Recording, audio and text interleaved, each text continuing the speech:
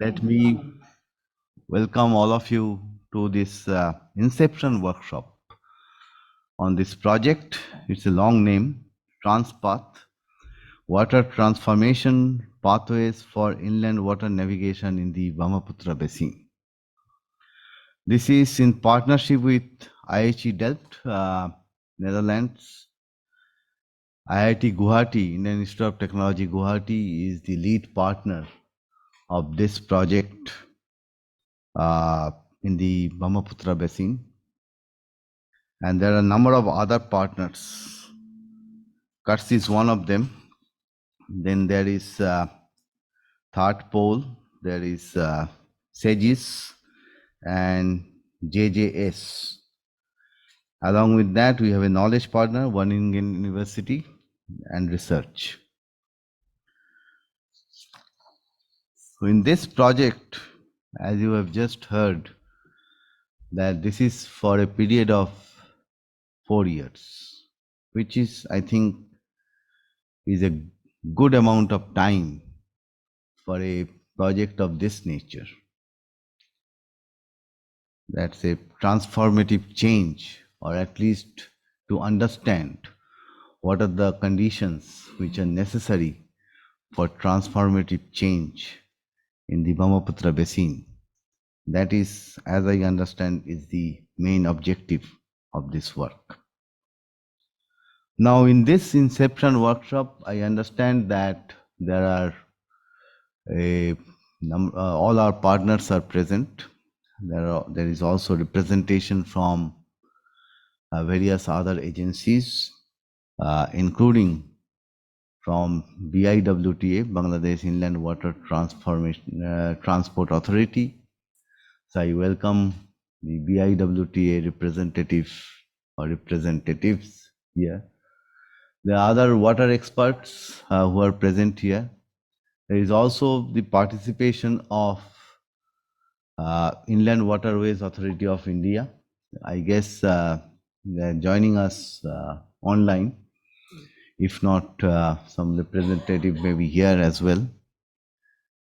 So these are the key agencies which we need to engage with. Now, in my opening remarks, how much time? 5 minutes? Sure. Okay. I want to highlight one or two things. First, it is about, at the end of the day, together we are going to come out with a case study. And my understanding is that similar case studies are being done under this project in different parts of the world. So there is scope for comparative analysis. Now one may wonder that why do you need 4 years to do a case study? Usually by case study, that's a wrong notion to speak about. Usually by case studies we mean that a small thing, something to be written, etc., etc. But that should not be the case. I remember when we were implementing another project of this nature, not on this subject, but again over a period of 5-6 years, and it was on institutions and pro-poor growth. Again, we compared South Asia with Sub-Saharan Africa. A number of case studies, and that's when at least I came to know about, it was many years ago, 20 years ago, I came to know about what exactly case study mean. It's not just a one-page document with some photographs, some blurbs and things like that. To do a good case study, you need to do a lot of ground level work. But the one thing which is also important to understand, that you can draw some conclusions based on that particular case, but you cannot, rather you should refrain from drawing general conclusions from case studies. Secondly, it is in the Brahmaputra Basin, which means it's not just the Brahmaputra River. Its tributaries, its distributaries that we need to take into account. And therefore, This bottom up approach, which we have adopted in this work, I think at the end of the day, it's going to be very, very useful to understand not just the trade or not just the connectivity aspects of water navigation. Navigation of water or water navigation has many, many other aspects, and many of them are socio-economical, sociological, environmental. So all these things have to be taken into account in order to understand, have a holistic understanding of both challenges as well as opportunities of water navigation in the Brahmaputra Basin. Again, I would like to emphasize on the basin. And the third important aspect which we know is that this river is a transboundary river. A large part of it is in India, whereas it is originated in Tibet. Similarly, a large part of it is in Bangladesh. Being this transboundary nature of Brahmaputra and also many of its tributaries and distributaries, I think there are both challenges and opportunities. The challenge is that the upper uh, riparian state or regions of Brahmaputra, they are different from the lower riparian states of Brahmaputra. Then we also need to emphasize the importance that both governments, Bangladesh and India, they are putting in making Brahmaputra a more navigable waterway and for the benefit, more benefit to the people of this, those who are residing in its basin. We all know during September 2022, September last year, at the time of the state visit to India of Honorable Prime Minister Sheikh Hasina, in the joint statement itself, there are a number of reference to transboundary rivers. So those are, how do I put it? Those are pointers for people like us to work on and work together to make this river basin more, I would say, economically viable, more environmentally or ecologically sound, and more, in terms of benefits, more equity among various stakeholders in terms of drawing benefits from this river basin. So that way, I think our work is going to contribute. There can be various other contributions, but one particular contribution which I would like to mention, our work is going to contribute to the Sustainable Development Goals. I'm not getting into specific goals because I don't remember. Nothing has no other reason. But without getting into the goal per se, I would say when we talk about sustainable development, we tend to forget that it's a balance between economy, equity, and ecology. One cannot happen without the other. And this project is an opportunity to further emphasize on this broad objective or broad objectives of sustainable development. So with that, I hope I have not forgotten mentioning the name of any other partners. So all of us are looking forward to work under the guidance of Anamika of IIT Guwahati, and Dada is also there. Joydeep Da, and all you experts who I think you are going to contribute hugely over the next 4 years to come out with something which is some new knowledge, which can be, which should not remain within the four walls and ceiling and floor of a room, but should go out at various levels, at the local government level, at the people's level, but first of all, at the local government, at the state government, as well as at the union government level. So in case of Bangladesh, it's local government, then Union Parishad, Upajila Parishad, and then the central government. So with that, let me thank you once again. I think the agenda looks very good. I hope all of them have confirmed and all of them are going to come and speak, give their thoughts to us. With that, let me once again thank all of you. Thank IIT Guwahati and other partners for partnering with us. This is another opportunity for us to work together on a subject which is very directly linked with the livelihoods of our people. Thank you. And once again, my apologies for being late. Thank you very much. Over to you, Anamika.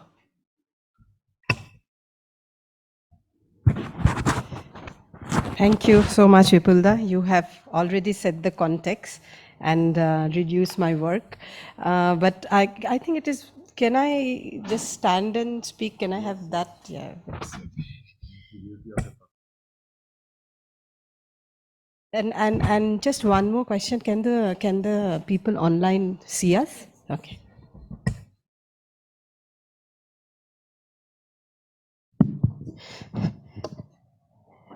So, good morning, all of you, and thank you so much, as Vipulda mentioned, for joining us today. And we have made this a hybrid kind of Inception meeting because we have many people also joining online. And so a warm welcome to all of you who are joining us from different parts, even from Bangladesh. And I can also see we already have IWTA on board. So thank you so much for joining us. As you can see in the agenda, we have, particularly in the first session, we are really grateful to the Vice Chair of IWA and also the Deputy Director who is here, Sharmila Khanon. Thank you for coming, ma'am. And Sri Partha Pegu, who is the director of IWTA. So they will be joining us online for the session. But before I move into my presentation, the presentation is mostly about giving you a background of this project, what we want to do, and why we are here. I would like to very quickly introduce the team individually to all of you. As you see that we have a huge team from IIT Guwahati. I am there. Vani Bharadraj, if you can just raise your hand and everybody would know who is Vani. We have Divya, and there are two additional colleagues who are joining online, Krishna and Chayasmita. They are online. From Kutch International, you already know Vipulda, who is heading the team from the Kutch. And we have Veena. Again, Veena, most of you know her. Sumanta Vishwas and Vandana Sharma, Deepmala Ghosh. Let me tell you, Kutch has worked very hard to make this workshop possible. So I really thank them for arranging it so well. And they are our regional partner working across India and Bangladesh for this particular project. We have CEGIS as our partner. Fida Malik has joined online. I can see him there online. So thank you, Fida, for joining. And we have Muhammad Manowar Ul Haq from Bangladesh. He is here with us. From JJS, we have ATM Zakir, a very old friend. So good to be back and working together, Zakir. We have Joydeep Gupta, although from Third Pole for this, but for this project, we wanted Joydeep to join as an individual and helping us, particularly bringing media on board. We have knowledge partner, Sumit Vij, who is from Wageningen University. So this is the team overall. particularly for this project. But what I plan to do is very quickly run through some of the slides to actually, let you know that this team is a very small team of the larger project. This is just one segment of this whole project. So first of all, let me just give you a background that when we wrote this proposal, what was there in our mind and what is that we wanted to, highlight. So one of the things, as very rightly mentioned by Vipulda, that we definitely want to focus on how this project for particularly water sector can bring kind of help us in at least not, if not achieving, which is not possible in 4 years' time, but moving us towards the path of achievement or realizing the sustainable development goals, because many goals are interlinked when you talk about water and also the focus, which is inland water navigation, but particularly for water sector. Then, of course, given the kind of uncertainties that we see today because of climate change, are our policies, all the plans that we are coming up with, is it really taking into account these uncertainties and to prepare the society for a resilient future? So if you can see the kind of idea that was there in our mind, it tries to be already a very multi-scale sort of a project where we try connecting policies and people. And then, of course, research to understand what is the gap that exists in the policy and how are we really able to convert our policy into something implementable. And then what more, we need to first of all recognize that water, society, and environment are interlinked, and how can we bring new practices for policymaking, management, and governance. So these were the larger things that we focused on when we were writing the proposal. Then the fundamental question which came to us was that how can water researchers such as us and planners who are there today already on this particular workshop as well, can influence transformations onto a more desirable pathways. So when I'm talking about transformation, what basically we are talking about here is, as mentioned by Vipulda, that, there is an interlink. And if you're only focusing on environment, you're maybe leaving behind economy. If you're only focusing on economy, you're probably leaving behind environment and society. So the point is that how can we bring fundamental changes in structural, functional, cognitive, and relational aspects, which can lead to new patterns of interactions and outcome, which also means system-wide change. That means across many systems. So the idea here is that you need to have a transdisciplinary lens. When I'm saying transdisciplinary and not interdisciplinary, that includes NGOs, practitioners, etc.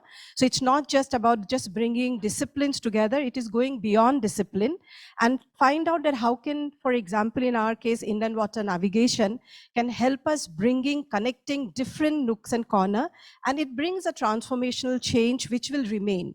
It is not just for a few years, but it remains, these changes, positive changes remains. So we focus on future, long-term changes and also include the uncertainty, which is acknowledged when you're preparing a policy or when you are planning for some kind of change. Are you really sure that it is going to happen like this? If not, do you have space to make sure that these changes can be accommodated when we are moving on?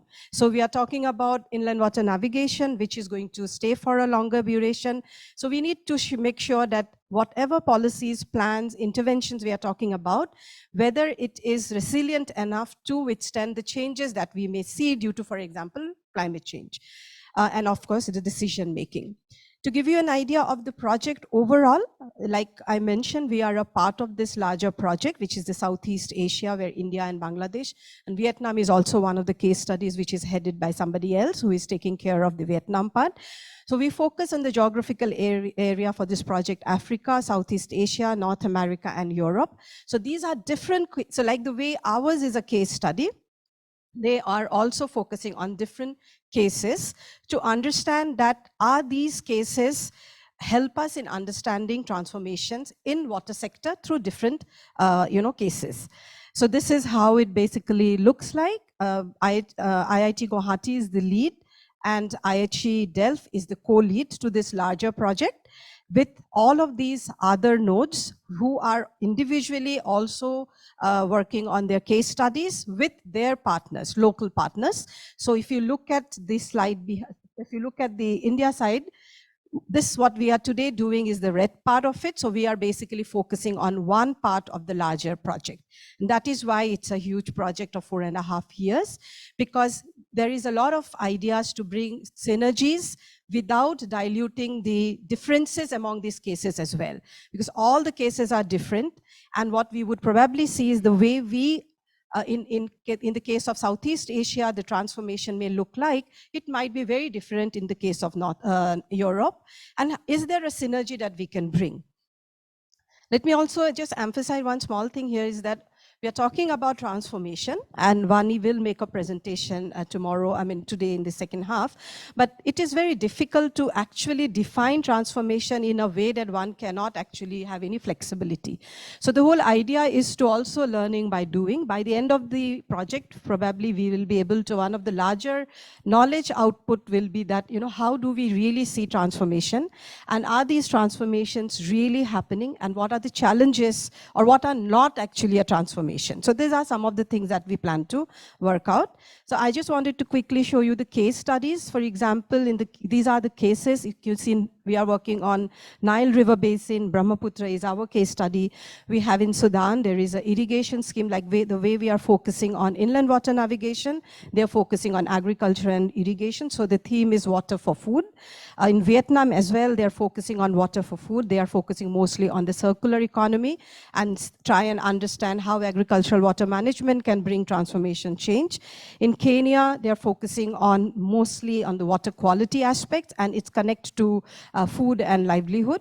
In Mexico, wetland management has been considered to be one of the cases. Try and understand that with peri-urbanization and urbanization systems, how these wetlands are getting transformed into something else, whether these are positive or how is it changing the livelihood patterns. In Netherlands, it is river basins and deltas again, and there they are trying to bring in different multiple stakeholders, and they already were working on this particular thing. So basically, they are coming up into a kind of an agreed pathway, which will help to move towards a change. So these are different kinds of cases which is there, and ours is one of these cases. And the idea is, if you look at this diagram, the idea is that there are two streams. One of the stream is about talking about our cases, what we want to do within the stream. Now it's very difficult to see from here, so I can't really see what is there. But one of the things that I wanted to tell you is that our case study finally moved to the regional level. Our learnings finally becomes a part of the regional network. So we also plan to come up with courses, for example, summer training programs, bringing policymakers together across. So there are many objectives within this. So within one stream, within which is the case study, we generate a lot of output, which finally merges with the regional level output, where every case studies come together, and we come up with something which basically will help us to get one output. So that is the overall idea. For this particular study, now let me just come to what we want to do in the Brahmaputra River Basin. We decided to focus on inland water navigation. And why we thought that this would be a good case study, because we know that there is a lot of already discussions going on between India and Bangladesh. There is already protocol on inland water transit and trade, which was signed. We also felt that while this is going to bring definitely a lot of, positive impact, particularly when you talk about a transboundary river and two countries coming together. It is this kind of change, it doesn't just remain at one level, it percolates down even to the society. So therefore, we thought this would be a very good case to study. We also understand that it is both economically and environmentally also a very good option to look at. And of course, as mentioned, that livelihood generation. But we also know through our preliminary analysis that there are challenges. And so this study would also like to understand these challenges more in detail. And that is why today we are here to discuss whether these challenges are difficult to overcome. If difficult, why? Or are we already moving towards removing these challenges. Some of the challenges also include, say, for example, how do you manage the navigable channels? How do you manage conflicts and misperception? There are many misperception as well. So many a times at the regional level, we might sign a treaty and decide that, okay, we want to do this. But when we try to really go and implement it, we see that there are a lot of questions raised at the community and the society level. But is it the community is always wrong, or is it that there is some kind of a lack of transparency or lack of information? So if that is the case, and if we are not putting them or making them a part of this decision making, then it's not actually a transformation or transformation change, we can call. Stakeholders are very important, which includes local boatmen, fishermen, women. All of them are part of the decision-making process, although they cannot participate in every decision-making process, but is their voices being heard? Coordination between different ministries is very important, because as we know, we are talking about economy, environment, society, livelihoods. So which means that no one can work in silos. So how do we break that silo? Then there is also another point, if it is not sustainable or it is not transformational, if you are providing livelihood to one, taking away livelihood from someone else.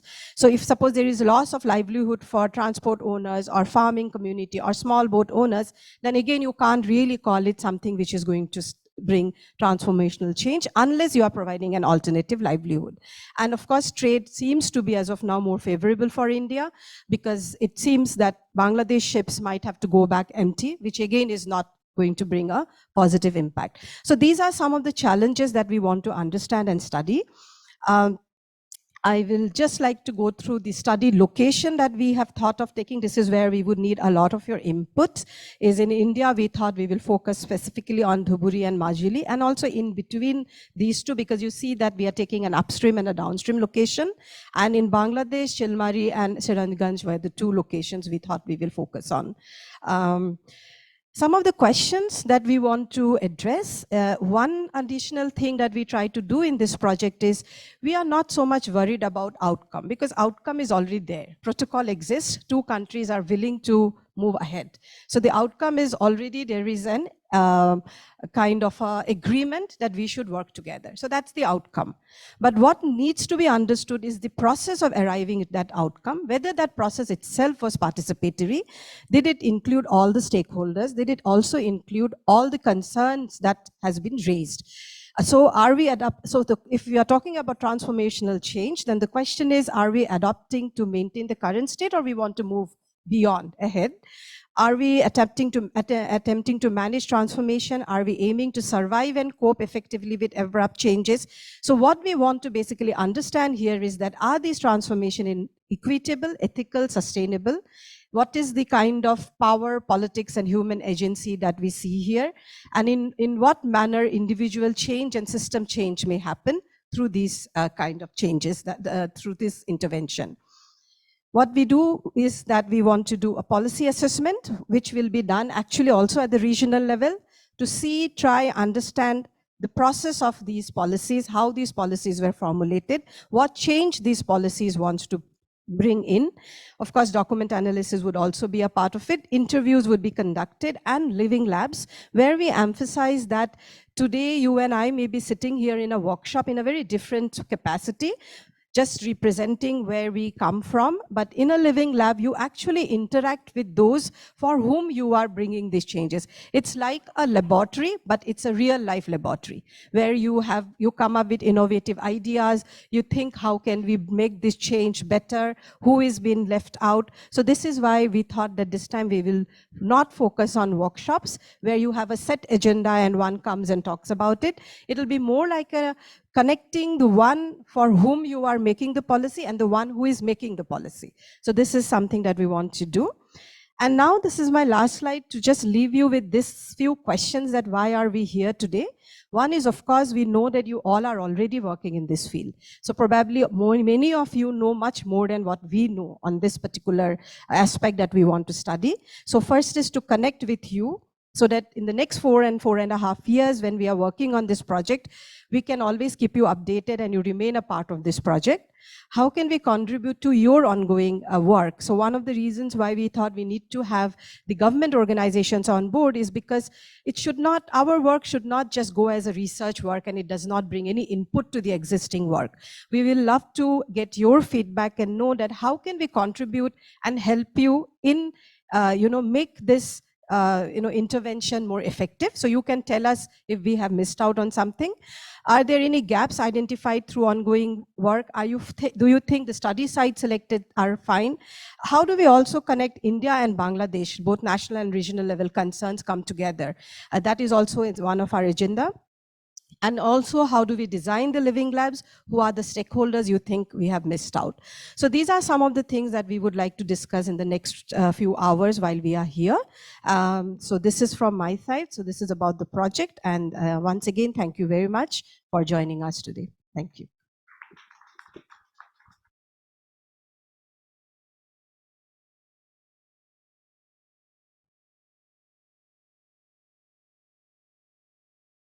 Thank you, Anamika. I think we have got a very good overview of the whole project.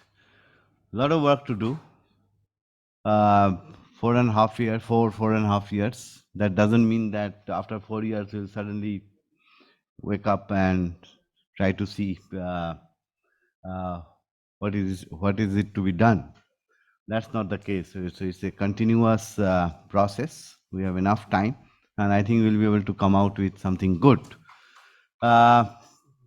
Without any further ado, but before going into the next session, I see that Mr. Jayan Singh, Vice Chairman of the Inland Waterways Authority of India, he is here. So I welcome you, sir, to join us. We are just about to go to the next session. So without any further ado, once again, I thank you, and let's get into the next session. First, technical session, if I may say so, which is reflections from experts. So we have Mr. Jayan Singh, Vice Chairman IWAI, Mrs. Sarmina Khalam, Deputy Director Foreign Transport BIWTA, and Mr. Partho Pegu, Director IWTA Assam. Mr. Pegu is joining online, right? Online. Okay, so fine. So let's and Veena Vidyadharan, my colleague, she is going to moderate this session. So I request Veena and Sharmila Madam to come over to this side. Good morning, everybody. We had a nice introduction about the project from Professor Anamika. As you all know, now this project is focusing on inland navigation, specifically regarding the Brahmaputra Basin, how it is going to bring transformative changes in the Brahmaputra Basin. This mode of transport is known to be, environment friendly and the most fuel efficient mode. Wherein one of the studies says that 1 liter of fuel can move 105 tons of cargo through waterways, where it is 85 for railway and 24 for roadway, which means like, a vessel can replace about 15 wagons of rail and say 60 trucks, which is, very important at this point of time when air pollution is a major concern. Now, it's not just the environmental part of this, it's economically viable. It's the most convenient and economic mode of transportation for bulk cargo and over-dimensional cargo. Now, having said that, there are some challenges which we need to address, which Anamika has highlighted in her presentation as well, which is about the uncertainties, the abrupt changes which we are expecting. Now, this river Brahmaputra is glacier fed, and every year there is flood and there are navigational issues during the lean season. So there are a lot of challenges to manage the navigability throughout the year, which the competent authorities in both countries, India and Bangladesh, is managing with regarding to the protocol route. Now, my specific questions to the panelists today. Here we have Jayan Singh, Vice Chairman of Inland Water Transport Authority of India. My specific questions will be to, while elaborating the developmental initiatives in Brahmaputra with regard to navigation, he can also bring in some elements about the process, about how inclusive it is and how prepared the whole navigation sector is to address this kind of changes, especially the sedimentation and navigation challenges, and how equitable is the process. Like, there are unorganized sector and organized sector. There are small players and large players, and how the whole process is providing space for each and every actor in this navigation space. Over to you, Dr. Jain Singh. You have about 15 minutes to deliberate on. Am I audible? Yeah. Yeah, thank you. Very good morning to the organizers, participants, Mr. Chattopadhyay and Professor Barua, for a very, very enlightening presentation. In fact, the way you set the agenda for the entire discourse, I think you cover practically all the aspects that there are to the policy side of development of the sector. And not only when I say the sector, I don't look at it, just don't confine it to India and Bangladesh alone, but for the entire this region, the South Asian region. And of course, Veena, and I think you've really, pinpointed some very, what should I say, germane policy interventions that probably have to go into, not only the policy making, policy design, policy execution. So I think the context has been set very well. I also send my greetings to Mr. Shikala Anand and Mr. Partha Pegu. Nice to interact. I'm afraid I cannot join you personally because of my health issues. I'm just undergoing some chemotherapy, so I'm kind of confined to my home. Mostly I work from home. So I have a presentation. So Veena, I just wanted to ask you this. Do you want me to run through that, or should I just address the issues that you have highlighted? You want it to be interactive, then I'd love to talk about the issues that you have raised, because I think they are very pertinent. And since this audience comprises I would call it an informed audience, so I need not dwell upon things that are known, the efficacy, the effectiveness of inland water transport and so on. So you want me to attack your question right away, or how do you want me to go about it? You can run through the slides and, slides mein kuch itna wo hai nahi mere. I mean, there's nothing very substantial. I mean, since their focus is more on the policy side. Yeah. So if you just fire one question, I'll answer, and that way I think it will be more interactive. The session can gain a lot more. My slides are there for everyone to share. Okay. So you can ask a question, I'll go on. And in case I need you to highlight something by means of a visual, I'll let you know. Okay. So to begin with, we have a mixed group here. So it will be good to update about the developmental activities happening in Brahmaputra, especially National Waterway 2 and okay, in that case, you could run the slide. This is, not everybody will be on the same page. No, that's all right. That's all right. In that case, I urge you to run the slides. Yeah.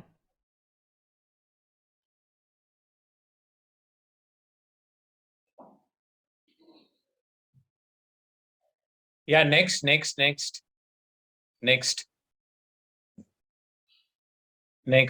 This is. And next, yeah. So this, I just want to pause here for a moment. So, this sector being, it's something very natural. It comes very intuitively to humankind using this. And for centuries, as you mentioned, the organized and unorganized sector is working. But there is now a very palpable felt need to upgrade the sector. And, we have to, like it or not, there has to be a government intervention to, to upgrade the sector in every which way: infrastructure development, getting some sort of a knowledge base, do substantial hand holding, not only within the government, but also out in the private sector and the smaller communities, training and development and so on. And most importantly, item number 2, having a very elaborate, a regulatory framework, a regulatory and a legal framework under which things can manage, because it is not only about environment and sustainability, it's about livelihoods, it is about safety, whole lot of things. And one tragedy, in fact, in the IWT sector in our part of the world, I mean, when I talk about our part of the world, I'm referring to South Asia, is that water for waterway comes at priority number 4 or 5. Number one priority is always drinking. Number two is agriculture, which means irrigation. Number three, it would be industries and so on and so forth. So IWT would always be the last priority. So when we are dependent on the glacial flows and so many other competing demands, there has to be a very, very robust, regulatory system and a legal system which can actually do the prioritization, which is important. And we are facing, and I'm talking from experience. I'm no expert in Indian water transport. I don't know.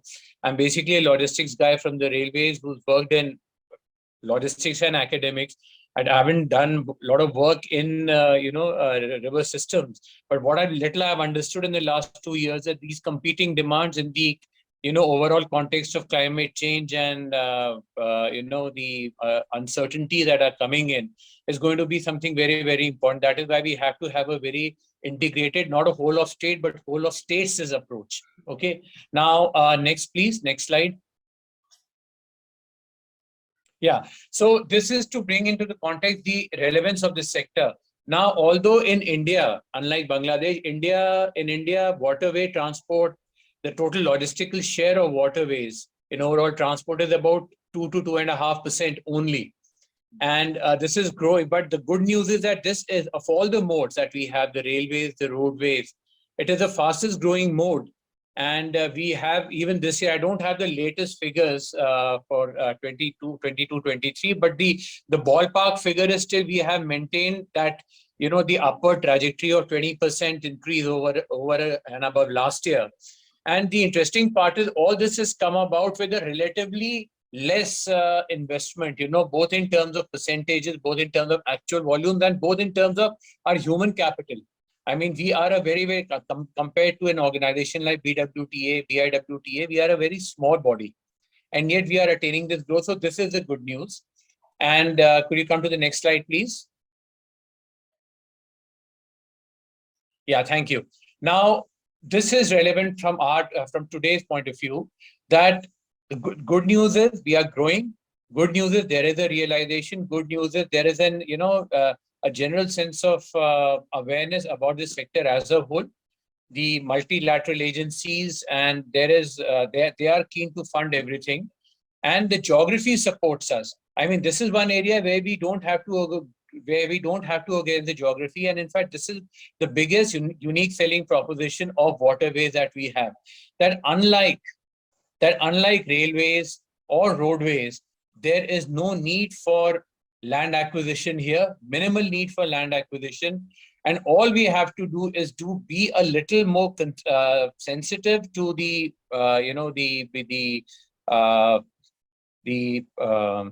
local ecology. Like we had the Ganges water dolphin sanctuary in Bihar that we had to kind of circumvent when we were navigating through National Waterway 1. But the kind of inputs, the kind of cost that it entails is hardly anything as compared to the kind of costing that you need to do if you want to, say, level a grade for a railway bridge, for example. So this is the advantage. Now, Northeast is blessed. I mean, this slide is self-explanatory. We have 20 waterways, and out of which at least 3 or 4 are always navigable. There are technical challenges. I won't be dwelling on them now because, see, I'm not a technical guy, but briefly, yes, it is the flow of water. When you're navigating against the current, it is a problem. Dredging is a major problem because there is no pattern, there is no fixed pattern of sedimentation. So we undertake, weekly or fortnightly surveys, and the shifting of shoals is something, is a challenge. It's definitely a challenge because the kind of technique, the technologies that are available to us, the technology that we put online, they are good. But if we really want to achieve the levels of, say, what they have in Mississippi or they have on the Rhine and the Danube, there is some way to go. And I have my counterpart from Bangladesh here who is actually, they are facing it day in and day out. Bangladesh has, I believe, more than 15 or 20% of the logistics is on waterway. So that's a challenge we face. The geography is a challenge. It's a blessing. Next slide, please. Yeah, thank you. So this is one area which I wanted to we know about the protocol route. So far the protocol route is unfortunately confined only to up to northern parts of Bengal. In fact, not northern, in fact, it's up to Triveni only. We want to extend it right up to Varanasi on the one hand, and it is already there up to Sadia, but make the Barak Valley, the Feni River and all that, make them operational. So this is one of the targets that we have, and I'll be talking about it at length when I come to the RWG.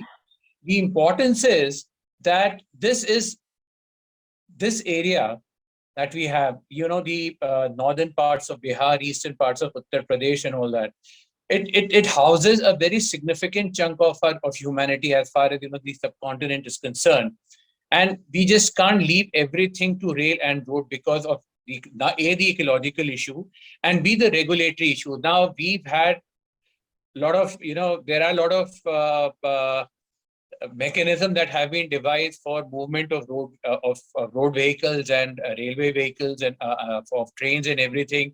We even have a unigauge policy. We have a lot of these multilateral projects coming up.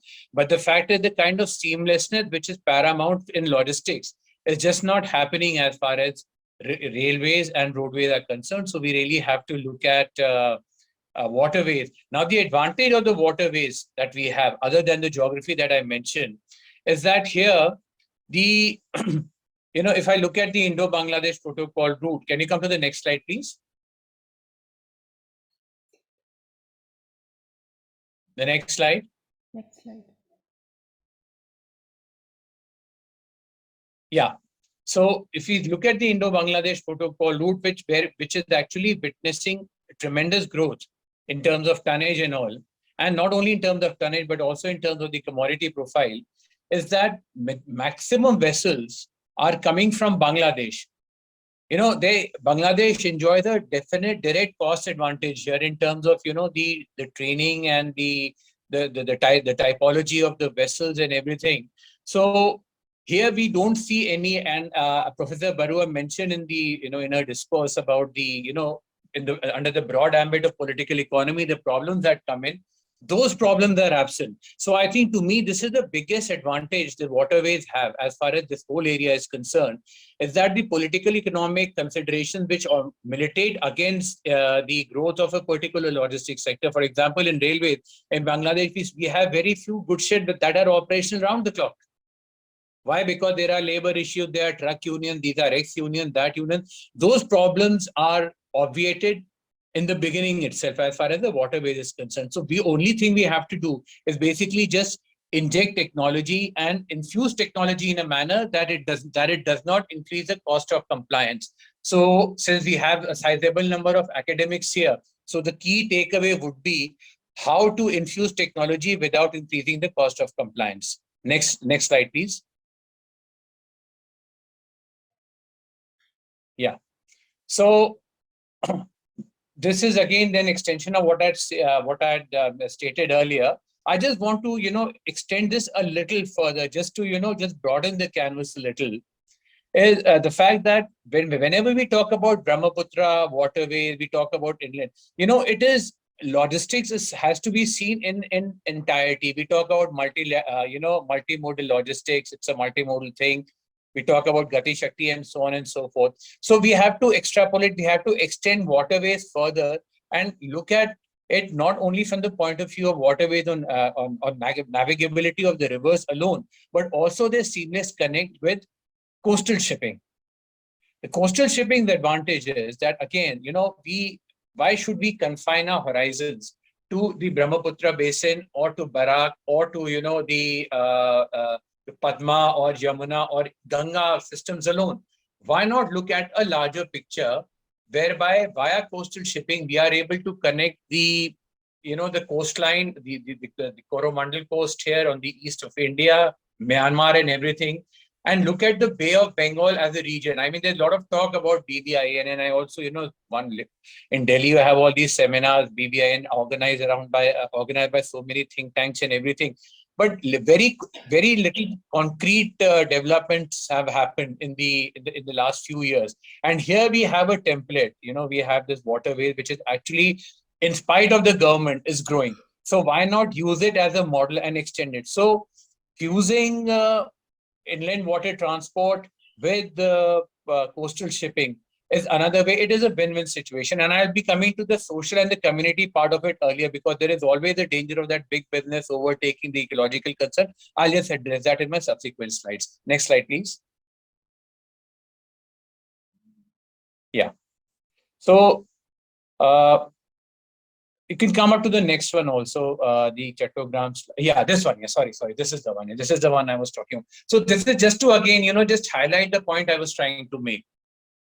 So actually, the rule of PowerPoint is never repeat anything that is given on the stated on the slide. So I need not say more. So this is the kind of, the potential this whole sector has. So I was just trying to, amplify that. Next slide, please. Yeah. So this is another interesting thing, and tidbit, which very, very important point that we need to understand, that look at the change in the commodity profile. Waterways was always seen as a, very low cost. Okay, it's a good thing to be low cost, but somehow the commodity profile was such that it was confined to something like fly ash, which is actually dirt. Now, over the years, we are seeing more and more costly items coming in, more and more value addition happening in this sector. And this year, the quantum of fly ash has, between 22-23, has gone down further. And we have POL, we have container traffic, we have FMCGs, lot of movement happening on inland waterways. So there is a discernible shift. The good thing is that this shift is being dictated by the market, not by the government.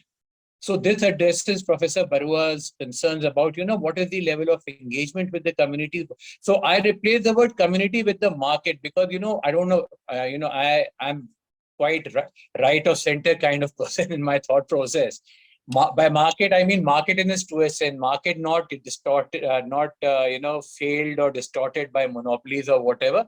Market as it expresses the requirement, the desires of the community. So this is the market. These are the small shopkeepers, small horticulturists, agriculturists who are undertaking this. So whenever I'm moving, pulses, I'm moving rice from India to Bangladesh. It is not the Food Corporation of India or any, big brands or who are moving it.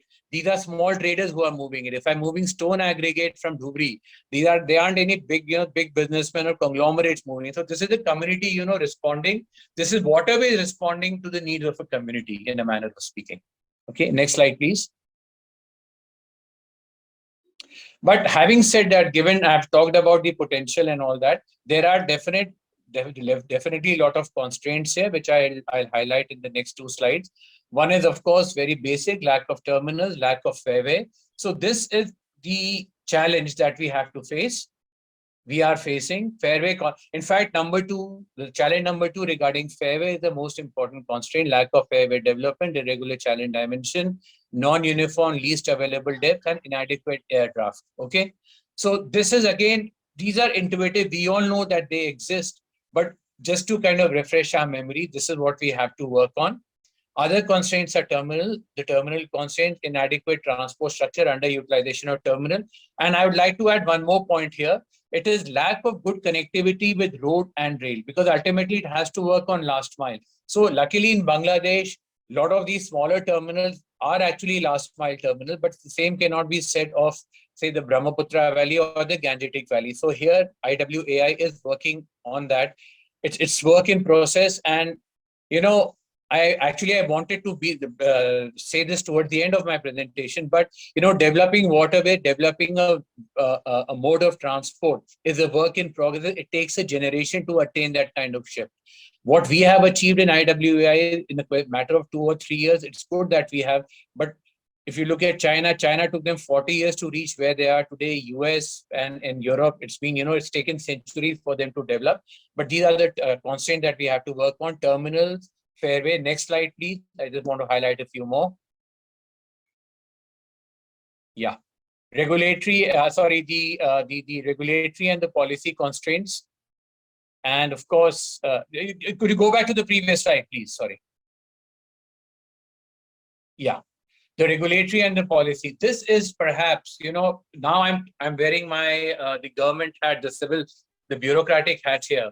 This is what we have to work. And the challenge here is not only to address this within the country or within the state, but it has to be handled bilaterally.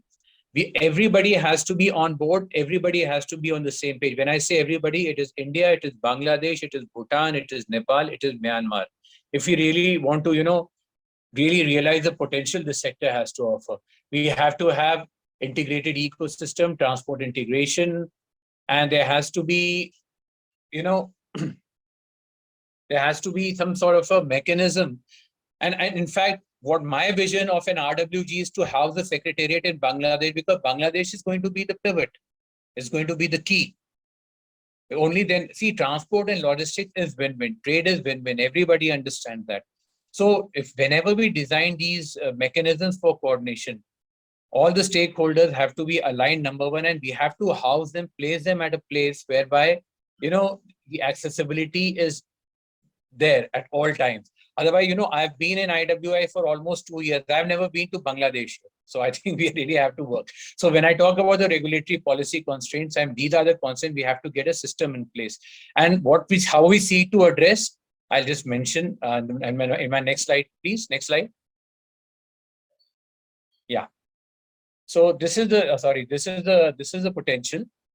So this is again just highlighting where we stand today. Where we stand is about 5.1 million tons. Where the prospects and the prospects are something like 47.9 million tons. So this, I think, will attract everybody, all the stakeholders here. And the next slide then talks about what we are actually looking at the RWG. So RWG, let me introduce this once more. I think we've been talking about RWG for quite some time now. Earlier it was called the EVAC-TG, the Eastern Waterway Connectivity Grid, but I think a friend from Buta actually had nodded and prodded us to correct it, name it properly. Now it has been renamed as the Regional Waterway Grid Program. It is basically connecting the Brahmaputra Ganga waterway system using all the tributaries and the waterways in India and Bangladesh, and then connecting it via coastal to extend it further beyond the territories of India and Bangladesh. But it is not to be seen entirely as a infrastructure project. As I think has been highlighted by Professor Barua also, it has to look at the environmental and the social benefits also. So the whole idea is to have a system in place, something like the Earth Ganga or the Jivan Dinga program of Brahmaputra, fusing them all together, bringing them together in a manner that we do have a very bottoms-up approach. So how do we do this? So rather than looking at it from the point of view of a single big infrastructure project like a navigation log, 1 or 2 here or there, or a major bridge or a major terminal, have series of terminals, number one, have small patches for fairway maintenance, which can be managed locally, have smaller terminals that can be run, that can be operated by self-help groups or by the Panchayati Raj institution, like I'm doing in Earth Ganga in Ganga. We have 62 terminals, community jetties coming in. All of them are being fabricated and installed by IWI, but they are being handed over to the communities, to the either the temple trusts or to the self-help groups or to the NGOs or to the Panchayati Raj for management, so that the communities that are living alongside the rivers, they are able to maximize the benefit. But at the same time, we are also having these big multimodal terminals, larger vessels, big policies for vessel financing, whereby we can carry containers, we can carry oil, petroleum gas, etc. We can carry our cargo up to 2,000 tons. So we are having community as well as the big ticket thing where substantial investment is required. And at the same time, we are working on the navigation, so that we are able to have 24/7 navigation, because for any mode to succeed, you have to have, round the clock navigation, which is accessible, which you can operate through a simple app on your mobile phone, communication facilities, safety, and capacity building, so that your whole ecosystem for repair and maintenance of vessels, for repair and maintenance of fairways, for marketing, for interaction with the market, for accessing permits for paying your tolls, etc. If there are any at the moment in inland waterways in India, we don't have any toll, but should there be toll, all the commercial interface also becomes absolutely seamless. So this is what we are looking at. This is my vision, and I'll be happy to take any more questions after this. Thank you so much. Thank you. Thank you, Mr. Jain Singh. Actually, you have kind of covered some of the elements of the questions I have asked, right? So one was actually about this Arth Ganga. Have you have any plans for Brahmaputra in for that kind of sustainable model for inland waterways, like bringing in the tourism aspect, the markets, the local administration? Any such plans for Brahmaputra? Brahmaputra, yeah, we do have. In fact, I think Partha will be able to give you a better update on this. See, we have, as far as Brahmaputra is concerned, we have definitely, the fairway development from Dibrugarh right up to Dhubri. That is IWI's undertaking. We are doing it, state governments normally do it for the cross river movement. We are doing along the river. We have terminals coming up. We have a terminal in Dhubri, which we are upgrading. We'll be giving it on public-private partnership operation. One in Pandu, one is coming in Jodi Hopa. We are developing one in Dibrugarh. And there are 2 or 3 more in the pipeline, a lot of tourist jetties and all coming up. But we are developing that in sync, hand in hand with the state government.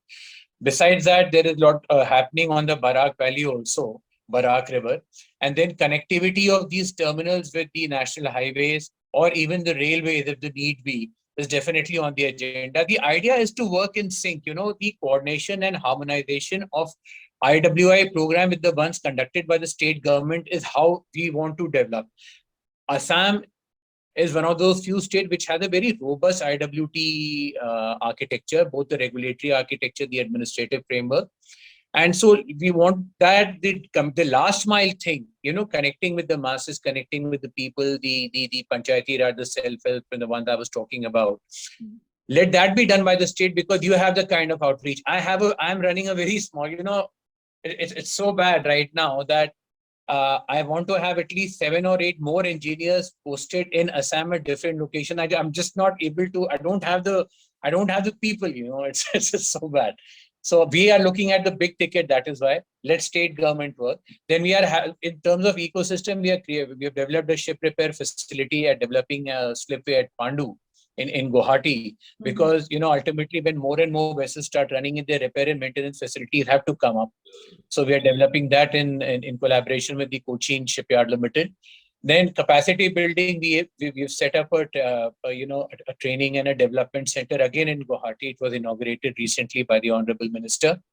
So a lot is happening as far as that is concerned. But again, as I said, given the kind of potential, we need to do a lot more. And here, that is why, RWG, Bangladesh is we want to learn a lot from Bangladesh also, how they are coping with it. And then how we can, fuse this together in a manner that becomes cost effective. The biggest challenge in upgrading the overall system of IWT is going to be how to inject new technology, how to get more and more, more and more high-tech equipment, high-tech vessels, high-tech applications without increasing the cost. Because the moment you increase the cost of compliance here, the effective, the USP of IWT ceases to exist. So that's a challenge, but we hopefully will be up to it. Thanks. Yes, thank you for that comment, and also to bringing in the element of multimodal connectivity, because that's one way of addressing the uncertainty or the difficulties in navigability we face during lean season, especially when last mile connectivity is a concern for IWT. Now we'll hear from Madam Sharmila Khanam, Deputy Director Foreign Transport, BIWTA, about the initiatives being done in Bangladesh, and how inclusive is the process, giving space for the voices of unheard. Thank you. You want to run the slides? No.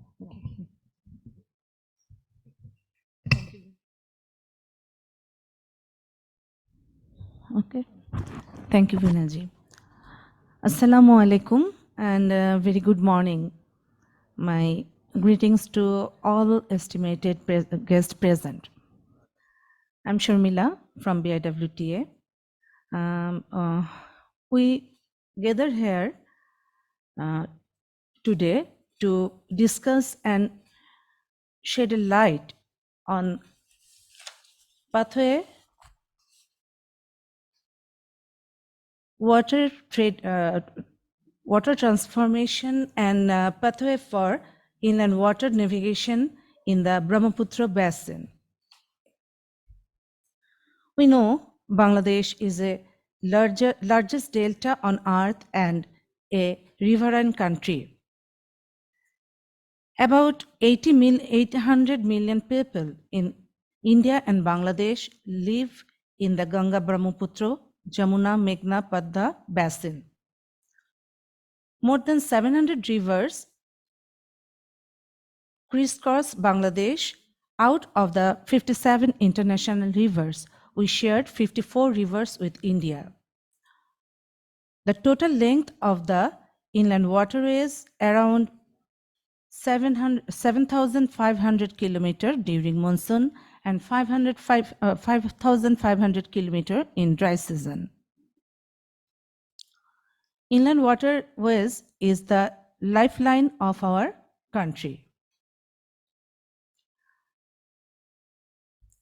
We also share land of 2,554 miles, which is the fifth longest in the world with India. This puts both countries in a advantageous position, especially from the perspective of regional and sub-regional connectivity. Bangladesh is open to the Bay of Bengal for maritime trade, sits between the northeastern Indian waterways and eastern Indian states, has flat land. Bangladesh to this date has nearly 8,000 kilometers of navigable waterways, around 22,000 kilometers of roadways and 3,600 kilometers in railway tracks. All of this would contribute towards achieving a sustainable, multimodal, and seamless connectivity in this region. To that end, Bangladesh Inland Water Transport Authority has been playing an important role and views of countries. Last East Pakistan Inland Water Transport Authority was named and designed as BIWTA after independence of Bangladesh. Since then, BIWTA has developed, maintained, operated, and controlled the inland waterways, infrastructure, transport, and environmental. BIWTA is appointed to conservator of rivers and foreshore and is the competent authority to regulate trade and passenger cruise services under BIWTA. Role of BIWTA in Bangladesh and India trade relations are: Bangladesh is the first as trading partner of India in South Asia, and India is the second trading partner of Bangladesh in the world in terms of volume. Estimated that the trading volume would triple by 2050. Main responsibilities of BIWTA to operational the inland ports, dredging of navigational routes, hydrographic survey, issue the timetable of the vessel, and diving and salvage.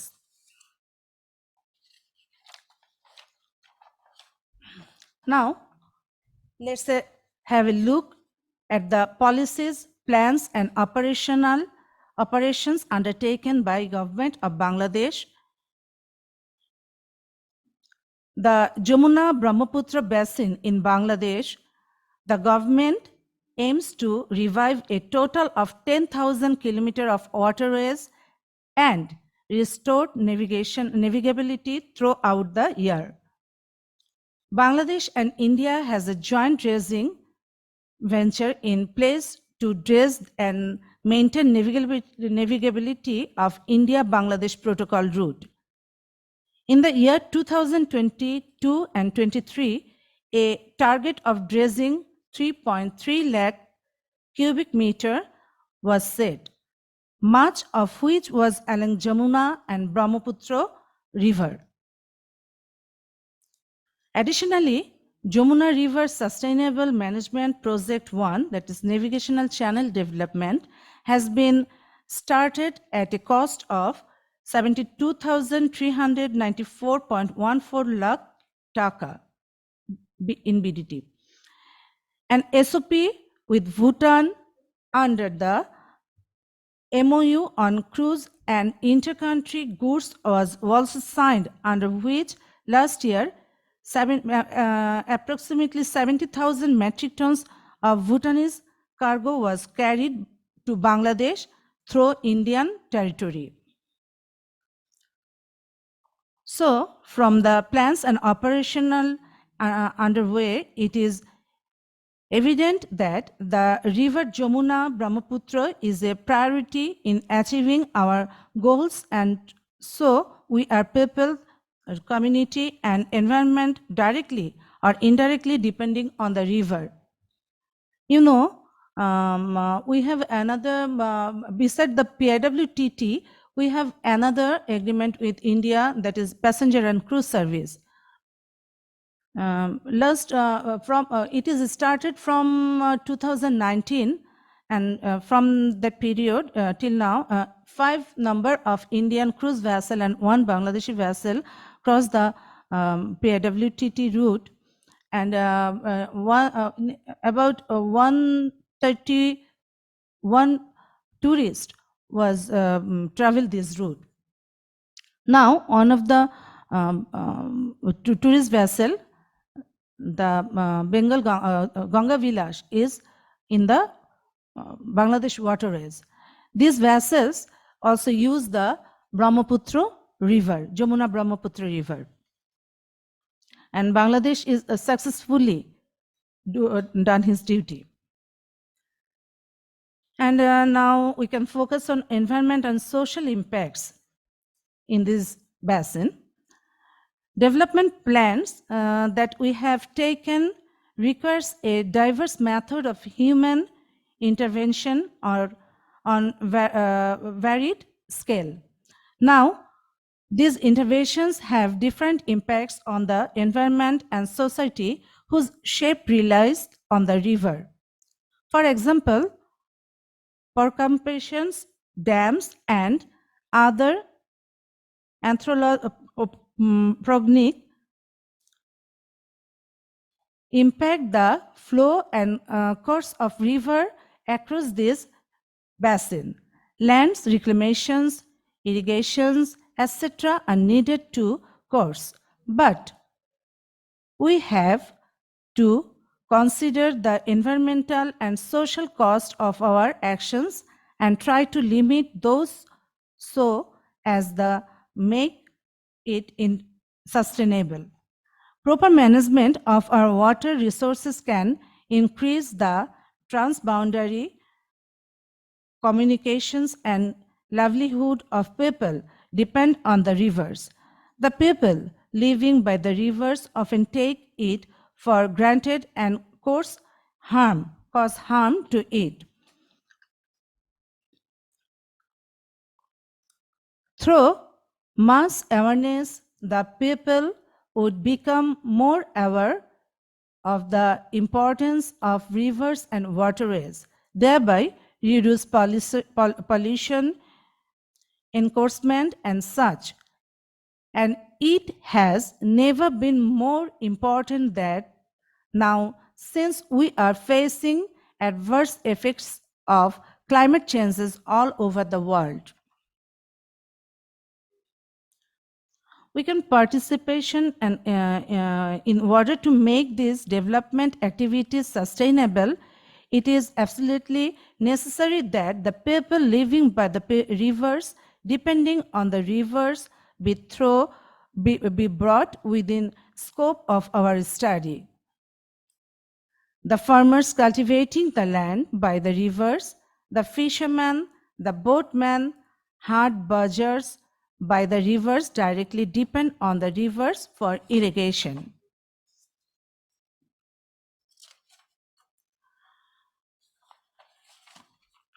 drinking water, and more.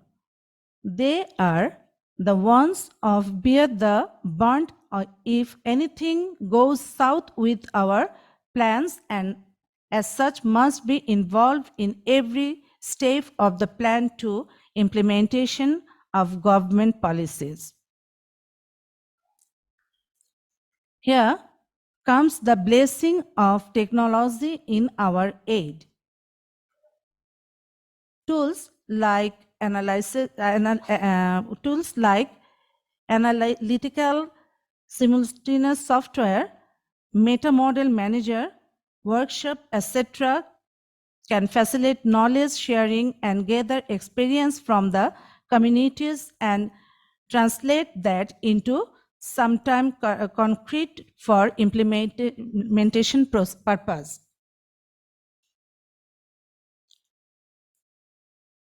Now, participation can be ensured if we can develop equitable practice in the center build up of the system.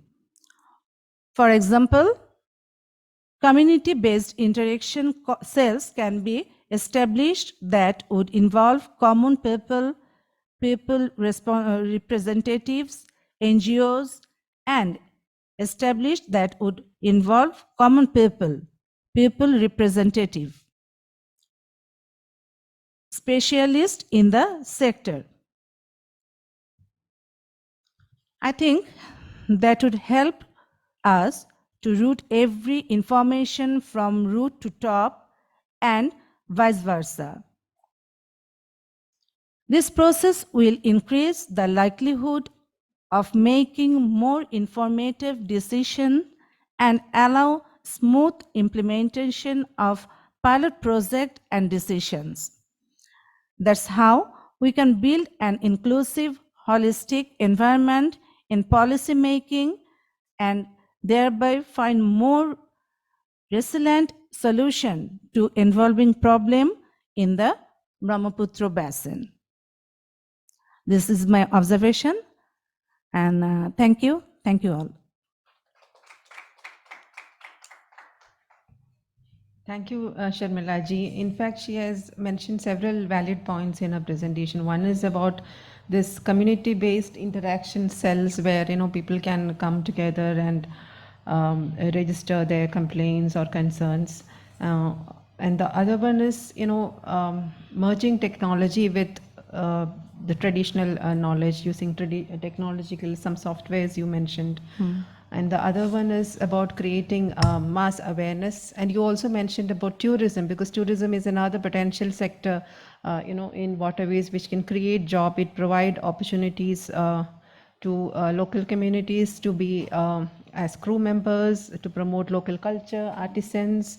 And even these vessels en route, they disembark in some villages and they go to village tour, and also their local communities can be engaged as tourist guide, and there are a lot of opportunities in that sector as well. Maybe by adopting a more inclusive practice, more consultations, more awareness at the ground level, we can ensure better participation from all stakeholders. Now we'll move forward to the next speaker in this session, Mr. Partha Pegu, Director, IWTA. Now, inland water transport in Assam is a quite vibrant sector, and there are several locations where IWT is the only means of transportation in Assam. And the Directorate of Inland Water Transport Assam actually develops, manages, and regulates the waterway transport in the state. And it's also implementing a project with the support of World Bank, which is Assam Inland Water Transport Development Project. And there are several schemes and provisions in that project to cover this inclusivity aspect. Let's hear more about this project and other initiatives in Assam from Mr. Pegu. Over to you, Mr. Pegu. Speaker, thank you, ma'am. Respected dignitaries, ladies and gentlemen, wishing you all a very good morning. I am Partha Pegu, presently holding the post of Director Inland Water Transport Assam, and also holding the additional charge of Additional State Project Director of Assam Inland Water Transport Development Society. Keeping in mind with today's topic, I would like to put forth the views of IWT Assam. The river Brahmaputra running through the heart of the state of Assam provides a vital link for both urban and rural ferry passenger services, which are the single most important mode of transport for many sections of the population, especially rural households in Assam. The existing wide network of rivers, tributaries, water bodies, which upon development can be a solution to efficient inland water transportation for those areas isolated in the northeast region. Assam is known for its tourism, ancient temples, wildlife sanctuaries, scenic beauty, and its unique culture. Assam is known as the land of blue hills and red river. The state is home to wild forests, mighty rivers, and acres of tea plantations. All major towns and cities of Assam are located on the banks of river Brahmaputra, and Inland Water Transport Department is providing cross-ferry services over Brahmaputra to connect these major towns and cities since the year 1958. Crossing the width of the river Brahmaputra, minimum 1.2 kilometers to maximum 16 kilometers, the Inland Water Transport Department is providing a safe and sustainable transportation to nearly 7.5 million passengers annually, and more than 0.65 million motorized vehicles are availing cross-ferry services. Out of the total 111 national waterways, there are 15 national waterways in Assam. Inland Water Transport is providing ferry services in the major waterways and tributaries of Assam, other than the cross-ferry services provided in the Brahmaputra. Even after several decades of experiences, Inland Water Transport Department Assam is facing various morphological challenges on the river Brahmaputra.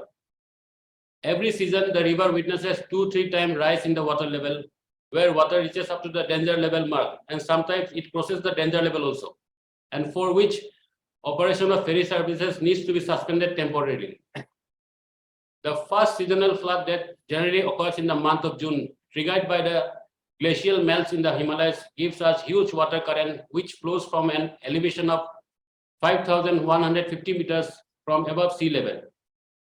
Due to high water current ranging from 3 to 5 meters per second, navigation of ferries against the water current is very challenging, for which many temporary structures for facilitating the ferry operations are partially damaged, and every year repairing is required. Challenges faced by Assam Inland Water Transport varies immensely. The problems are not limited to rise in water level of Brahmaputra, but various issues and problems are there in the lean season also, when the water level recedes in various sandbars are formed due to huge sediment deposits. During the monsoon, the river carries around 5 lakhs cubic meter of sedimentation from the neighboring states and eventually gets deposited when water recedes.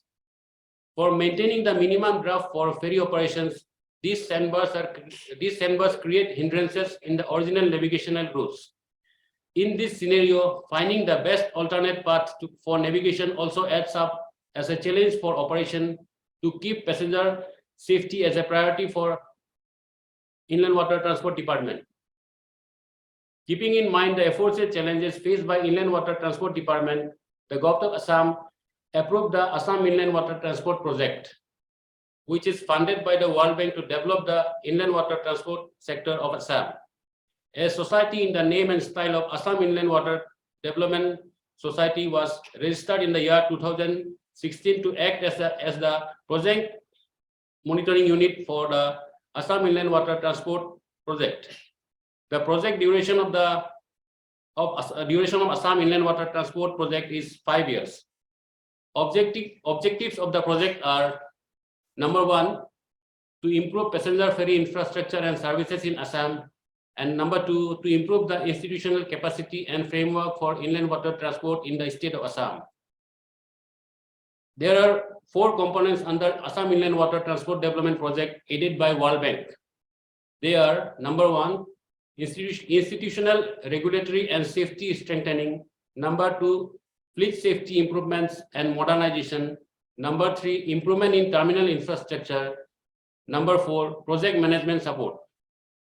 And the achievements till date: Assam Inland Water Transport Regulatory Authority has been established. a public sector company has been formed after due approval from Government of Assam in the name and style of Assam Inland Water Company Limited.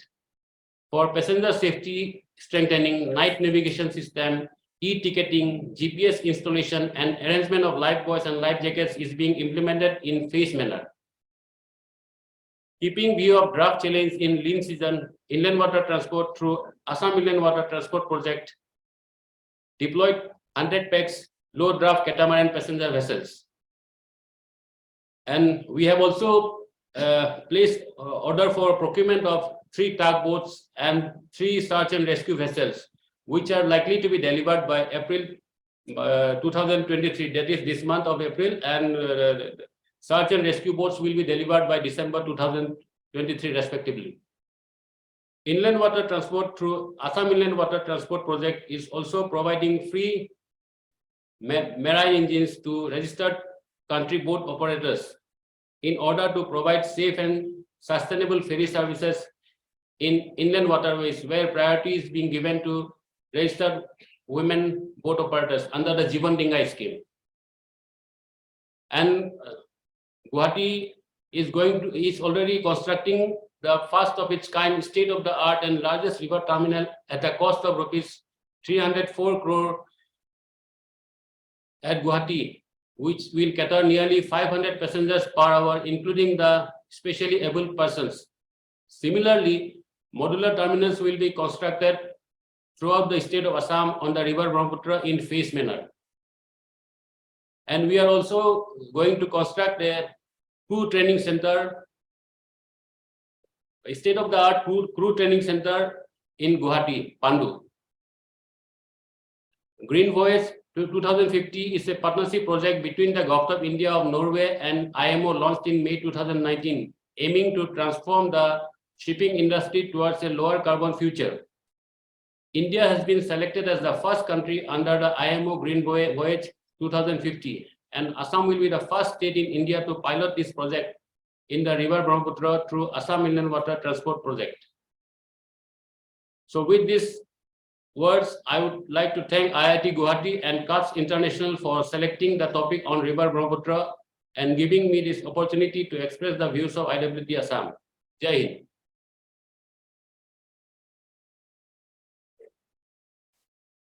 One question, can you elaborate a little bit on Jibondinga scheme, because it also has a component for subsidies for women groups and SAGs, and how is it connected to water transport, if you can tell us?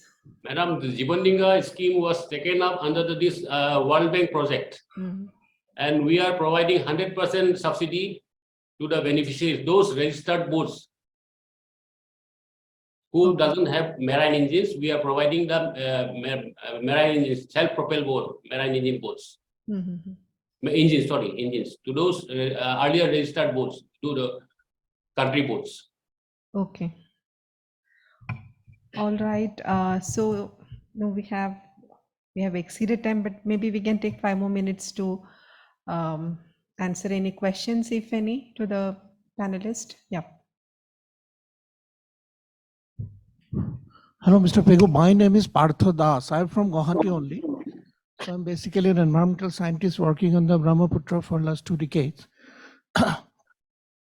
Thank you for a lot of valuable information that has very well informed us. But even then, there are certain, curiosities. So I just wanted to ask you, does IWT have its policy, or what kind of, strategy to keep the waterways under monitoring? This question also applies equally well to IWAI. So as a state agencies, what kind of mechanism do you have to constantly monitor the ecological and hydrological conditions of the waterways? Because you also mentioned that these are constantly undergoing changes. This is the first question.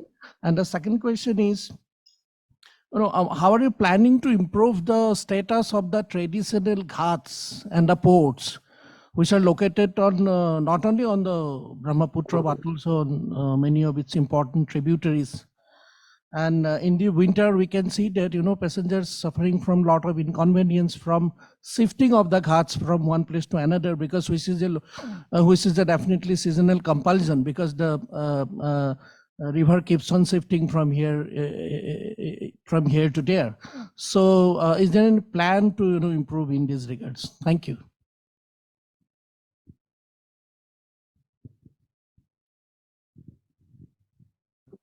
Mr. Das, I would like to inform you that we are studying the river Brahmaputra with the IIT Madras to improve to have a command control center and a river information system.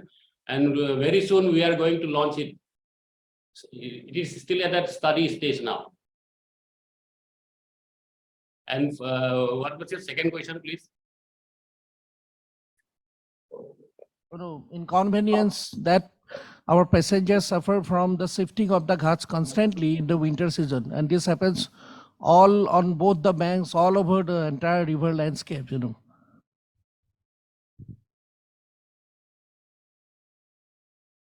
I had already informed you that we are already constructing the Guwahati Gateway Ghat Terminal, which is the largest river terminal in India.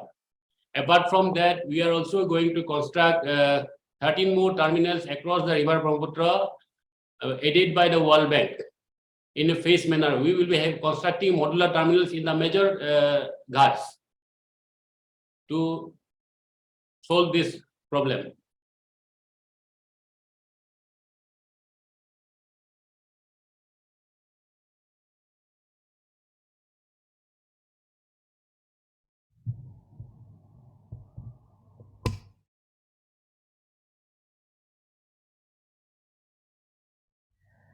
Close this session.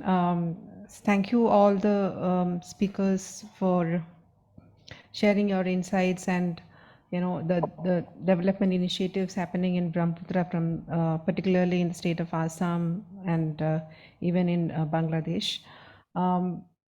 Having said that, certain issues still remain, which is one is related to Parthuda's question on how you're going to manage all the uncertainties. Especially, we need to consider the sedimentation problem also.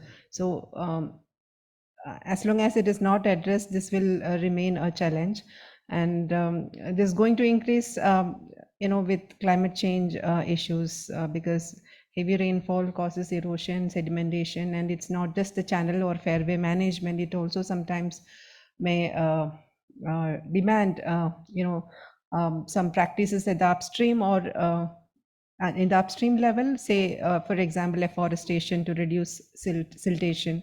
So those kind of interventions are required, and a lot of coordination is required in that aspect, between different line departments, not just the inland water transport department, maybe the forest department as well in that sense. Yeah, but again, it was a very fruitful discussion, and I thank all the participants on behalf of IIT and CUTS. Vandana, I can just hand over.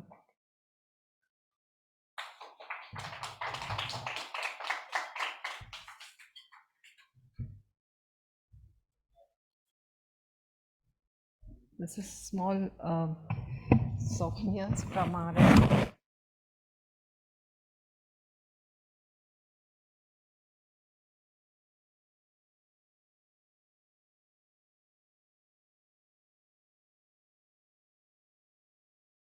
Quick information on what the souvenir is. It's a plant that has been planted on the names of the participants. And for the participants who were not able to join in person today, you will be receiving an email from us with the certificate of the plant. And now we have a high tea arranged outside. So it would be great if we could meet here back at 12 o'clock for continuing with the next session. And I also thank all the panelists or the online participants as well for joining in.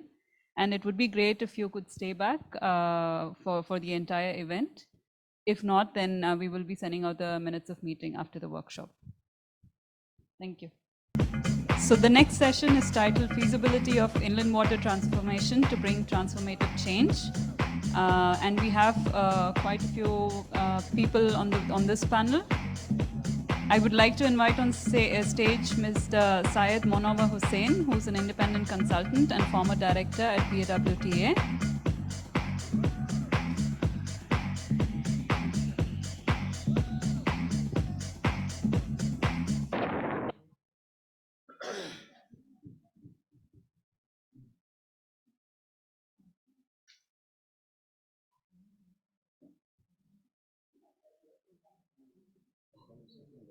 Okay.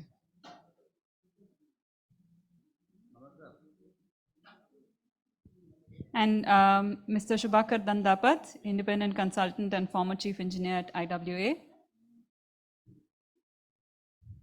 So somebody will be there? Yes, Professor Barua will be there.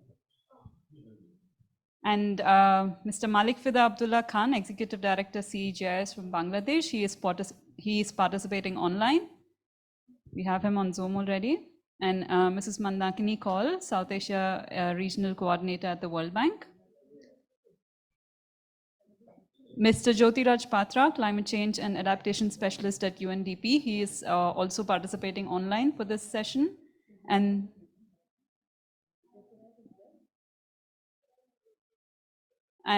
this session is moderated by Anamika Barua from IIT Guwahati.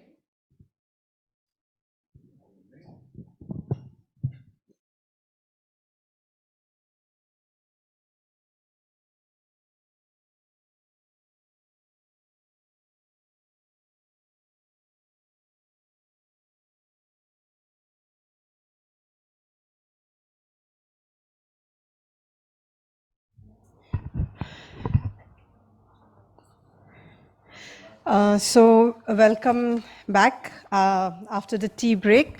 And we had a very interesting morning session where we actually heard some of the existing approach that both the government has. And it is also very important to see that there is a lot of willingness to actually work to make inland water navigation a successful project. And that willingness exists from both the side of India as well as Bangladesh. And I think, okay.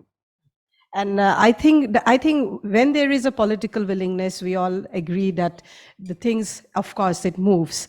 Now, it is also important for us to congratulate both the countries and the government of both the countries that this positive step has already been taken.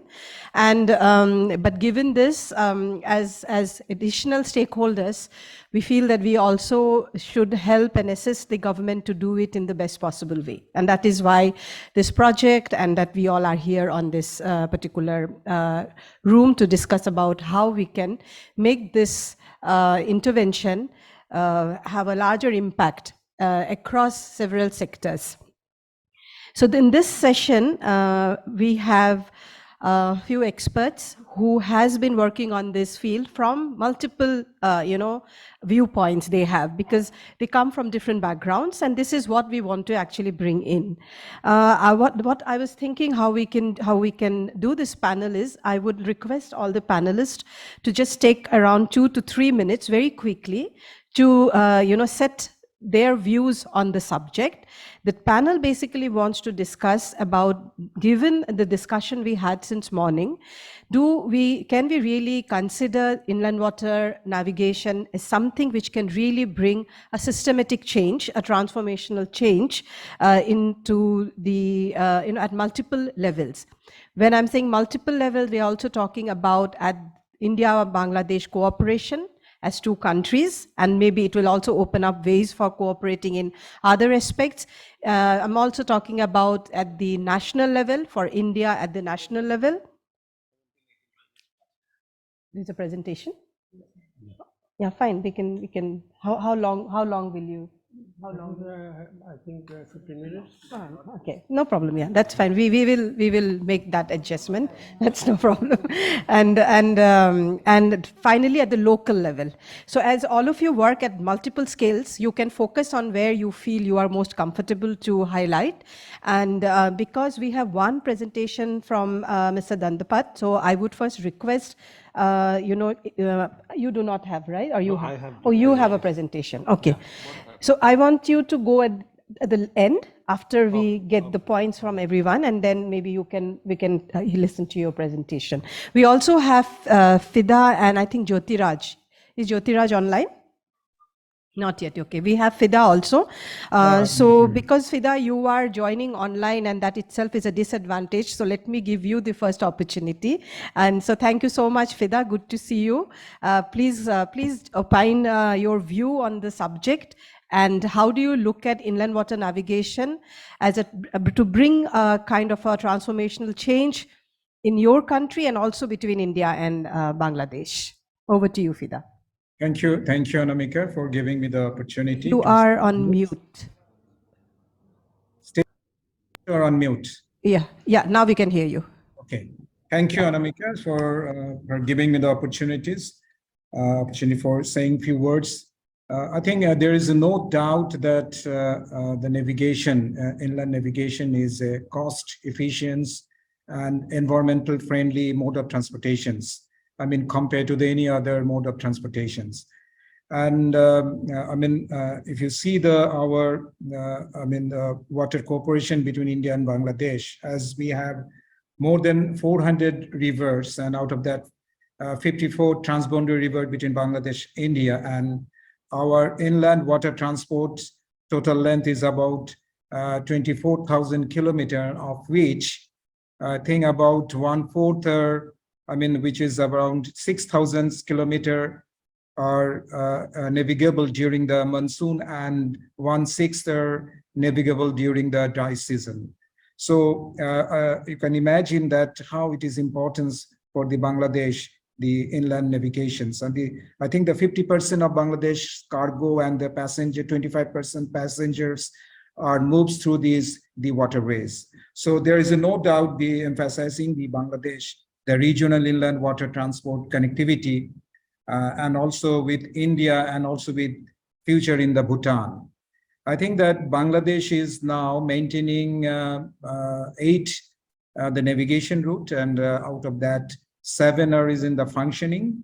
So as it is a very cheapest, but if you see the conditions of the waterways, are now facing a number of challenges. One of the important challenges is the sedimentations, as the 3 mighty rivers are receiving 1 billion tons of sediment, which we are receiving from the upstream, and that is also, declining the navigability, and also the morphological, the dynamics of the river systems, as well as the lack of maintenance of the river navigability, and also the climate change is definitely hampering.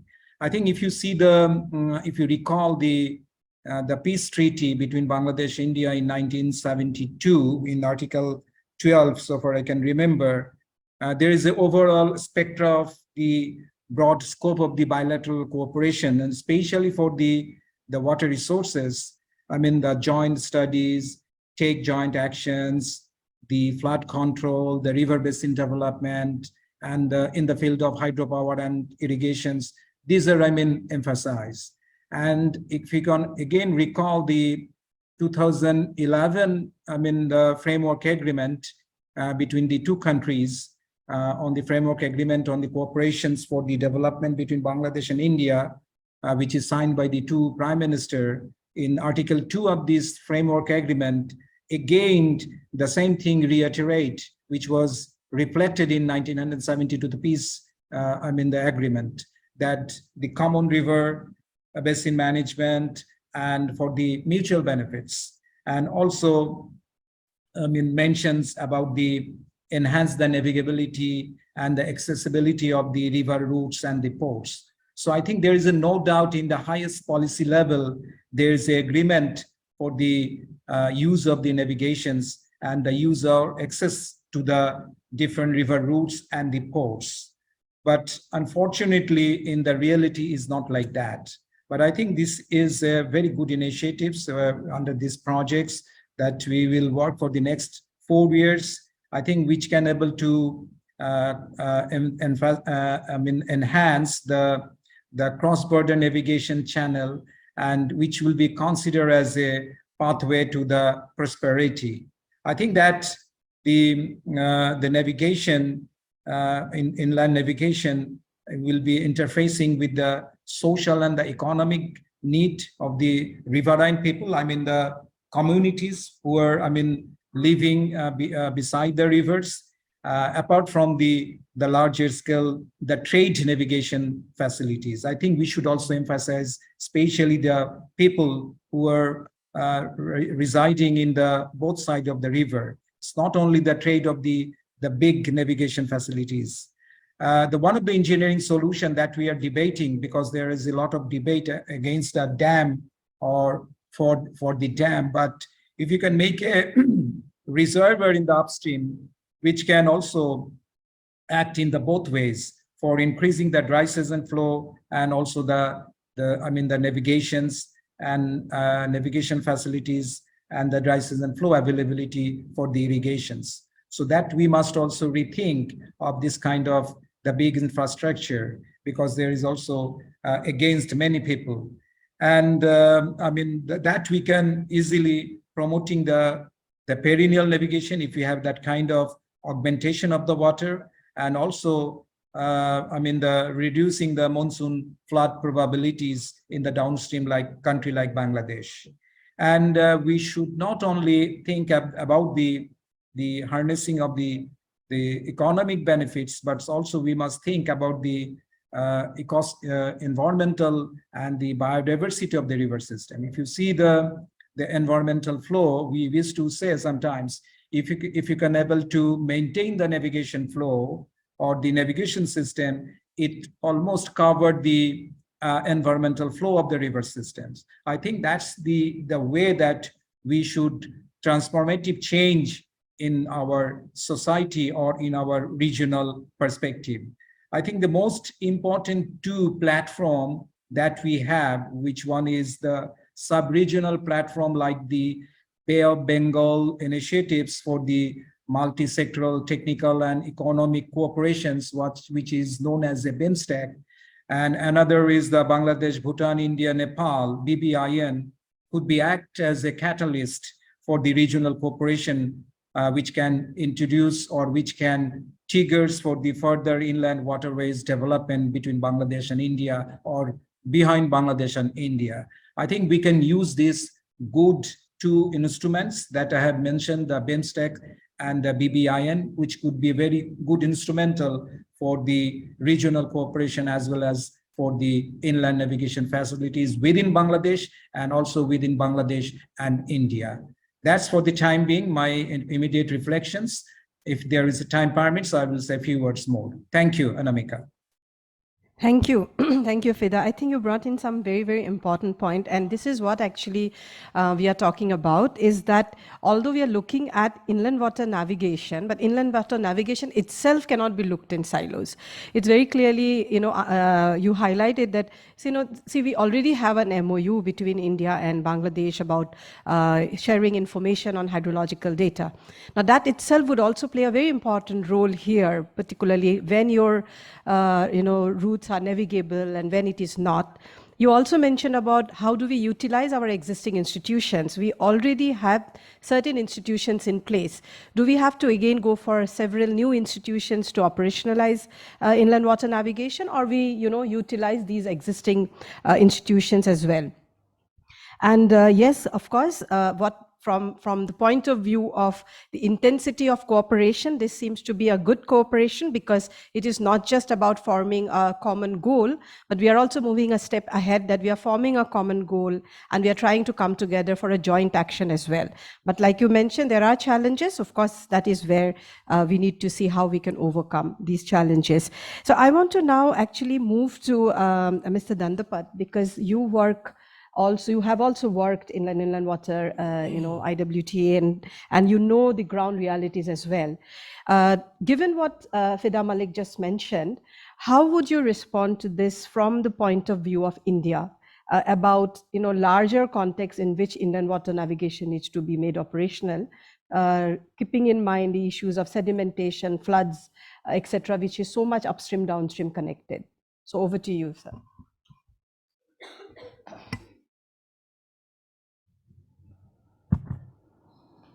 With regard to the fairway development, upper stretch of the Brahmaputra, in fact, IWI has not yet done extensive studies, except few studies done through IIT Guwahati. Professor Datta was involved, Sivashish Datta, and my colleague Mr. Arun Rai. So they have done some studies with regard to certain stretches only, but that has remained as the studies only. But in extensive studies are yet to be formalized. For that, one scheme is coming up. That scheme has been approved, and probably it is going to be tendered shortly. And if that is that is come out, then it will be a more or less extensive studies to carry on the river training works and then river protection works. Only these two works can provide a sustainable fairway development. The dredging activities, whatever we are doing it, or even the manhandling works are of temporary natures. Every year we are doing it. Even that also stands for a month or two. If there is a sudden fall of the discharge, even the whatever the dredging has been done, that becomes totally null and void.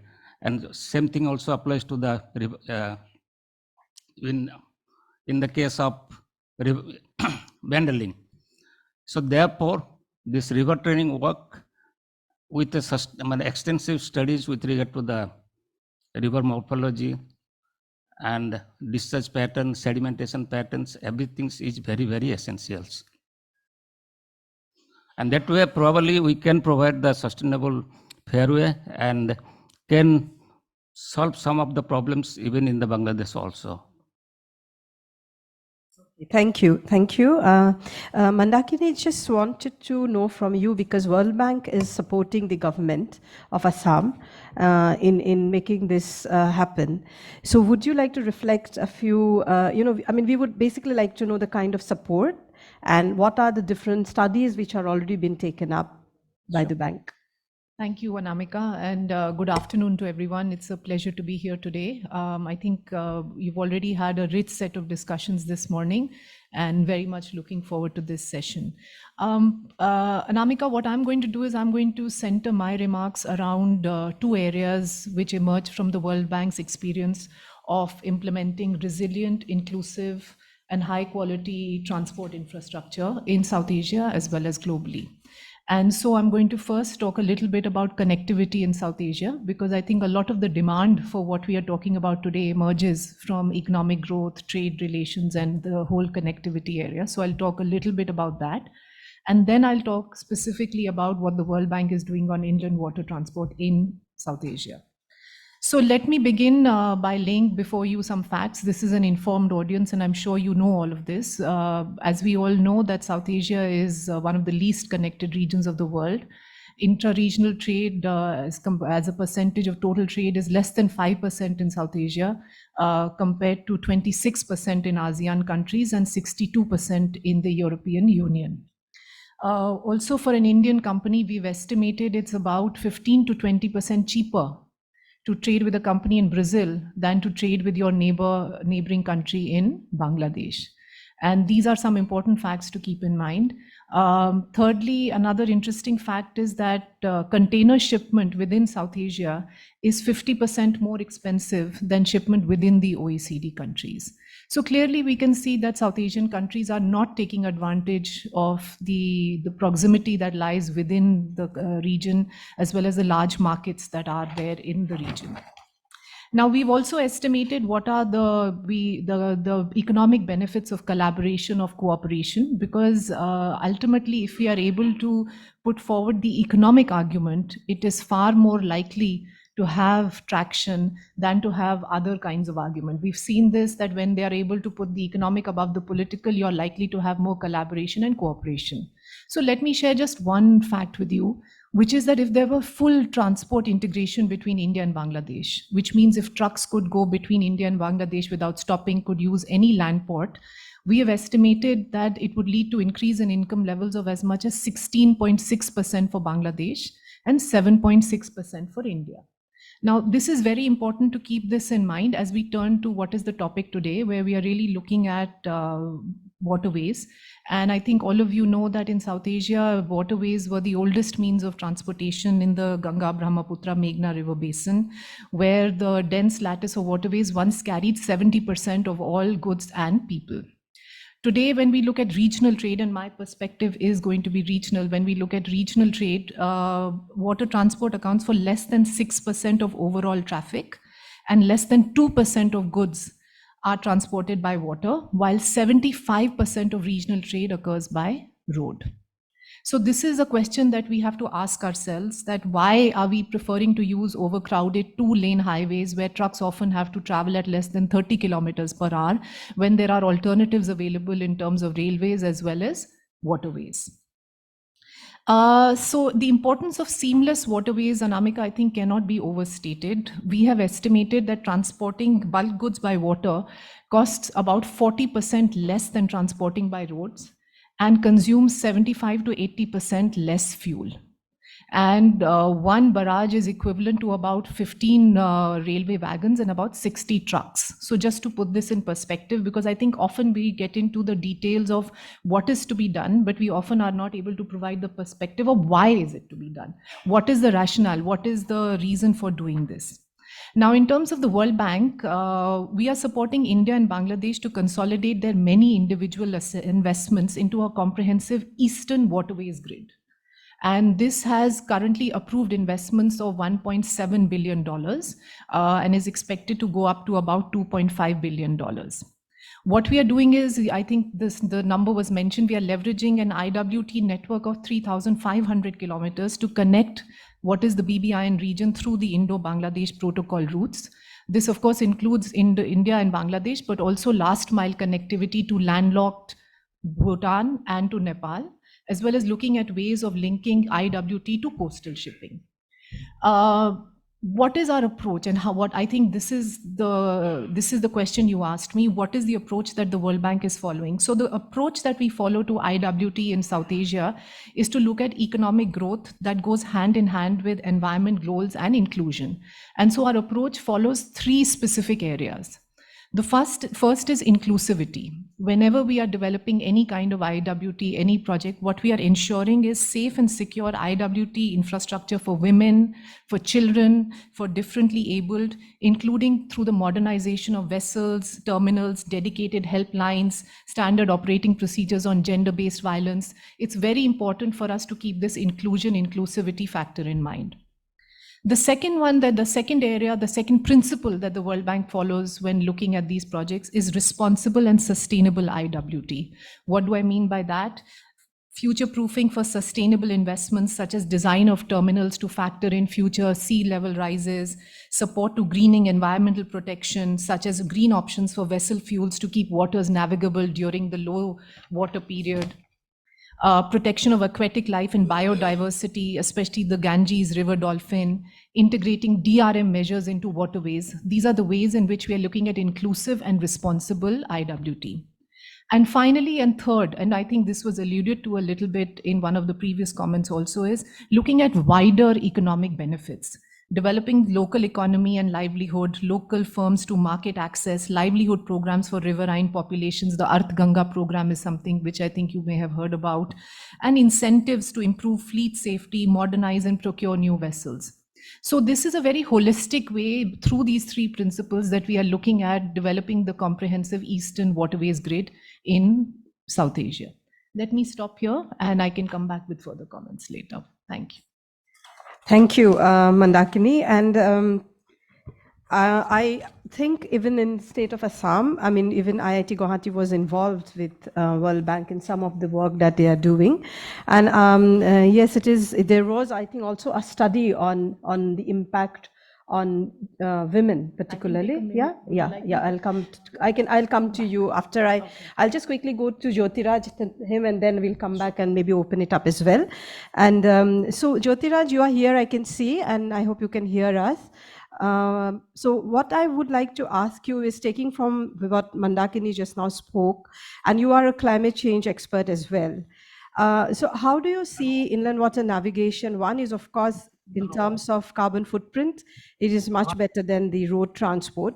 But at the same time, I think UNDP is also involved in SDGs. And today in the morning, we spoke about how can inland water navigation also contribute towards SDGs. Now, what is the one of the concern that many of us have is that while we are trying to provide livelihood security to many, it should not turn out that it is also becoming an insecurity to those 75%, as Mandakini mentioned. A road, transportation is one of the way of also connecting the country and sending goods and goods. So I just wanted to know, how do we close this loop? Are we really planning well? Are we taking into account these challenges? Particularly, is enough to say that because it has a lesser footprint, are we putting more weight on one side and not on every side? So I just want to have your views on this, Jyotiraj. Thank you, Anamika. Am I audible? Yes, you are. Yeah. Yeah, thank you. Thank you for this opportunity to be part of this conversation. And Anamika, referring to your question on what needs to be done, from my previous experience with the Transboundary Rivers of South Asia program and now with the UNDP Green Climate Fund Coastal Resilience Program, and you also referred to UNDP's work on SDGs. I would like to focus on two aspects. The first is definitely the information part of it.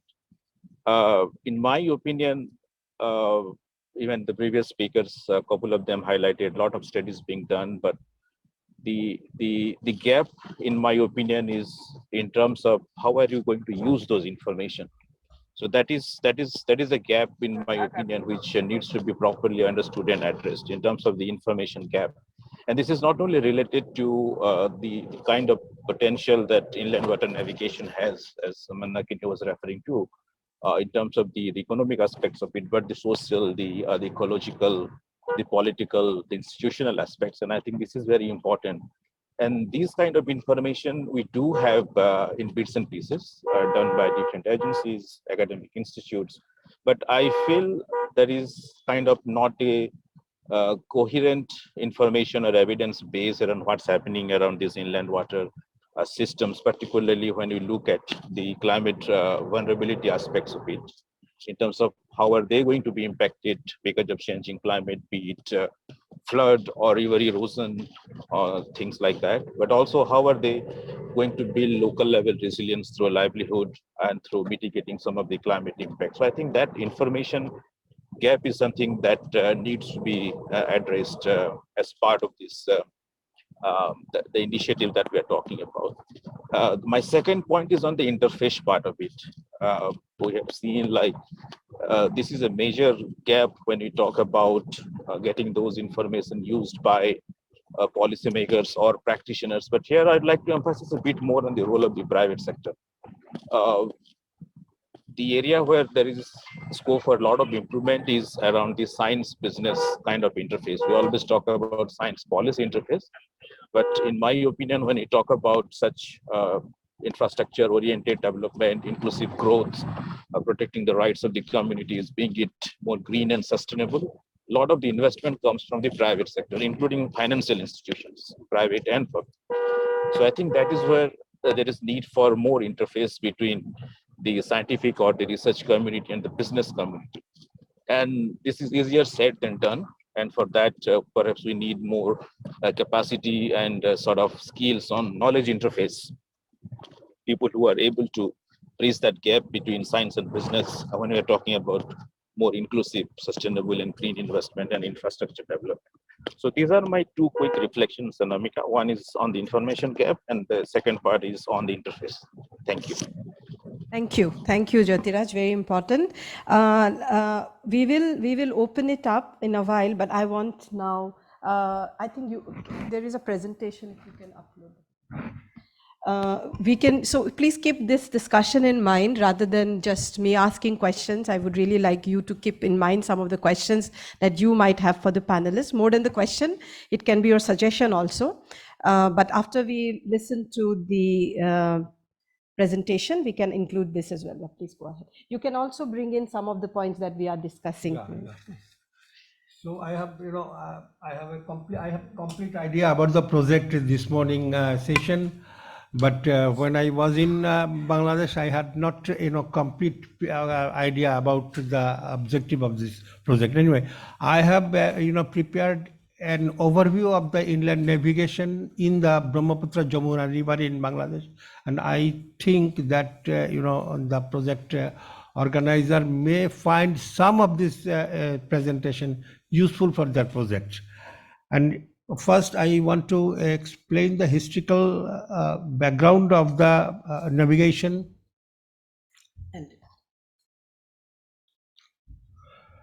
And Brahmaputra had been the vibrant transport corridor during the British era, and with the partition in 1947, that has been interrupted but not halted, because there was a understanding between Pakistan and India for the operation of inland vessels between Assam and West Bengal through the then East Pakistan.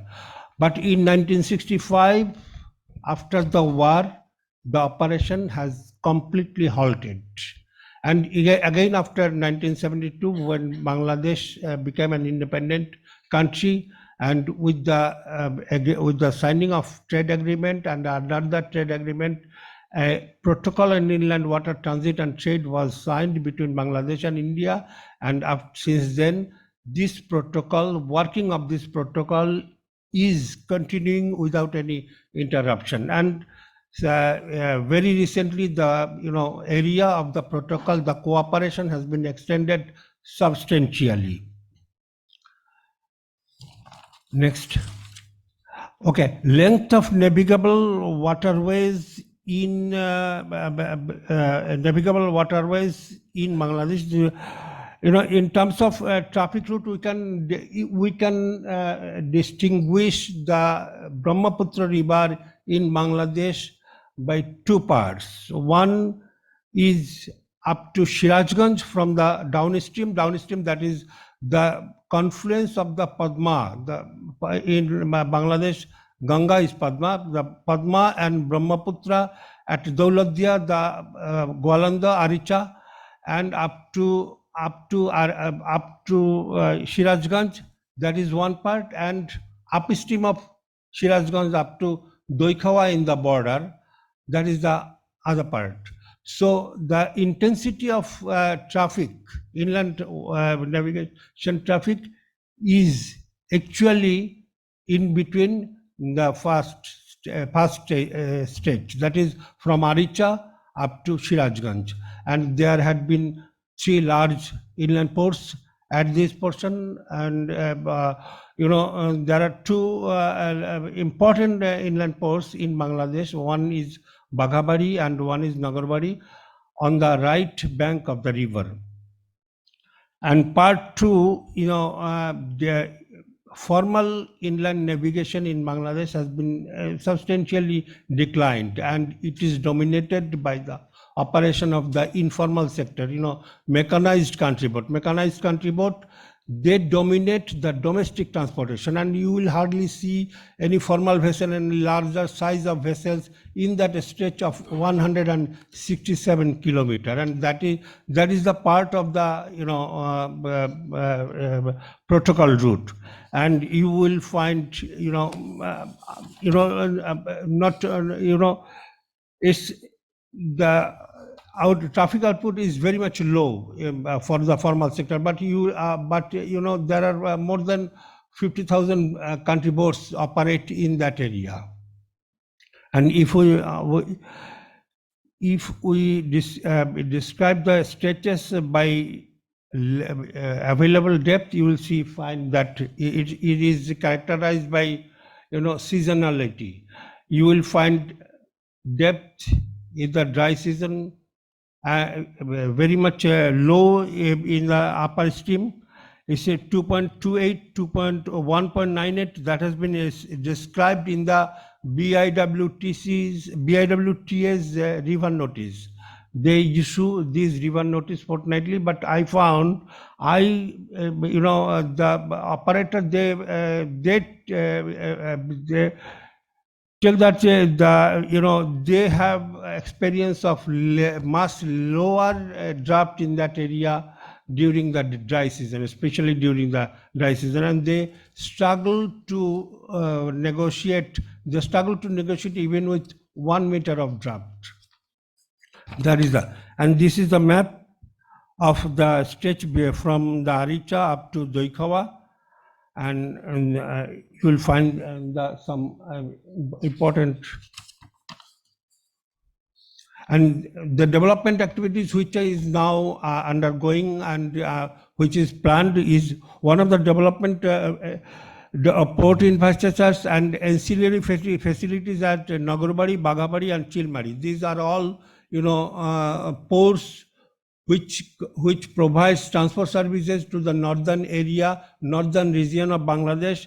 Nagarbari and port this project has already is undergoing, and Chilmari project is also undergoing, and Bagabari project is in the process of final approval of the highest authority of Bangladesh, and development of vehicular ferry services between Bahadurabad and Balashi and between Madarganj and Shariakandi. These are the two, Bahadurabad and Balashi project has already been completed.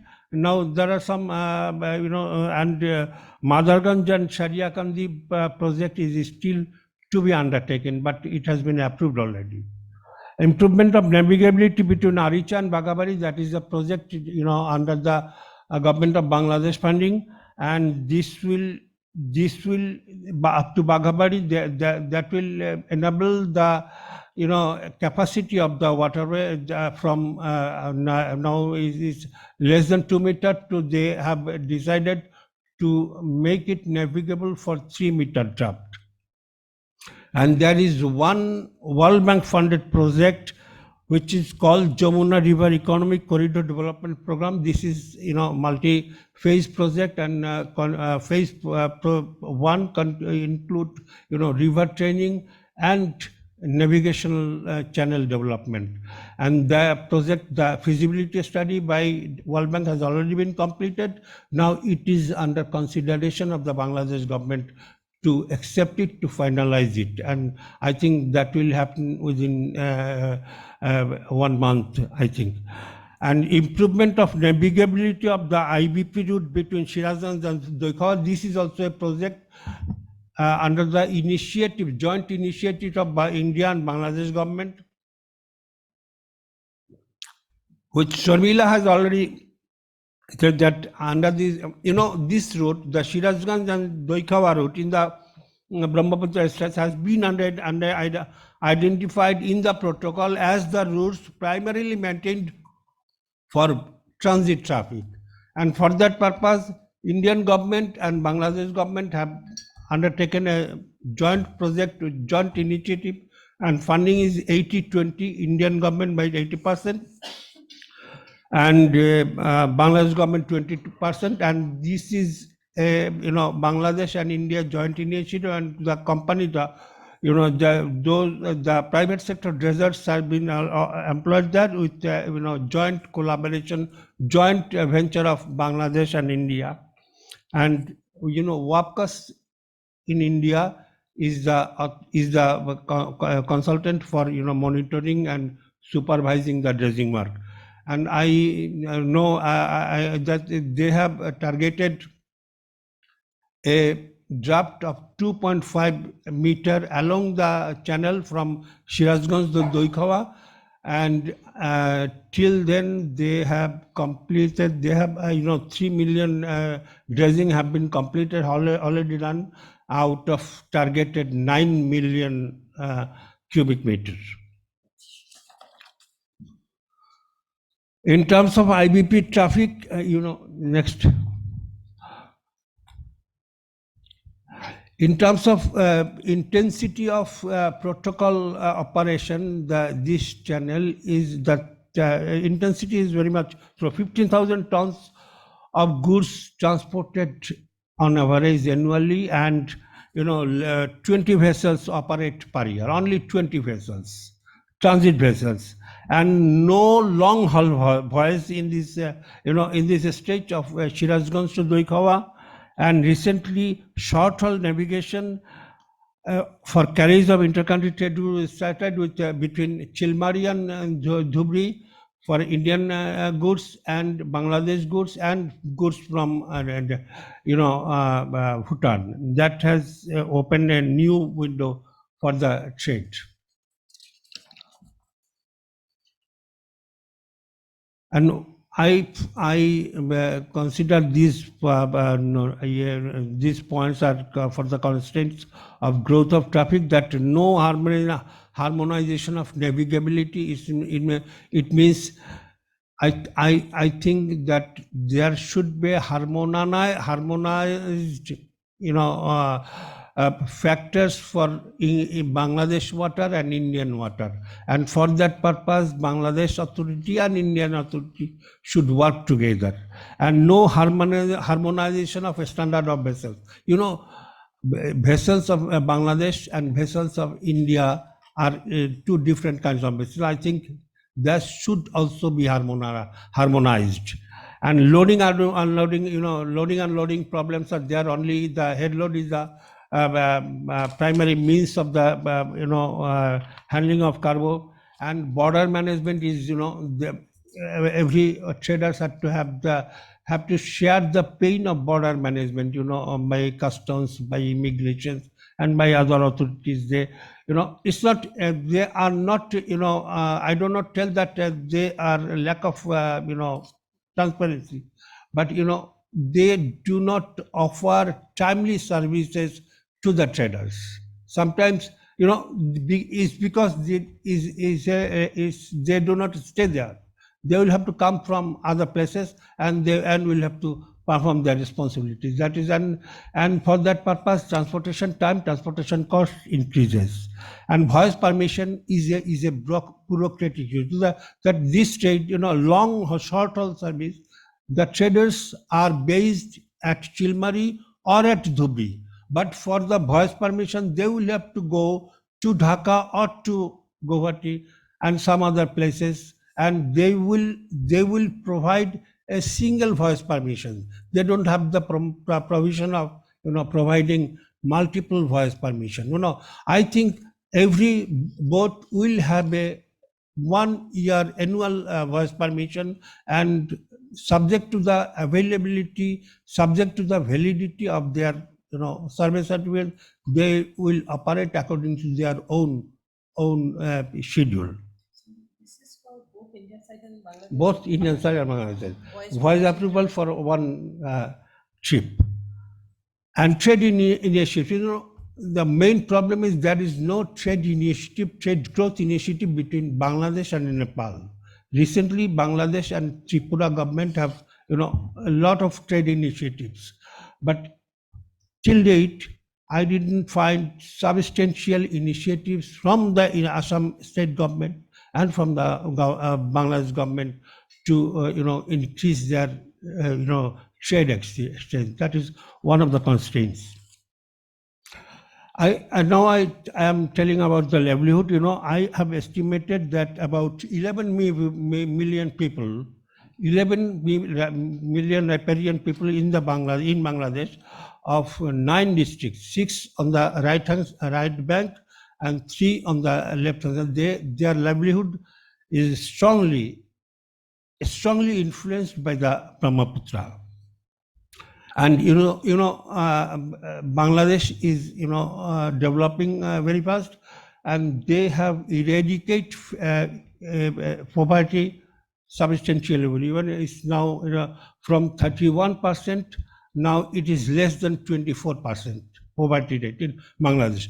While this is the national scenario, the scenario in this district, especially the Kurigram, Lalmonirhat and Kurigram district, is frustrating, because there at those two districts, the poverty rate increased up to 70% during the last 10 years.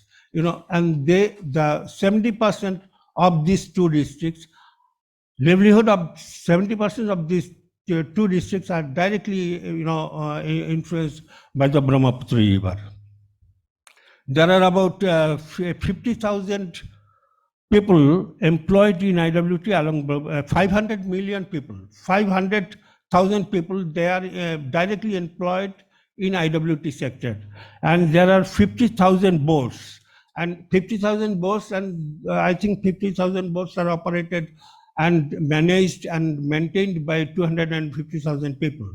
So these are the boats, they are not under any, legal framework. Because in Bangladesh, if you have a boat under 16 horsepower BHP, you do not need to go under the legal framework of registering and getting a service certificate. So, 16 horsepower, so nobody will see whether it is 16 horsepower or 25 horsepower. So you see, there are about 50,000 horsepower in that area without any recognition, without any identification, without any support from the government authority. And they provide tremendous, transport service in that area. And cross-cutting issues are there, there are fishermen, and navigation and fisheries have some cross-cutting issue and complementary issue. Cross-cutting issues where there is navigation, there is dredging, and it will affect the fisheries. And the complementary issue there is only complementary issue there for navigation. You will have to ensure the availability of water, and without water, fish cannot survive.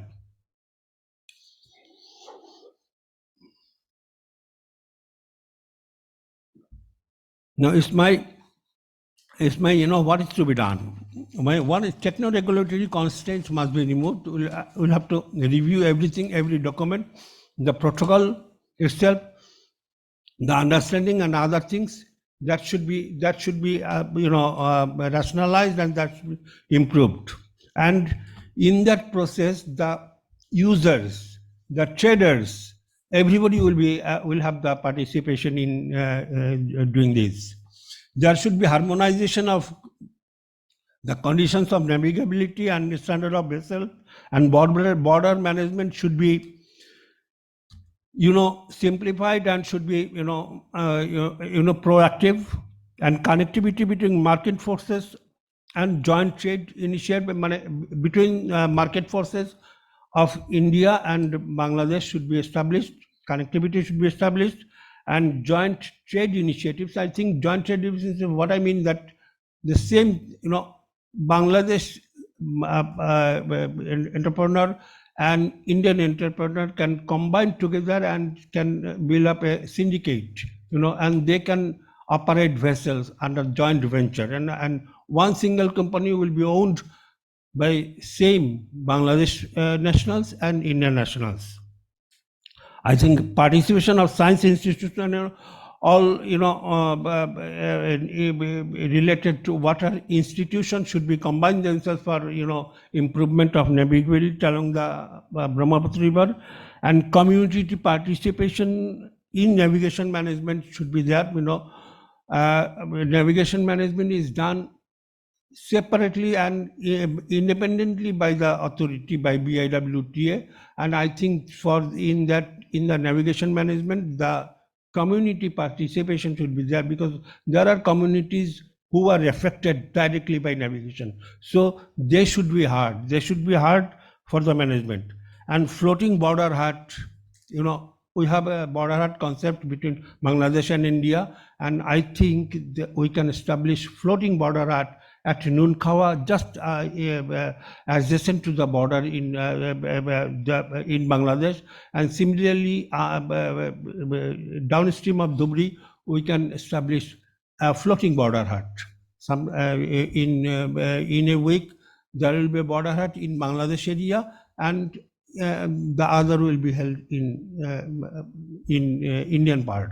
I think the border hut concept will be there. And finally, I want to we'll have to learn from the international experience, especially the Asian experience. There is one Mekong Commission in Mekong River, and lower Mekong countries have combined themselves, and under that Mekong River Commission, Vietnam and Cambodia, particularly Vietnam and Cambodia, have come closer, and very effective and very vibrant inland navigation had been in Cambodia and Vietnam.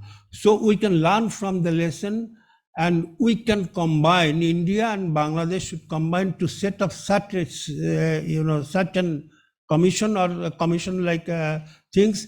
And as the strong beneficiaries, Bhutan and Nepal should be included in that commission. Thank you.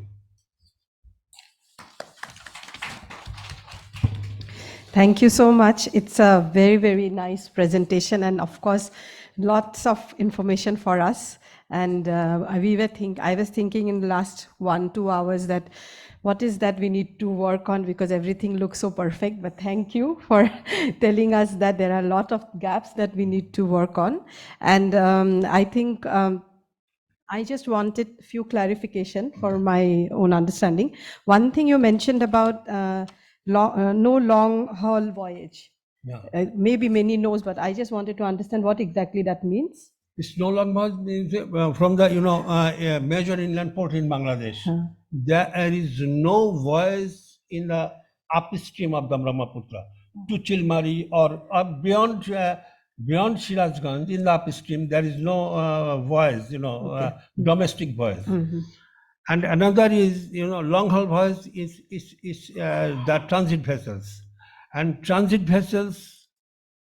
For the operation of transit vessels, only 20 vessels per year and only 15,000 tons of goods. And of the 20 vessels, most vessels are empty, because Assam vessels are going to Kolkata for docking and other purposes, or one cruise vessel from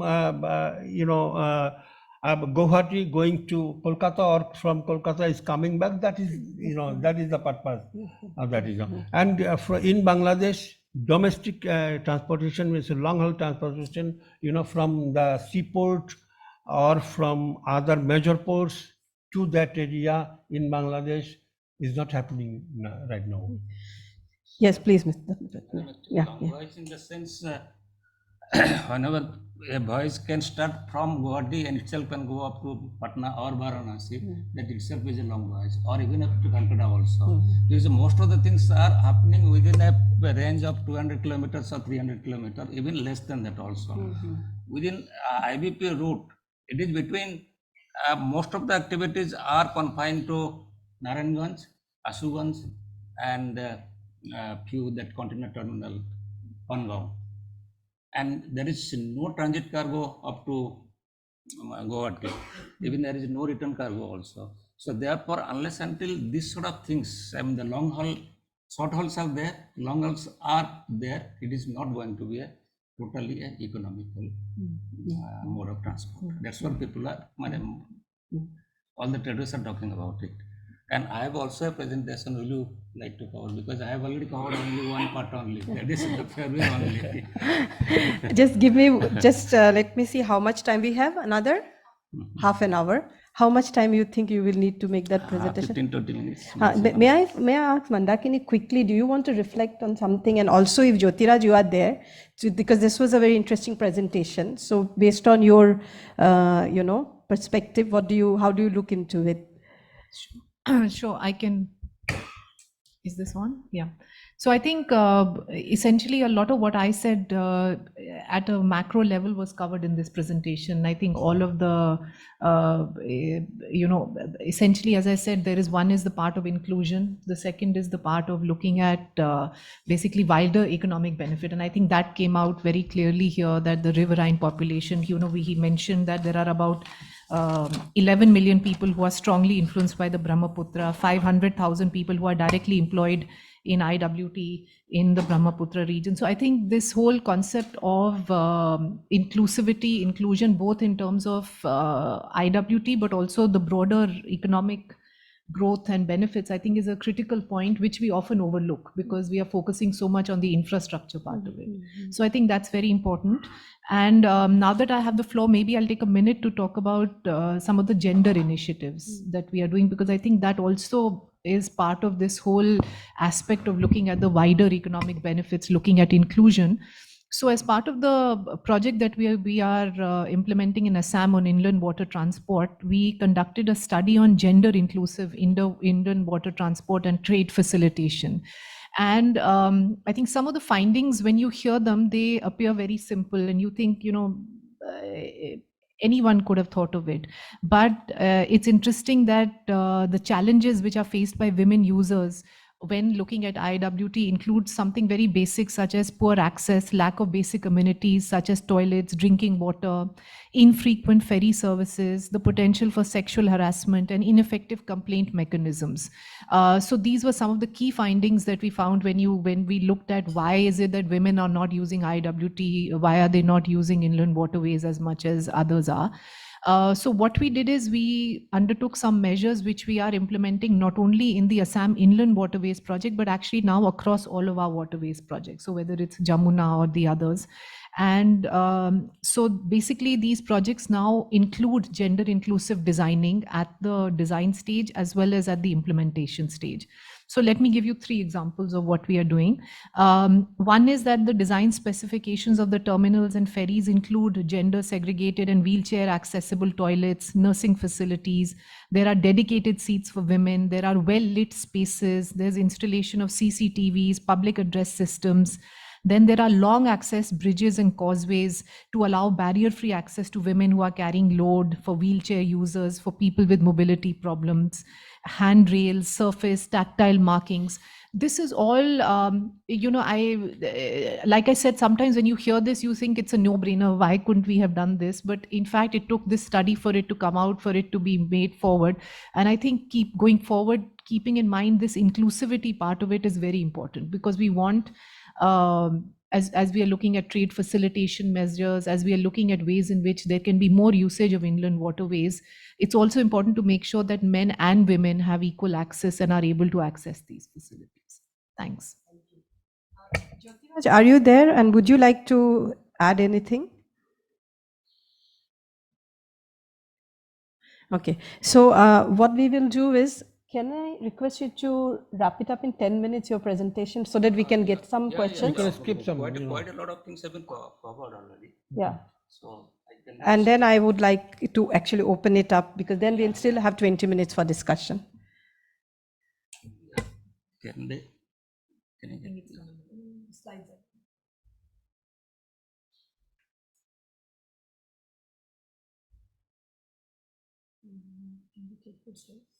No.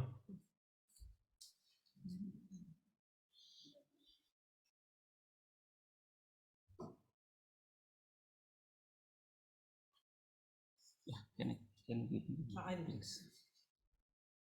Yeah, this is a common thing, suppose, which already been told by IWA chairman, and at the moment it is only 2%, but there is a potential even up to 6%, provided all the waterways are developed scientifically, and some of the developments which are essentials is the coastal shippings, the coastal inland shippings, then IMTC, that is the inshore maritime traffic corridors within the 5 nautical miles, then eastern waterways grids, which has been conceptualized only for few waterways. Even we are talking about why not national waterway number 5, that is in Odisha. That has also a lot of potential because Odisha is also coming up in a big way for maritime purpose. And even the coal transportation is essential. So why not that can be directly connected so that the coal from Talcher or even from the Daitari regions straightway can come through the national waterway number 5 and can be integrated with the EWG. Then of course the BBIN area, whatever has been done, and then came that colored and multimodal transport and transit project. It is also essential for providing a grid in the South Asia and all these India. This is, of course, it has been covered. There are 2024 kilometers, including the 12 more national waterways. It's already covered. And now I want to say something about the unorganized sectors. This is the country crafts. There are many types of vessels are there. This is totally unorganized. It is within the marginal and vulnerable groups of the societies. For them, there is no facilities. It is not government is being taking any actions for them legally or financially or anything, except the one which has recently come up with the World Bank projects for mechanizations of the vessels. The boats which have been registered with the Assam IWT directed, and the vessels which have been registered, this is only the semi-mechanized type of thing. Semi-mechanized in the sense, the boats which are being operated through the butbutis in the sense, the irrigation pumps or the truck. Non-standard. I mean, this is not a mechanized engines, but the boats which are being operated manually by row or ponting or even the sails, they are not been registered by IWT director. They have been left over of their own. So this area looks, needs a lot of attention from the state, both the state governments, because it comes, this unorganized sectors comes under the state governments. It is not covered under central government as per the our constitutional that list of, Then regulatory framework and implementation agency, as I told, it is only under the state government. State government in the sense, even all the state IWT directors also not looking after it. They're leaving it to the district collectors or even the panchayat, sometimes it's the block level also. And it is very, very unfortunate that in many areas, nobody takes care of all these things. Even if somebody goes and asks for the census, you never get the how many boats are there in Assam or in West Bengal. As per the British Ferry Acts, there is the 1887 acts were there. Under that, some boat rules are there here and there, and that way vessels and boats, there is a lot of difference. So the boats have been registered, otherwise it's been left totally. And now, as per the new Vessel Act up to 2021, there has been added one special chapters for non-mechanized vessels, for making the rules and regulations and for providing the funds for them, welfare problems, everything for the state governments to have proper institutional mechanisms, rules and regulations for implementations. But let us see how they're coming up. And this is for the organized sectors. Brahmaputra Rivers has a lot of characteristics. This the meandering natures, multiple channels, then braidings, and also the bends are very, very critical. So these sort of problems can be sorted out only through the detailed studies and the river training works, which I have already talked. And with regard to the infrastructures, the basic structures are the fairway, the channel markings and the navigation aids, the terminals, then inland vessels. And fairway, of course, at the moment we are, IWI is maintaining the open river technology, that is no river training works, nothing else except the bandling and channel markings, and that way they're providing only 2.5 meters draft up to Neomati, and then above it is 2 meters up to Bogeyville, and from Bogeyville to Sadia it is 1.5, even less also in sometimes. The navigation channel marks, of course, day and nights they're providing, but these are not permanent because during the flood seasons, most of the things are washed away. So then, therefore, it is in a few stretches in the sense between the Dhubri and Pandu, somehow these are available throughout the year. Then terminals, 2 RCC, there's a fixed jetties have been provided, and rest 11 or 12 are of floating jetties type of things. Again, these floating jetties are suitable for operation during the 4 or 6 months of the dry seasons. During the flood seasons, it is not at all possible through those floating terminals. Even during the dry seasons also, due to the recessions of the waterways, such the waters, you have to shift the the pontoons, the gangway. So therefore, it also creates a lot of problems. Even the fixed terminals, we are talking about the Pandu and other on the Dhubri. Pandu, of course, the river banks are not, stable for many years. Whereas in the Dhubri, it has been affected quite a lot. Even the most main channel has been shifted towards Meghalaya side. Then inland vessels, we have very few vessels are there. All types of cargoes, vessels are not there.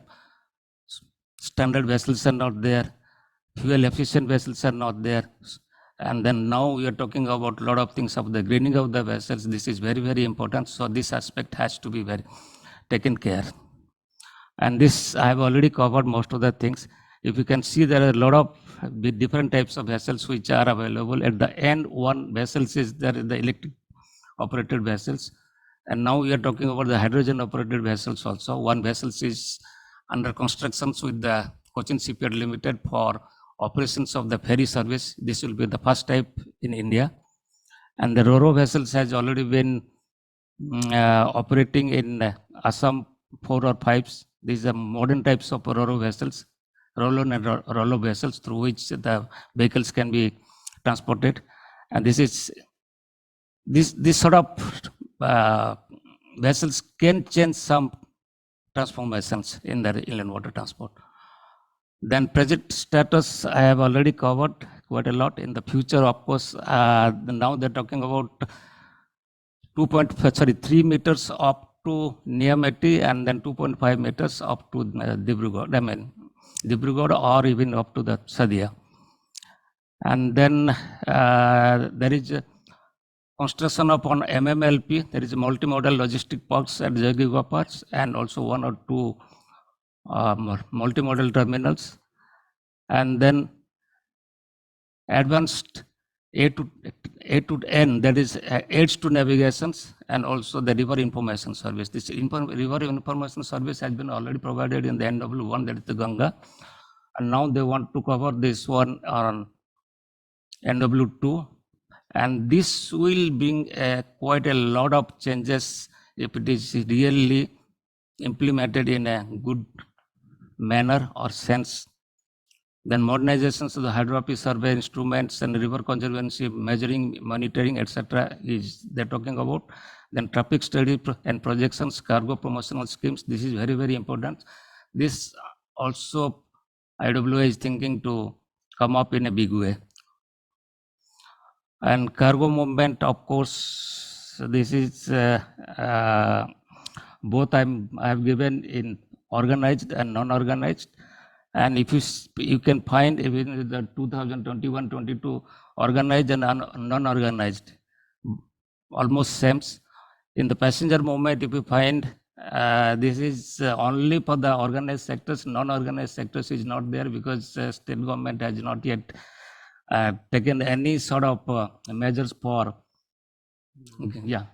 for the non-organized sectors. Then traffic projections, things can I cover? I mean slightly. You can go back to the previous slide. As per the NLP, there's National Logistic Policy 2022-20. For reducing the logistic cost, IWT sectors is going to be multimodal transportation facilities, and so therefore a lot of modal shift of cargo can be possible to IWT sectors.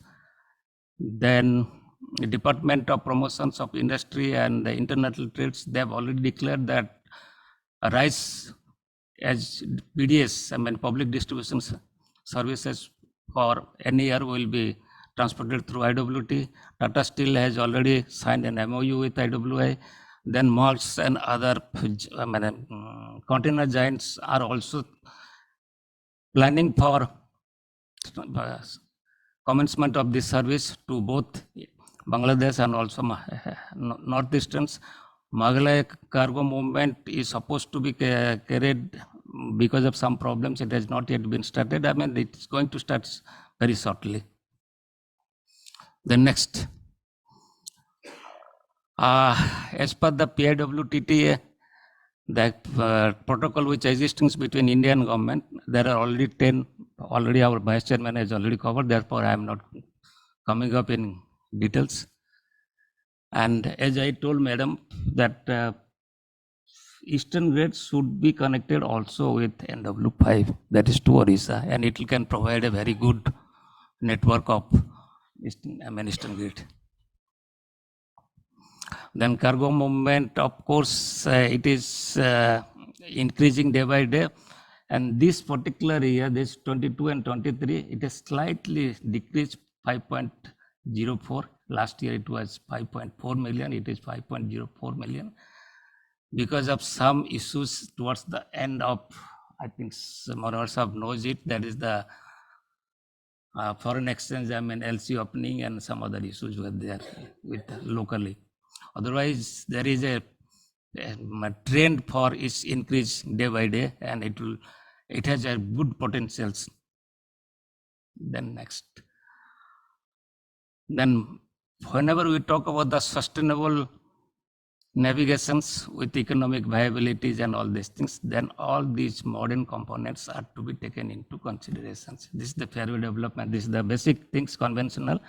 Fairway development, adds to navigation, riverine structures in the sense your barrage, navigation locks, then terminal facilities, cargo fleets of all type, modern types, fuel efficiency, and then availability of cargo. Availability of cargo is the both sides, the return cargo and then up cargo, down cargo. Both should be there, long haul and short hauls. Long haul is the very, very essentials. Apart from that, this modern components is the human resources, that's the training and skill development. Then modern terminal, of course, that multimodal terminal, MMLP, freight villages, then CFS, the container freight stations, all these are essentials to have the availability of the freight. Then, Then various stakeholders are, these are things, the central agencies there, the organized sectors, non-organized sectors, there's the state agencies, there are the local agencies, local authorities, the municipality, blocks, panchayats, because they will come for the, basically for the non-organized sectors, the country crafts, then private agencies. So these are, unless until all are brought together, we cannot talk about the sustainability and then economical viability of IWT sectors. Then harmonized and standardized policy regulatory frameworks. We have at the moment only 4 regulations are there, 4 acts are there. This is the IW Act for management of the national waterways, development and management of the national waterways. Then second one is the IB Act, Inland Vessel Act. Only last year, only the 2021, it has been totally rewritten, and it's a modern act, and the rules and regulations have been framed up. Out of 10 rules, only 9 have been notified. 1 is still to be notified. And British Act, that is the Ferry Act, is still not yet been touched. Unless until that also come up, the passenger service and then river cruise service cannot be modernized and cannot come up in a very big way. So therefore, this is very essential. And apart from that, whenever we talk about the cargo transportation, IWT between India and Pakistan, Bangladesh, then harmonizations of the rule and regulations, whatever Manoj Sahab has already told, these are the essential. These rules or regulations are necessary, and this will provide the very good inland fleet, all the issues of the standard terminals, navigation aids, everything will be at uniform and standard between the 2 countries. Then safeguarding the interest and traditional boat operators, these are essential. This is some of the things which I don't want to go one by one. Then strategy for water policy making between the Brahmaputra basins to be more inclusive, transparency and perspectives. These are the essentials, the few items which I have already told. Capacity building, fostering uh, dialogues and collaborations, promote transparency and accountability, then use of participatory approach and all these things. And the next is, I have taken it from somewhere, I didn't get the time to have it properly. Yeah, this is a very complications. If you talk about the sustainability of the IWD solution, all these activities are necessary. Yeah, and the port here is, in our case, is the terminals. It's not the, ports in the sectors. Thank you.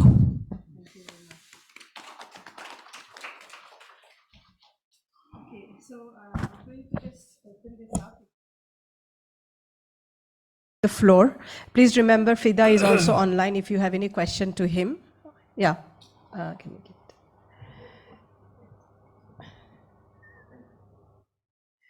my question is. it is working. Put it in. My question is to Manwar sir. What is the benefit for registering a small boat? Because as you say, the services are bureaucratic. So it will be. Is there any benefit, or only they are bringing more hassles to their life? And is there any registration for the boatmen? Because they need building capacity for about the different issues like disasters, cyclones, and all this. Okay, I tell you, in Bangladesh, water is dominated by the non-standard boats. And what is the figure? We have never, a census of the number of the boats.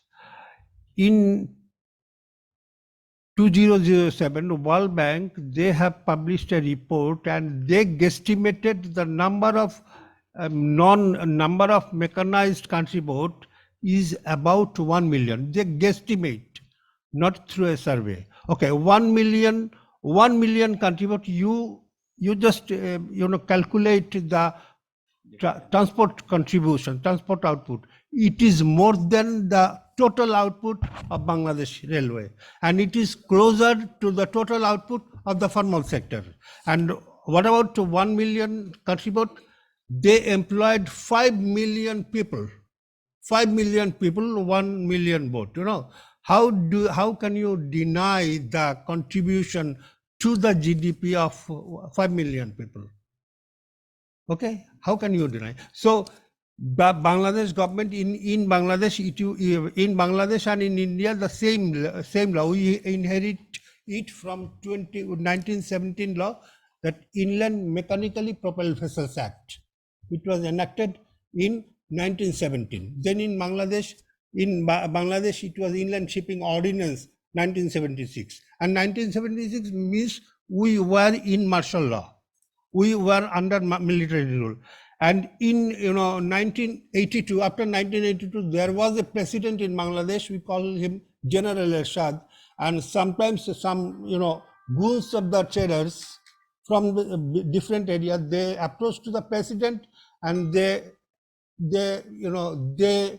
applied that we should be kept out of the legal framework from the Inland Shipping Ordinance, from the registration, and from the service. And president, keeping his gun aside, put the pen and emulgated an order, presidential order, deregulation of boats which are under 16 horsepower, 16 bhp. And who is there to determine whether the boat is 16 horsepower or 50 horsepower? Is there any governance in the river? So how can you deny the contribution? And when you are inundated by flooding, the only contribution is we get from these non-standard boats. Okay, yes. And they provide tremendous transport service, especially in the rural areas. And I think they should be regulated. And I have worked with this country boat, and the owner of the country boat, the operator of the country boat, they like to go under any legal framework because they need their identity. They cannot go to complain laws in the Thana that their boat has been lost because they don't have any identity. That's why they want a legal identity, or if they do not have any identity, they are under extortion of the local goons. So that is why we should Bangladesh government should put them under any legal framework. It is essential for even India also. Is there any other question? Yeah.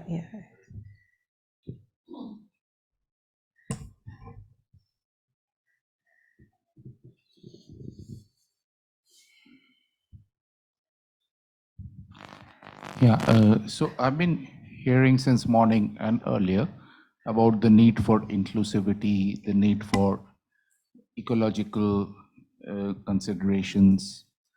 But simultaneously, we have a situation where all these inland waterways are being planned and implemented and are about to go on stream.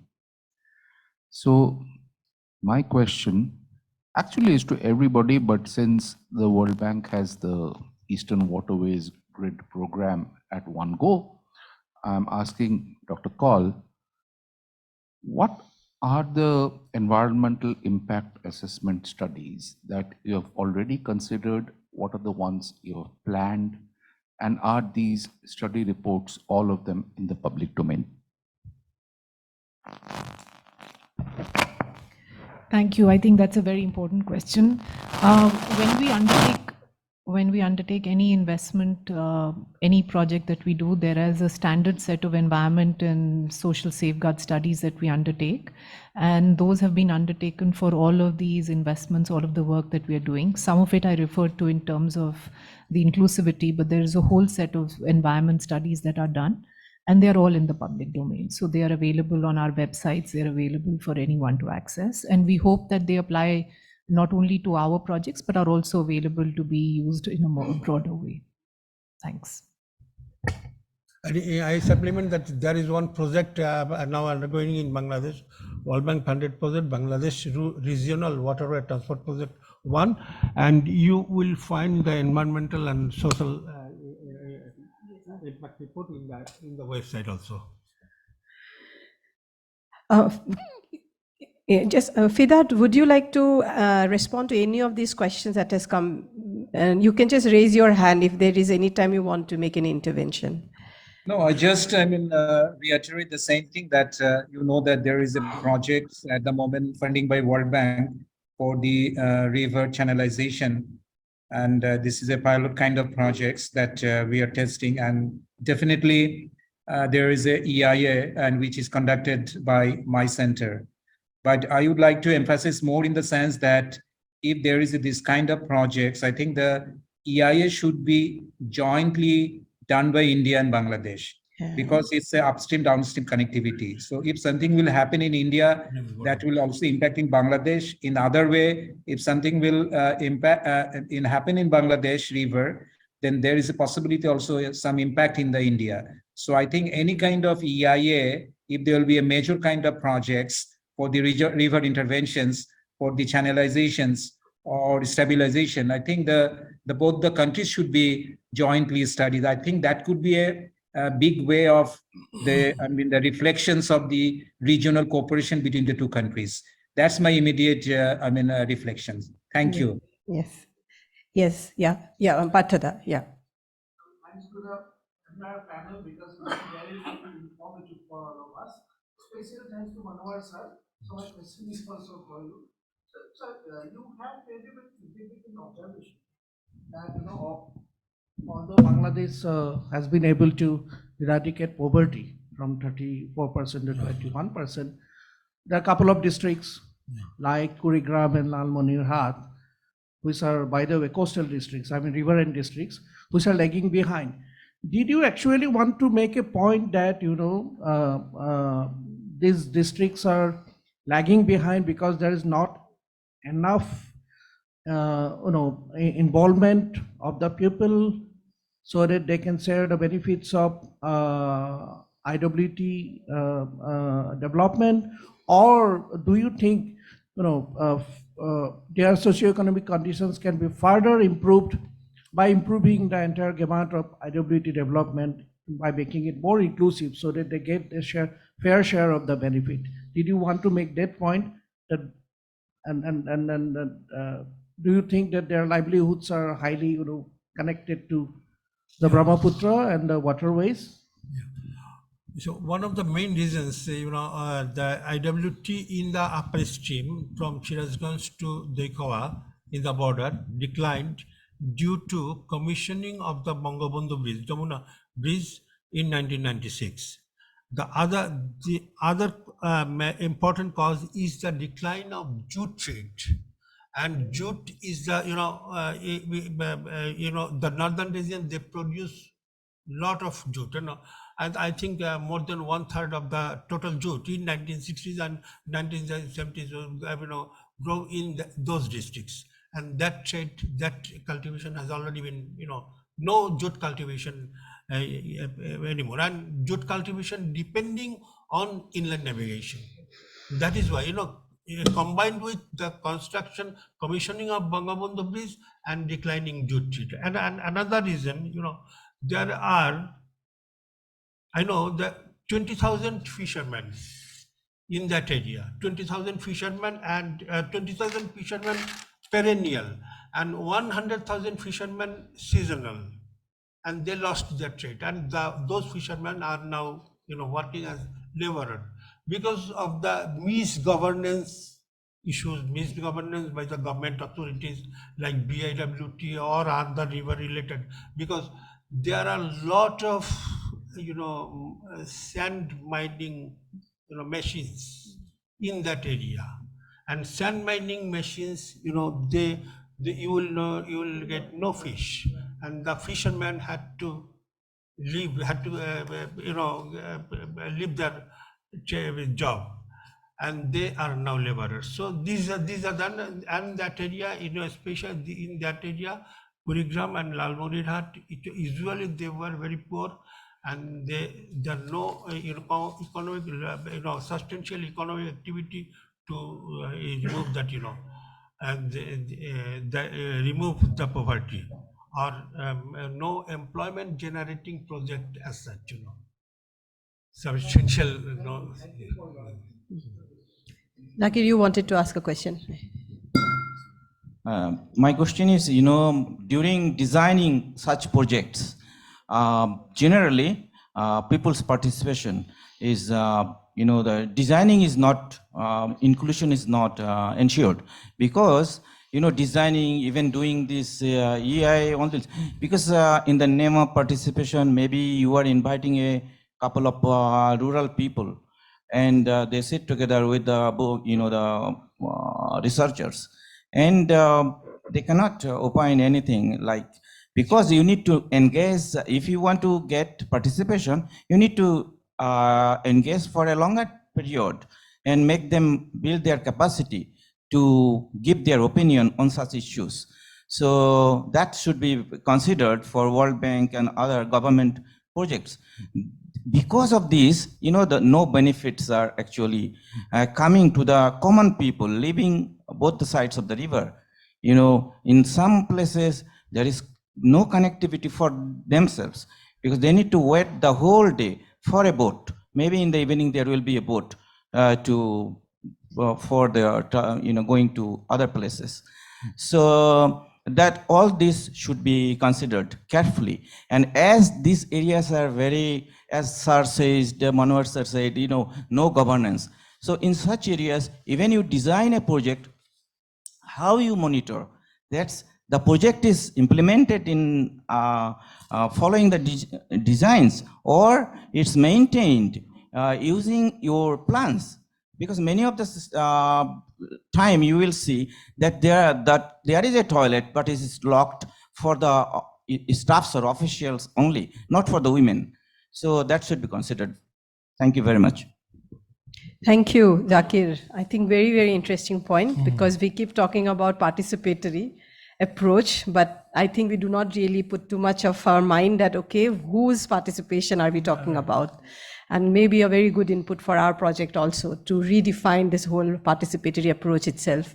So if we don't have any further question, then we can conclude this session with a big round of applause to the panelists, because it was very, very informative session, particularly for our project. Difficult to really conclude, but I think some of the very, very important point, and again, this is for us to keep a note for us to work further. I think this whole idea of transboundary impact assessment had come up several times, even during the Brahmaputra dialogue also. But now it's a very good opportunity, because there is a protocol, there is an agreement, and there is something that we are talking about doing together. So is it really possible that EIA can be done at the transboundary scale? I also really liked one of the points made by the panelists about, this navigation versus fisheries, the navigation versus, the dolphins. So there are so many cross-cutting themes. Again, if we are talking about transformational change, then we can't look at only navigation. We may have to make certain cut down even on navigation to ensure the other sectors survive.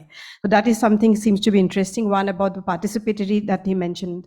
And I want to leave this discussion with a question that how would it be that if we can come up with a traders union cross-country?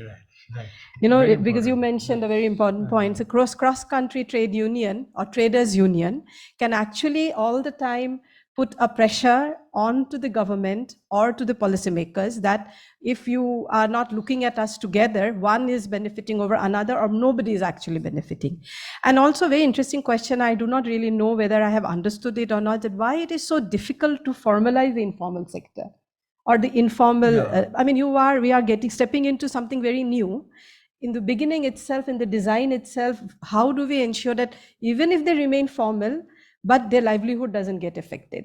So I think there are some of these things we can, of course, continue discussing. So thank you very much, Fida, for being online. We would love you to be here throughout the day. You are online, you can just stay online and keep your work going along with listening to us. And Thank you. so thank See you you next time in online, not online, I mean physically. Okay, I'm sure. Yeah, look forward to that as well. Thank you, Fida. And thank you to all of you. Very, very interesting panel. And we are really happy to get to know your views. And we'll definitely try to bring them into our project as well. Thank you so much. Thank you.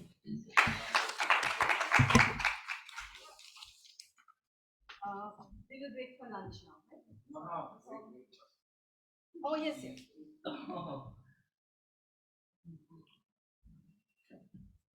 And we also need a group photograph.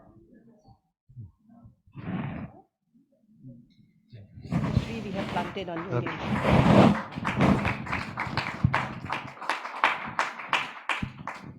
Have a copy of this.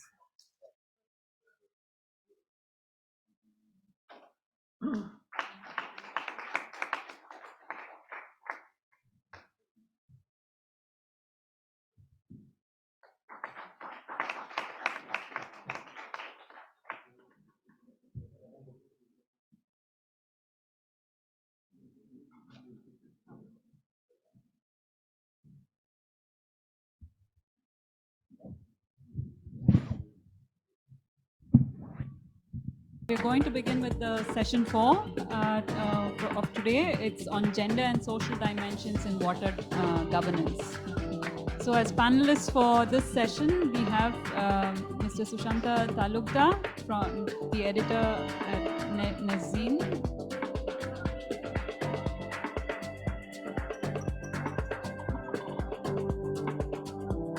Ms. Nuzat Noori, who's a program officer at Oxfam Bangladesh, she's participating online. And Ms. Mandakini D. Suri from International Development Consultant. And Mr. Partha Jyoti Das, Head Water, Climate and Hazard Division at Aranyak. And Ms. Medha Bisht, Associate Professor at South Asian University. And this session is moderated by Mr. Sumit Vij, who is an Assistant Professor at the Wageningen University and Research. Thank you.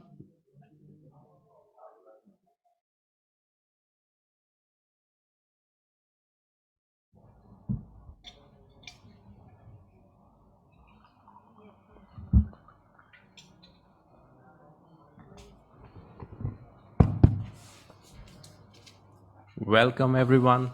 I hope you've had wonderful lunch. I've heard good reviews about it all across. So very nice.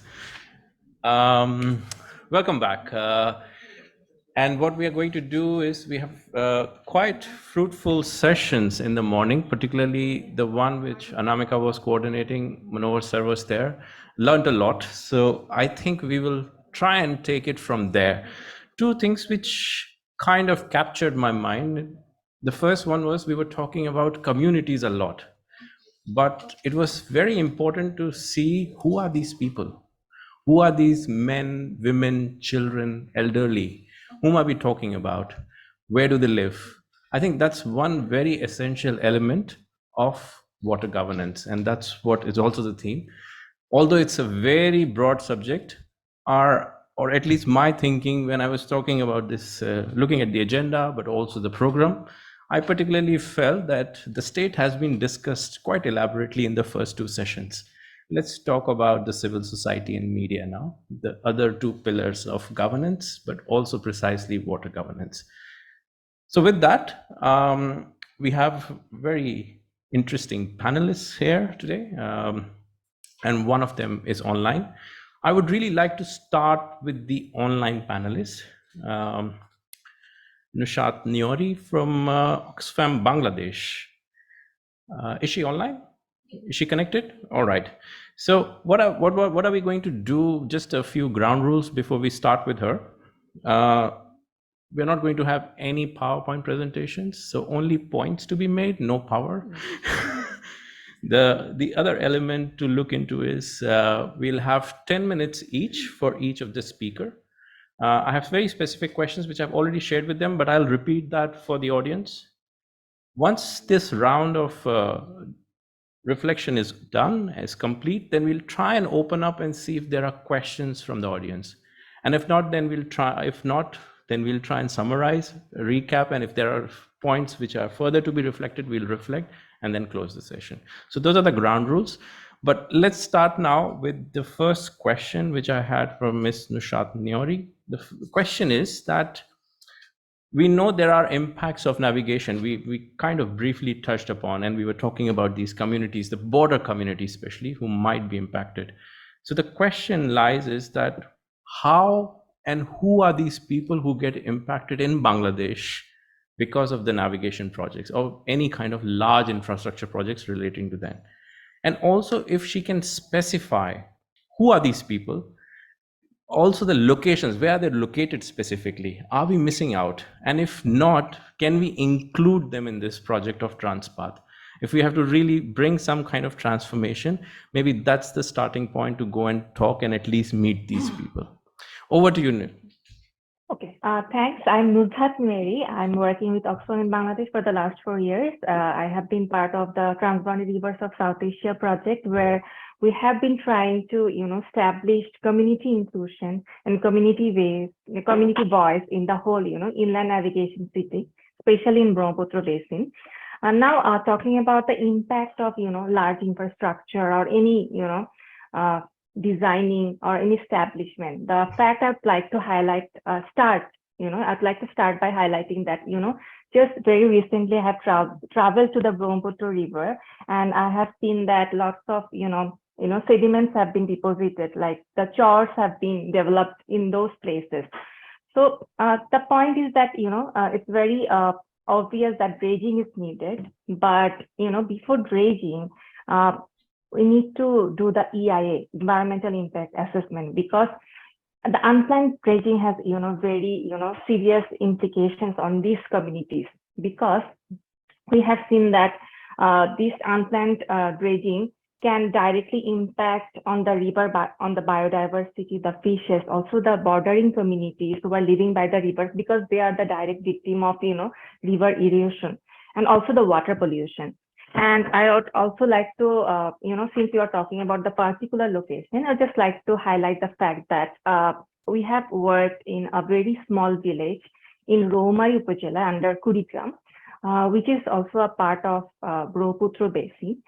We have seen that there is a potentiality of trading between community to community. And for example, between South Samala district in Assam and also in Romari village. There is a huge potentiality of trading, which can be traded between communities through small boats.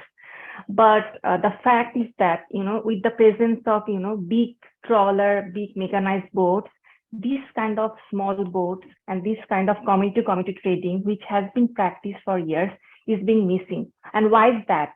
Because they do not have platforms. They do not have sufficient quarantine facilities for trading. For instance, through our project, we identified some potential products that can be traded between communities, both perishable and non-perishable. But have we, established such platform where these communities can, quarantine, can freeze, and proper storage facilities? So this kind of dimension is missing. I'd like to stress another fact is that about the gender dimension. While was working in Romari village, we tried to look for potential registered women traders, but we didn't find any. It's because they don't have that inclusive platform. The platform I want to I'm talking about establishing. I'm glad that this project is in beginning. I'm glad that IIT Guwahati, along with CHIS, IIT Delft, JJS, Stars International is part of this new good project. The platform is needed for the small traders, also for women traders who might need help, how to register themselves, how to get their boats registered. And talking about a basic commodity basic facility that is being missing for the traders, especially in terms of gender, such as sanitation and toilet facilities. So these kind of obstacles are there, and these kind of things needs to be highlighted.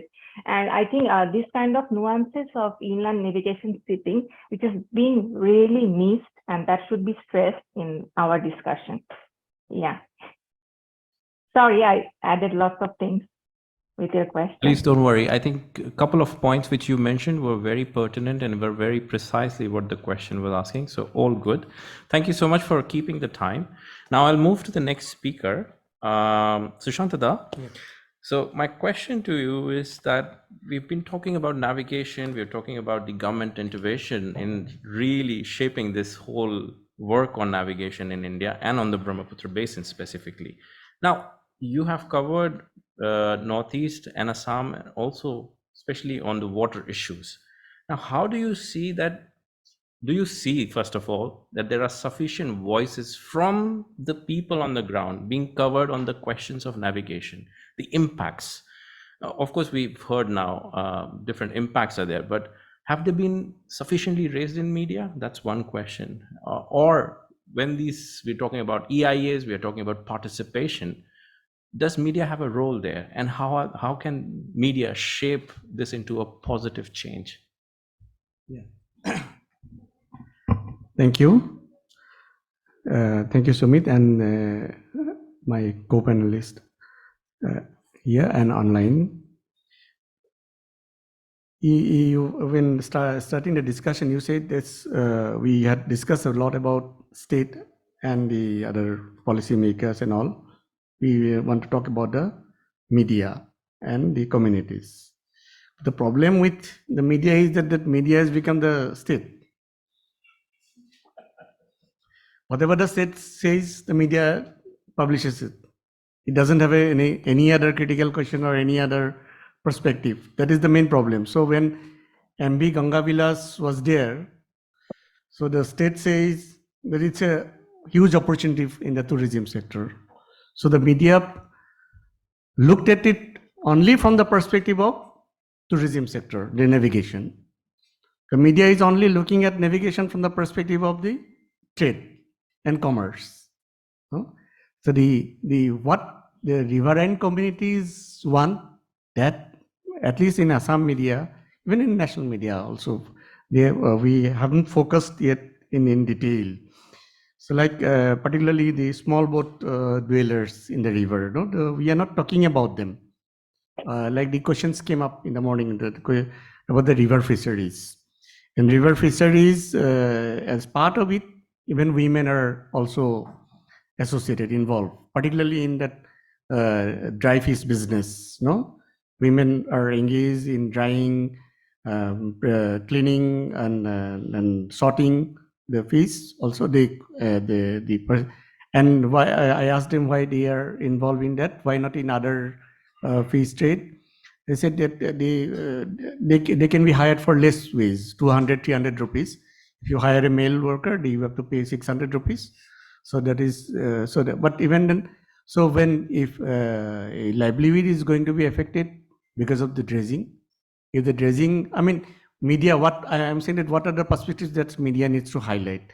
I mean, I'm not rushing into any conclusion because I'm not an expert, but then probably media need to have the experts' perspective on if dredging impacts the river fisheries. If it impacts, then how it is going to impact the other two projected dimensions of these navigational benefits. Like we are highlighting cruise tourism or river tourism as one of the benefits of this India, Bangladesh joining hands, then making the entire IBP route and up to Sodia to Patna. That was the making it navigable, and we'll having fairway all the around the year. So it is going to benefit the tourism sector, tourist sector. Now, any tourist will any tourist from any part of the world or even from the in India would like to enjoy a riverscape without the small boats? I mean, if small boats dwellers are affected by the interventions in the river, now these boats will go missing. Then when the small boats go missing, will the landscape remain same? Now, how is it going to impact the tourism industry then? Will the tourists be interested to take a cruise along the river where their small boats are missing? So that these perspectives we have not tried to look at, we have not highlighted. And like the even some other questions that we don't have the clear answer, like we haven't focused it. Like in Guwahati, we have the fish market, no, wholesale fish market, and almost 20 to 30 tons of fish is regularly traded in Guwahati wholesale fish market. And normally fish is sourced from Barpeta or Nagaon in some around 100, 120 to 20 kilometers. It's only on the road transport. Now, if we are going to use the decarbonize, because of decarbonizing the fishery sector, if you are going to use a large vessel in the river to ferry this, and if you are going to do that using the advantage of navigation, how is it going to impact the small boat dwellers? No, how they are going? Even now they are not getting that share of the good market, because from Borpeta to Guwahati you can cover in just 2 hours by road to get the auction market, because the auction market is over by around 8 AM. But then if you come on a machine boat, then you cannot reach the auction market. So your market is lost. You don't get the share of. So the small boat dwellers, they are dependent on the fish dealers, who again use the road transport. Now, if you are going to disrupt that, how you are going to ensure the livelihood support to the small boat dwellers as well as other pond fisheries or the wetland fisher folk. So the fisher folk and the families, they are completely missing. Moreover, we do not know. I mean, when we are talking about navigability of the river, now have we considered the river linking project? It's already being pushed. Even in Assam, the letter has already been circulated all the states by the central government. But in 2008, when Assam government said that no, we need to first conduct water balance studies, how it is going to impact. Now, has this been covered? I mean, at least media, as a media, these perspectives are missing. I mean, we don't have the answer. That the experts, scientists, they will have to tell us. Like if river linking project is going to impact the entire navigability of the national waterways. Like otherwise, then the infrastructure. So we are going to build some infrastructure as part of some of these projects, even navigation and all, no? So where from the sand will come? We'll again mine the sand from rivers. Earlier it was manual mining, which was considered to be sustainable, and officially legally also it is called sustainable mining. Now the indiscriminate mining is on. I have walked on the river Kulsi, known to be a hotspot of the river dolphins. Now you can walk on the riverbed. Entire sand layer is gone because sand is mined using only the suction pumps. It's not just one river, it's a southern tributary of the river Brahmaputra. Is the entire river ecology is gone. Industries have come up just on the river bank. No? And similarly, we have another national waterway 92 Puthimari River. It originates in Bhutan, then it joins at confluences with the Brahmaputra. And it impact on the riverine communities, particularly on the because of the breach in the embankment during the flood. And I met women who got 5 rupees for filling up a sack with earth for building the temporary embankment construction. So they have already gone marginalized further and on. So how are we going to protect their livelihood, or what benefits are we going to get from the navigation and in making the river navigable for the large vessel? We are talking about large vessel, but I see that from the media, these perspectives needs to be covered, and otherwise, when we don't cover the issues that connect directly with the communities, then our imagination is also missing. See that we might have danced a lot about when the tourists came in that MV Ganga Vilas, but otherwise you ask general people about the inland water transport connectivity and all, they are clueless, because when you are not covering all the perspectives, you are not being able to create the imagination of the people about how it is going to benefit both the people of both the countries. Thank you.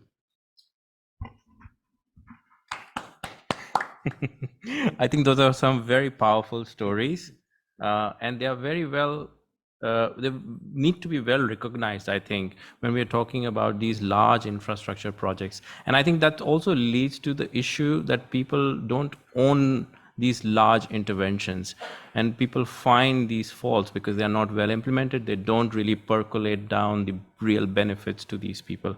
So very well taken. Of course, we'll come back to some of them to reflect, and if there are questions, we'll take it. But now let's move on to our next speaker. Mandakini, hi. It's a pleasure to have you, and very nice to meet you again after all these years. I know you've been involved in different podcasts, but also talking about issues of women in transboundary waters. I would really like you to reflect on how these voices have been part of these different dialogue processes, different projects, but sometimes not, or many a times not, I would say. And I would really like to ask you if you can reflect on what are the essentials of how to make these navigation projects. Now we're talking about women who are just getting paid 5 rupees. How do we bring their voices into this transboundary water governance? Well, thank you, Sumit, and thank you so much for having me and being part of this panel on a topic that's certainly very relevant and one that I've been quite interested in for a long time. So I'll take your question in 2 parts. So on the first part about women's participation and involvement in dialogues, I mean, I have been working on this in this space now for more than a decade or so, and I think there's definitely be a transformation in terms of the fact that now you do see more women voices in terms of, say, particularly academia, civil society, etc. But in terms of the actual ability of women to participate in all aspects of water governance, and that means at every level, whether it's from the community level, the village community, state level, transboundary, etc., it still remains very restricted. And I think that's in almost every aspect of water governance, whether it's drinking water supply, sanitation, drainage, water governance, or even inland navigation. So I think that, we generally have to accept that women's participation and engagement remains an area which requires a lot of work and investment in. And I think it's also gotten to the point where it's beyond just participation and engagement and representation, right? So we could have You could increase the number of women in the room, but that doesn't necessarily mean that the voice and agency that those women have is going to influence or take the agenda forward in any meaningful way. And I think you contrast that with the fact that I have seen in the last 2 decades or so, just the volume of rich evidence that has come from civil society, from academia, from grassroots organizations, from journalists, the work that South Asia, that Joydeep has done, the work that Aranyak has done, and so many others, Saki Waters, IIT Guwahati, have done, in terms of amplifying some of these voices of not just women, but also marginalized groups, communities, the disabled. Whether it's audio-visual stories, what are the stories, the songs of the river, the arts, the crafts, the culture, so it's not like we don't know what the issues are. I think everybody knows what the issues are, but it's a problem of how does it percolate up the system. And I think it's the same thing comes with inland navigation, where we heard, Mandakini talk about the World Bank having these gender inclusive designs, etc. And my question is, that's great on its own as a standalone initiative, but then how do you actually mainstream that? And I just want to take a step back, and actually was, in preparation of this, was thinking about the Brahmaputra and came across a paper that Saki Waters had done with Dr. Sucharita Sen in 2018 when I was at the Asia Foundation, which talked about the Brahmaputra as a basin which has a certain topography. So it's upstream, downstream, it has a certain geography, a complexity, different countries, different states, but it also has a genderscape. And she'd done this a really interesting paper which talks about how there is a genderscape overlaying that. And that's true for most places, right? And how in upstream areas and in valleys, you tend to have, more men settling because, more access to land, it's more fertile, there is greater demand for male labor, less for women's labor, whereas it's the more marginalized communities that end up living along the banks of the river. And I think that's a really interesting way in which, when you look at an issue like inland navigation, to try to understand what is the gender landscape in this huge, vast area. I mean, in the morning when they were showing those maps and they said in the Northeast region alone, there are 20 waterways. I was just thinking, if you went out to each little, not little, but each little waterway, what are the kinds of complex issues we would come across? And I think what I have in my own journey as a water, as a person working on water, have found really interesting is the expansion also of the idea from gender to look at diversity and inclusion. So it's not just women, right? It's also marginalized men, older women, younger women, women of upper caste, lower caste. So this idea of these different identities that people have with them, and you might find, like Imi, for example, has done some amazing work on intersectional identities, and that upper caste Nepali women may have more access to be able to say irrigation facilities than lower caste Dalit men in Nepal. So I think there's some very interesting ways in which, when it comes to access to resources, the ability, as you're also saying, which communities engage along the banks of the river on navigation, some really interesting points there. And just, I know I'm not sure how I'm doing on time, but I would say that considering those three things, I think the way in which the policy processes work are still very male, very patriarchal, very technocratic, very, as Sir has also said, very focused on the economic benefits, and the idea that we are talking about, we want to improve trade, we want to improve the volume of trade, we want to make it more connected, we want to improve livelihoods, but then livelihoods for whom, and at what level? And I'm not saying that there aren't good practice examples. We heard a lot of them today, and I think, to answer your question about what are some of the issues around gender, I don't want to repeat myself, but already our colleague from Oxfam Bangladesh has also talked about the issues that women face, right? Sanitation, access, safety, and I think it's important to think about the positive sides of things. So what does inland navigation bring, but for whom, which communities, and within those communities, which men, which women, which elderly people, which disabled people? What are the religious ethnic minorities that might get left out or will be negatively impacted? And also, what are the things that might go wrong? So, for example, we have trafficking in persons, you have vulnerabilities, you have drugs, illicit trade, all violence against women, all kinds of other things that might happen. And what are the safeguards in place to try and address? And actually, at the end of the day, whose responsibility is it to talk about these issues? And also, you might put them on the table, but then how do we actually scale that up? And I find that one of the issues I've had in a lot of the work on water is that we come very much on placing the burden on the community. And we know that women as stewards or vulnerable groups in community, they have that capacity inherently to be water stewards, to be decision makers. But then you have a policy prescription that comes on the top, which changes it. And then, as Joydeep was saying, climate change is the big elephant in the room. So those most vulnerable are the ones we are placing the most emphasis on and the most expectation on, but will also be the first to face the most brutal effects. So I'll stop there. I think you very succinctly captured some of the key nuances around gender aspects, which especially on intersectionality. I keep remembering every time this word intersectionality comes in the mind or in discussions, especially the work of Simone de Beauvoir of the second sex, of how higher caste or more powerful men or then the women tries to align themselves to more powerful men, and then the women who are less powerful are left out. So sometimes it's not about we, it's all about I, and that's one of the key challenges for women. Now, taking this conversation forward, we'll of course come back with questions and more reflections on the same topics, but now we have a next speaker, Parthada.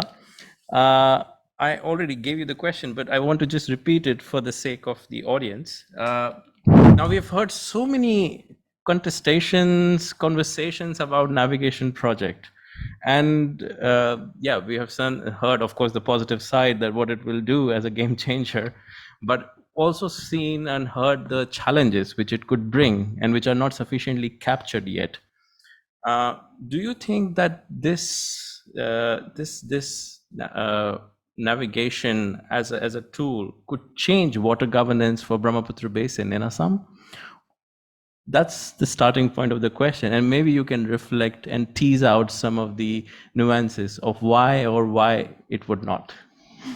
Thank you, Sumit.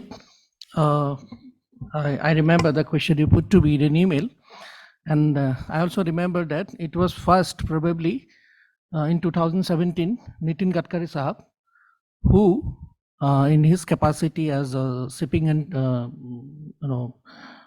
transport minister at that time, said that waterways can be a game changer. So he said, of course, in a national context, the entire meaning was for the Northeast India, because it was the same person who said in public meeting, not only once but twice, with a lot of good intention, that we will dredge the entire Brahmaputra, the entire national waterway from Dhubri to Sadia, and make super highways so that it becomes navigable, it becomes very friendly to IWT, and as well as it will solve your flood and erosion problem. But then we all know that that plan was never pursued because it was considered not feasible scientifically, technically. So I'm so happy that you have moderated the entire discussion till now to steer it towards small communities, small boats. It's so important, right? So I will talk about small waterways. See, suddenly we know in 2016 date, 111 waterways have been nationalized, quote unquote. So they were people's waterways, now they are national waterways. About 16 are in Assam, about 20 are in Northeast India. And this is good because there are a lot of positive aspects of the 2016 National Waterways Act.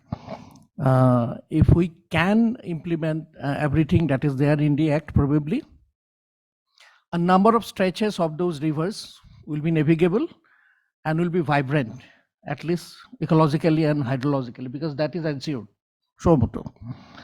But then there are hundreds of other smaller stretches in rivers, in the Brahmaputra, in the Barak. They are tributaries, they are sub-tributaries, then they are distributaries, which are actually the connectors of the people who are in char areas, who are in very interior rural areas.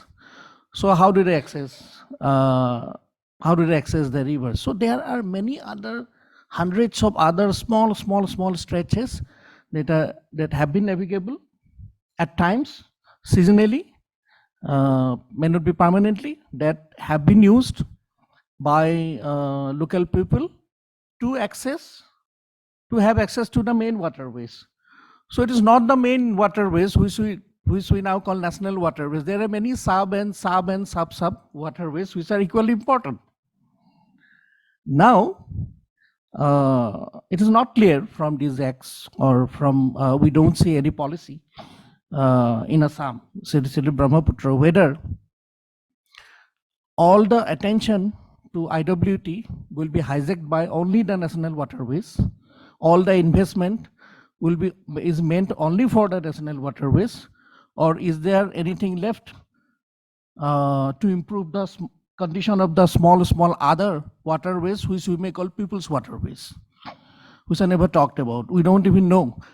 Fortunately, people have enough of traditional knowledge to know which of them are navigable, when, in which season, when to avoid them, when to take them, and what kind of coping they can adopt. So that is one point.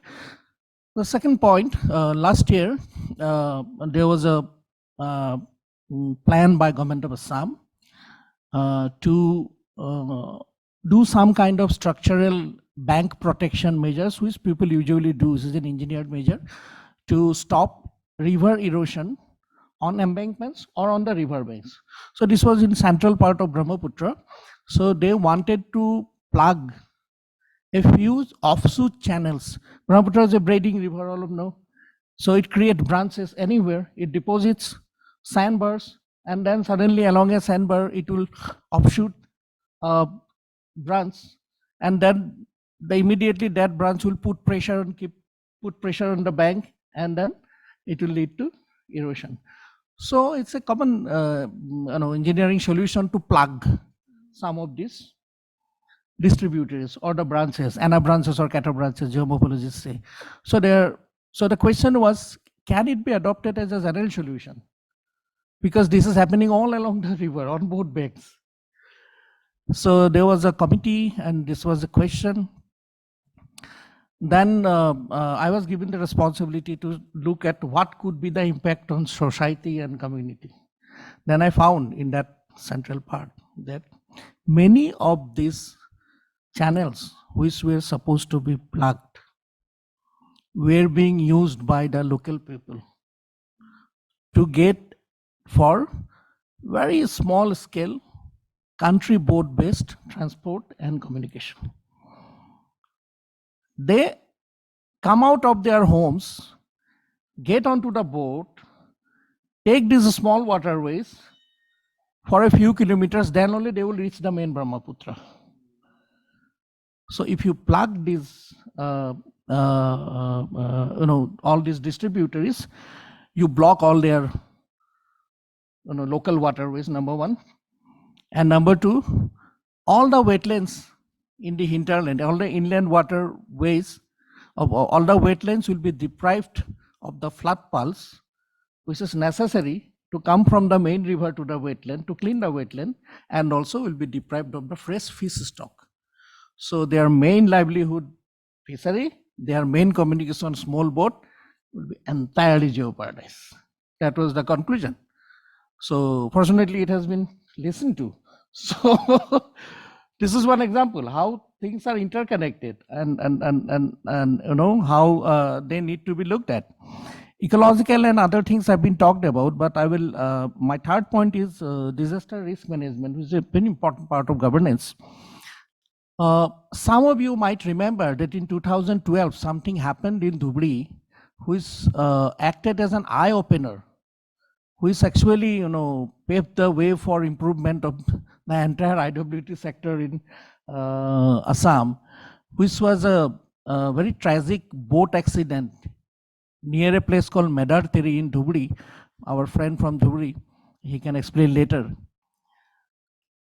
About 110 people died officially, and unofficially more than 150. What happened is that a very dilapidated boat, an old boat which was constructed in 1994, was plying without any official permit for a long time, carrying a lot more people than it was supposed to. On that fateful day, it carried 350 people. Then it met with a storm in the Brahmaputra, where the river breadth was almost like 12 to 13 kilometers. It was like a sea. And definitely it capsized, all people died. There was a hue and cry. It was an international news. It was a tragedy, but then for the first time, the then Chief Minister Tarun Gogoi publicly uttered that now we will pay special attention that this poor condition of our IWT must be improved, because it came out of the investigation that there was no registration of boats, there was no, many of these boats were plying illegally and nobody inspected the condition. No question of putting any life jacket. People have never heard about any life jacket or etc. So that was the big accident, number one. But then in 2018, another accident in Brahmaputra, and then in 2020, Majuli, right? Things have not much improved. So my point is that if we take the mandatory boat accident as a benchmark to examine the very poor, disaster management kind of situation and overall governance situation pertaining to IWT, the question is, how much has it improved? Has it improved? If yes, how much has it improved? Only last week, I got to read in local newspapers and TV channels, citing the example of your own Dhubri Ghat, that how many boats are yet to be equipped with life jackets, right? How many boats are yet to have GPS installed in them? But then what were the problems? The problem was that we have, for a long time, it is quite well known, and I think there were several meetings from 2017 onwards that I attended, which were organized by the IWT department. And that's why I asked these questions to the gentleman. That it was very evident. We need GPS to be installed in all these important boats, all important boats, be passenger, be commercial, right? Then we need very good weather forecasting system, weather forecasting specifically for IWT. We need early warning of storms, visibility, fog, heavy rain for all these storms. That was the learning we had from the mandatory accident. That was the reason why so many conditions were put by the World Bank through the World Bank grant. Now also when Mandakini was talking about all these good practices and principle, everything is there in their document. No, Mandakini, sorry. So, but on practice, that is a problem. On practice, you will still see that maybe only 20-25% of these precautions have been taken. It is still an unorganized sector in terms of disaster risk management or water governance, right? This is just an example.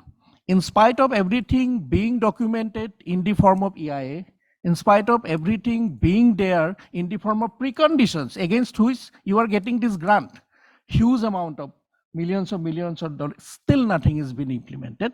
So that is the big risk. And the answer to your question, whether it is going to be a big game changer or not, is not very easy. I hope at the end of your research, 4.5 year research, you will be giving us a proper answer to this question. But a lot of conditions, a lot of collateral improvements must be made along with implementation of the act, along with implementation of the policy which is yet non-existent. Assam is yet to have a water policy. Government of India has not yet released the much sought after 2000 national water policy. We don't know what kind of prescriptions are there for IWT, yes. Right? We are waiting. And I hope all of you will appreciate that going beyond these practices and policies and all that, if there are specific guidelines just for IWT, which applies to the Brahmaputra barrage system, is highly desirable. Thank you. Thank you, Parthada. I think you made some very pertinent points, but one point which really came out very strongly is that it's not one Brahmaputra, one Jamuna. There are many Brahmaputras, there are many Jamunas there. We have to understand them to really... I think one of the key points which Veena, Anamika and I should really talk about, and the entire team should deliberate, is that we locate these different nuances in different Brahmaputras. It's not one river, it's many, it's very heterogeneous, I would say. We need to bring those nuances there, and I think that will also help us to enrich our analysis. All right, this is really nice. Learned a lot. Thank you. I will move on to our last speaker, Medha. Now I'm going to take this analysis to a bit higher scale of South Asia. The reason is that we're seeing that we're not talking about water sharing, which can be very controversial in Brahmaputra. We don't talk between the countries much about that, but we are talking a lot about water navigation. And I think personally, it's a low-hanging fruit in the river basin because we don't want to talk about the contentious topics, but we take something which works out. But do you think in a very securitized environment, these low-hanging fruits like water navigation can really change the governance structure of rivers and regimes in South Asia? Can something be learned in other river basins from this initiative, now what is happening in Brahmaputra? Can you please reflect on that a bit? Thank you. I'll try to answer them, but then, what I thought that perhaps it would be more important and interesting for me to first maybe speak a few lines on where do I anchor this entire debate, right? Because I think we're talking about so many things, many complexities coming up, which view, which perspective to take. And I thought that perhaps talking on that or shedding light on that before coming to your specific question would in fact, help me as a speaker. So what I'm going to do is that before I get into your question, I'll be talking about two main points here and picking them, I think, from the conversation which we've had since morning. The first is we're talking about a transformational approach. And the second is a gender approach. And I think that's the primary theme of this panel, and they're not very much unrelated to each other. Now, when we're talking about transformation, it primarily means that we are focusing on structures. Those structures are primarily, again, built on certain norms, certain rules, certain institutions that govern a specific transboundary setting. So are we problematizing them? Are we unsettling them? Is, I think, a part of this conversation on transformation.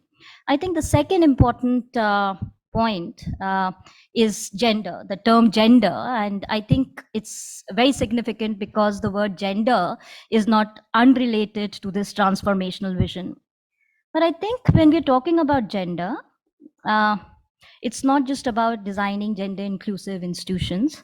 It's not really about adding women, as one scholar has said, and then starring them, in the debate. But it's about engendering the entire discourse on water governance. It's having that conversation which is distributed across when we talk about inland water navigation. And there is where I think gender and transformative approaches are more linked. And I think one idea or some perspective can be had when you look at the scholarship, particularly the feminist scholarship, and because they make, I think, substantive comments. And one of the main learnings, from feminist interventions, from a feminist scholarship, is really the methodological intervention they primarily make to a particular discipline. Method, and I took this liberty of raising this point because this is going to be a research project. And I think a clarity on methodology is required because those are, the techniques perhaps which will direct the questions of inquiry. And one of the points which feminist scholars raise is that, do you have feminist research questions? Now, what is this feminist research questions? Does it mean that we just talk about women? Definitely not. I mean, yes, also, because gender is one important component. But I think more specifically, feminist research question means that your research can be empirical, your research can be critical, your research can be normative with gender as one component. And I think Mandakini was raising this point about it's not just about women, it's about intersectionality, it's about the other men and women who are there. And I think how to put these into the puzzle would require a clarity on questions. Now, having said this, because there are many questions here, and we had a speaker from the World Bank too, there is no one feminist perspective. It's not a homogeneous category. Feminism is not a homogeneous category, and there are many type of feminisms. So, for instance, if one is primarily looking from a liberal perspective or empirical questions, one will primarily talk about institutions, rules, gender-sensitive designs, etc. On the other hand, if one really takes a critical perspective, it means that you are really going down to the field, and you are primarily trying to emancipate or give voice to certain situated perspectives on the ground. I mean, the whole question about who is the community, whose voices are these? So they are the women's voices, because scholarship here says that those situated perspectives from the ground are very important, because they problematize and question, I think, the objective analysis which burdens much of the debate and discourse around water resources. And the third is a normative perspective. And the normative perspective is, in fact, somewhere you were getting closer to it, that, where, say, for instance, if you're taking a specific methodological, say, a post-structuralist perspective, what you would do is that you would question the structures. And what you would say then, that they are probably, when women come into positions of power, they also become victims of power. So there is something which you need to talk about, think about when you're talking about structures. And here then, your analysis will be focusing on the genealogical evolution of structures, institutions. And I think that is also a very important part of South Asia, given that we are post-colonial space and we've had colonial legacies. So, I think having a clarity on this perspective would help in terms of governing the inquiry of research or the direction of research, and then putting all the data and the evidence you have, and then perhaps pluralizing the research project in terms of emancipating these voices. Now, coming to the specific question on water governance, I mean, that's a big question, because whatever said and done, I think we are talking about cooperation in the borderlands. We are talking about a vision towards asymmetric federalism. We are talking about people across the borders cooperating with each other. But yet at the same time, we know that there are centralized tendencies which are there, which exist in South Asia. But having said that, there are other spaces of where cross-border cooperation across regions have been happening. So 3 S's that I would talk about in terms of perhaps paving a way forward when we look at Brahmaputra as a river, politicized, securitized, or, those questions are going to be there to be, because China is a factor. It's a very real factor in South Asia. And I think no cooperation amongst just India, Bangladesh, Nepal, or Bhutan can now happen, without taking cognizance of the China factor. And I'll just maybe add here that, we were talking about the arc of prosperity in the 1990s. We were talking about this regional cooperation. Unless we have this discourse of China's inroads into South Asia, and there is this security sort of factor, or the security imperative becomes again important, and we are seeing that playing out in the green infrastructure. But I'll stop there. So my first S in terms of talking about cooperation is science. And I think the speakers in the morning were talking about it. You need to know the river. And when I'm saying that you need to know the river, because Ganga is different from Brahmaputra, I mean, one cannot have a uniform understanding. What you need is to know the specific stretches of the river. You need to know, the kind of sediment that is generated by a river, because we're talking about Himalayan rivers here. And I think one way to do this is science. And when I'm talking about science, it means social and scientists, social scientists and natural scientists coming together. One way in terms of taking this forward is through research collaboration. In South Asia, particularly, like the first thing which came to my mind is easy mode, and what kind of research, what kind of data is there in terms of looking at the facts on the ground. And I think that kind of a research has to be there which is there, but I think a much more focused approach is needed on this front. So informal studies need to be created, informal networks need to be created, and discussions have to be there in the public domain. My second question or second point, I would say, is really about scales, because scales is again important, but because here we are not just talking about that beautiful point which came out in the morning, that still, you know, when we are talking about the people's problems or the people who are interested in trade, you know, they have to go to Guwahati or they have to go to Dhaka. And, you know, that still really shows that, you know, we need, when we're thinking about navigation along the borderlands, one has to think about decentralization seriously. Now, we are in this very fine moment in South Asia, I guess, right now, because we're talking about trilateralism. Even though in principle, but I think, you know, this debate has moved from the 90s to the 2000s, and today it's very much a reality. And I think one way to do it and think about is a multi-scalar approach to trilateralism. And this is where, you know, you are not just talking about these institutions coming together, but what kind of cross-boundary cooperation or platforms, as Nusrat had said, you know, can really help.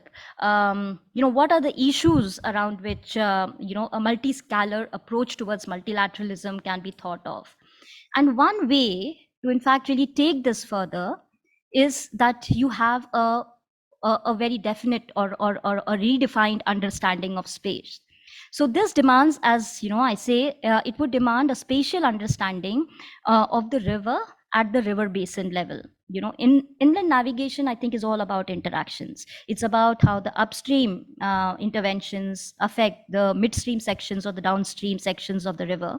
And while when we talk about inland navigation and the multiple issues that came out, I think a scalar approach or a much more spatial sort of an understanding at the river basin level will also help in foregrounding, you know, us, you know, these debates around flood management and sedimentation management, because I think sediment management and flood management is very, very important. So I think one of the core focuses, which should be, because this is not an isolated area, much, I think in South Asia, we're talking about mitigation a lot. We're talking about green infrastructure a lot. But I think what is really the adaptation strategies which one has in mind, and how that can be coordinated and collaborated across is something that I think one needs to focus on and perhaps start a discourse on. So I'll stop there. But yes, this is my view generally. Thank you, Medha. I think you very well captured about the science and the scales, which are essential to understand South Asian politics, but also how to improve South Asia's water cooperation between the countries. So that's very well captured. Now, as a next step, what I'm going to do is open up for questions from the audience. If there are any specific questions for any of the speakers or all of them, it's very welcome. So if there are any questions, you can just raise your hand and then maybe we can take some of them. And please don't forget Nushat, who is also online. If there are questions for Nushat, we can also take for. We have one hand, Joydeep, and then we have Anamika. You have the mic, yes. Yeah, thanks. My question actually is for Nushat. I understand that you worked with people on the women on the banks, river banks, to find out. So I'm curious to see if you included the chore dwellers, the women chore dwellers among them, and if so, did you find any differentiation in their approach and the way they looked at it? That's my first question to you. My second question to you is that when you talk about community to community trading at the local level across the border, do you expect any problems with the border guards of either country? Thank you, Joydeepta. It's great to hear from you. The location I didn't actually mention because it might not be understandable. It's actually Minecart Chor from Romari village. So the communities I'm talking about, there is chor dwellers, but in the chor land, there are some products that they grow on their chor land that has potential for trading. So what we suggest, what we found out from our earlier phase in TROSA 1, that these potential tradable products need to be identified, but there is no trading happening between the communities yet because there are challenges. And it's not entirely from the border guard or border or any sort of, it's because lack of the whole system, because there is no system out there in place for them so that this kind of trading happens.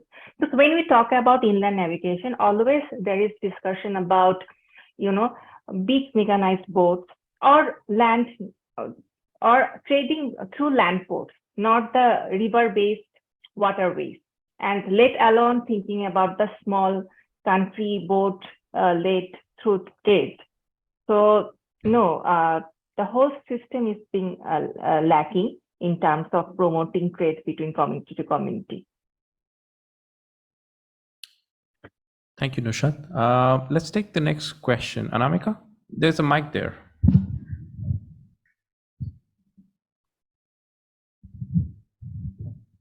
I have quick two questions. One is to Nashad.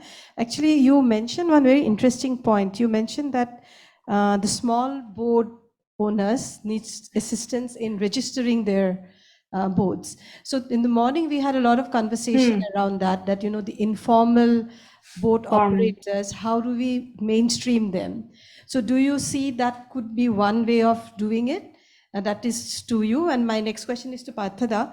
Parthada, in the morning in one of the presentation, I actually wrote down and I found it very interesting that we are moving from low profile to costly item on IWA. What does that indicate? Does it really mean that the traders are also changing? Yeah, so these are the questions. Maybe first Nushat can respond to your question, then we'll come to Parthada. So thanks, Anamika ji. But first, let me clarify you all. My name is Nuzhat, so it's fine. Nuzhat, so it's fine. Apologies for that. No, it's fine. It's fine. About getting the small country boat, the traders or the boat owners.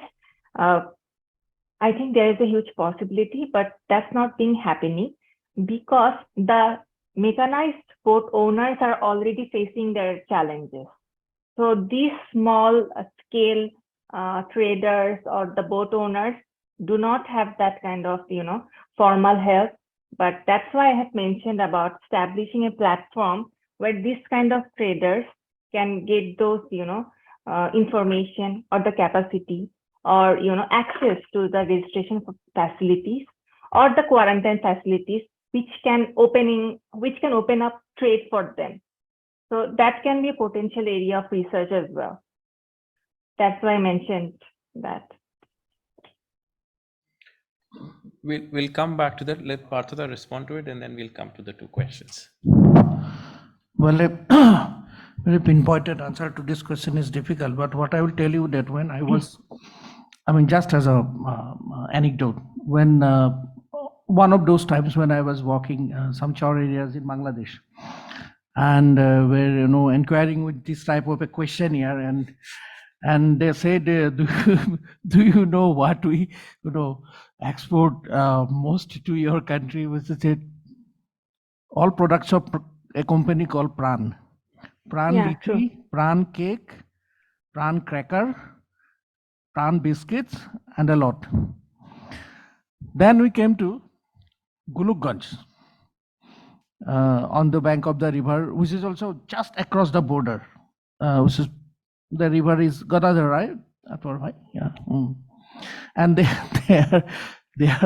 we did the same thing, and they took me to a small grocery shop to show that all items were Pran, no Indian items.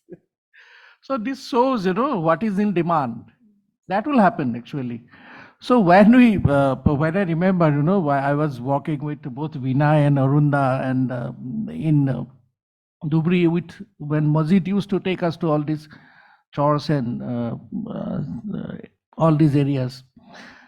Well, there was a discussion with the Boat Owners Association of Dhubri, where probably you were also there in your small office space. I made a list of about 20-21 items which were probably, it was in 2017, which were either being exported or has the potential to be exported, something like that. That note is still with me. Now when I learned, that included almost everything from vegetables to cement to stones to coals to pineapples, Meghalaya pineapples, to gingers, to onions, everything, right? In between, I don't know. I mean, I think we can be helped by Veena. Now, when I hear that all these small commodities have been replaced by all big commodities like coal and cement and on stone chips and other big, I don't know actually. I don't know actually what happened to all the potential of all these utilitarian products that people have a demand on both sides, right? So I think this is the opportunity to bring in probably Atwar Bhai's comments and also Veena. আপুনি অকমান যদি কৈ দিয়ে হা আপুনি হিন্দীতে কৈ দিয়ক হা যে সৰু সৰু আইটেমবোৰ আমাৰতো আগতে যোৱাৰ কথা আছিল গৈছিলোঁ লিগেলি নহ'লে ইলিগেলি এতিয়াতো সব সৰু সৰু আইটেমবোৰ বন্ধ হৈ গ'ল স্মল যিবোৰ আমাৰ সৰু সৰু মানুহে খাই বৈ আছিল সেইবোৰ বন্ধ হৈ গ'ল এতিয়া এতিয়া সব ডাঙৰ ডাঙৰ আপোনাৰ নিচিনা আমাৰতো একচুয়ালি সৰু আইটেমৰ প্ৰজেক্টটো বিনা মেম আপুনি আছে হিন্দীতে কওক অসমীয়া অসুবিধা হৈ আছে নেকি সবে বুজি নাপাব I think it's okay. Let him speak in Assamese. Yeah, someone can translate. Yeah, we can translate later. Please, बोलिए.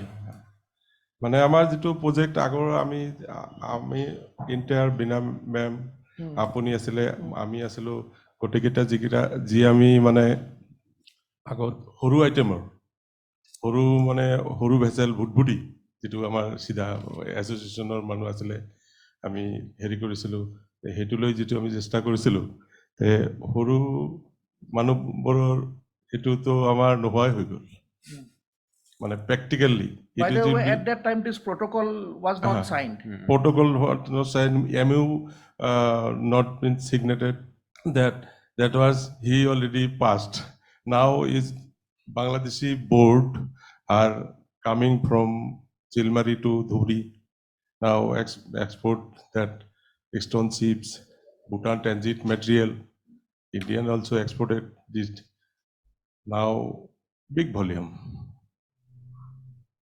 That's why I call to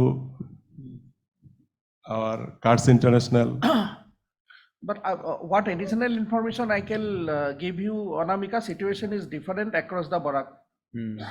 There are still small commodities, including fruits, a lot of medicines being legally imported and exported across the border. But I think our experience is more with the Dhubri border than with the Barak border. Let me just respond to what Atwar Bhai said. Actually, initially, our main purpose of doing that study was to promote the movement of locally produced agriculture commodities and see the prospects of what commodities can be traded. So some of them go through formal route and even much more go to informal trade, which is already there. And the discussion we had at that boat owners association office, they also said that jeera is of great demand in Bangladesh. Spice, and good spices. It's not produced locally in Assam, but it comes through other market sources and it is going, onion is there, then onion seeds are also in demand. There are a lot of other commodities. But when we talked about these locally produced agriculture products, scale was an issue, like it was that much of volume. So how can we transport this in a boat?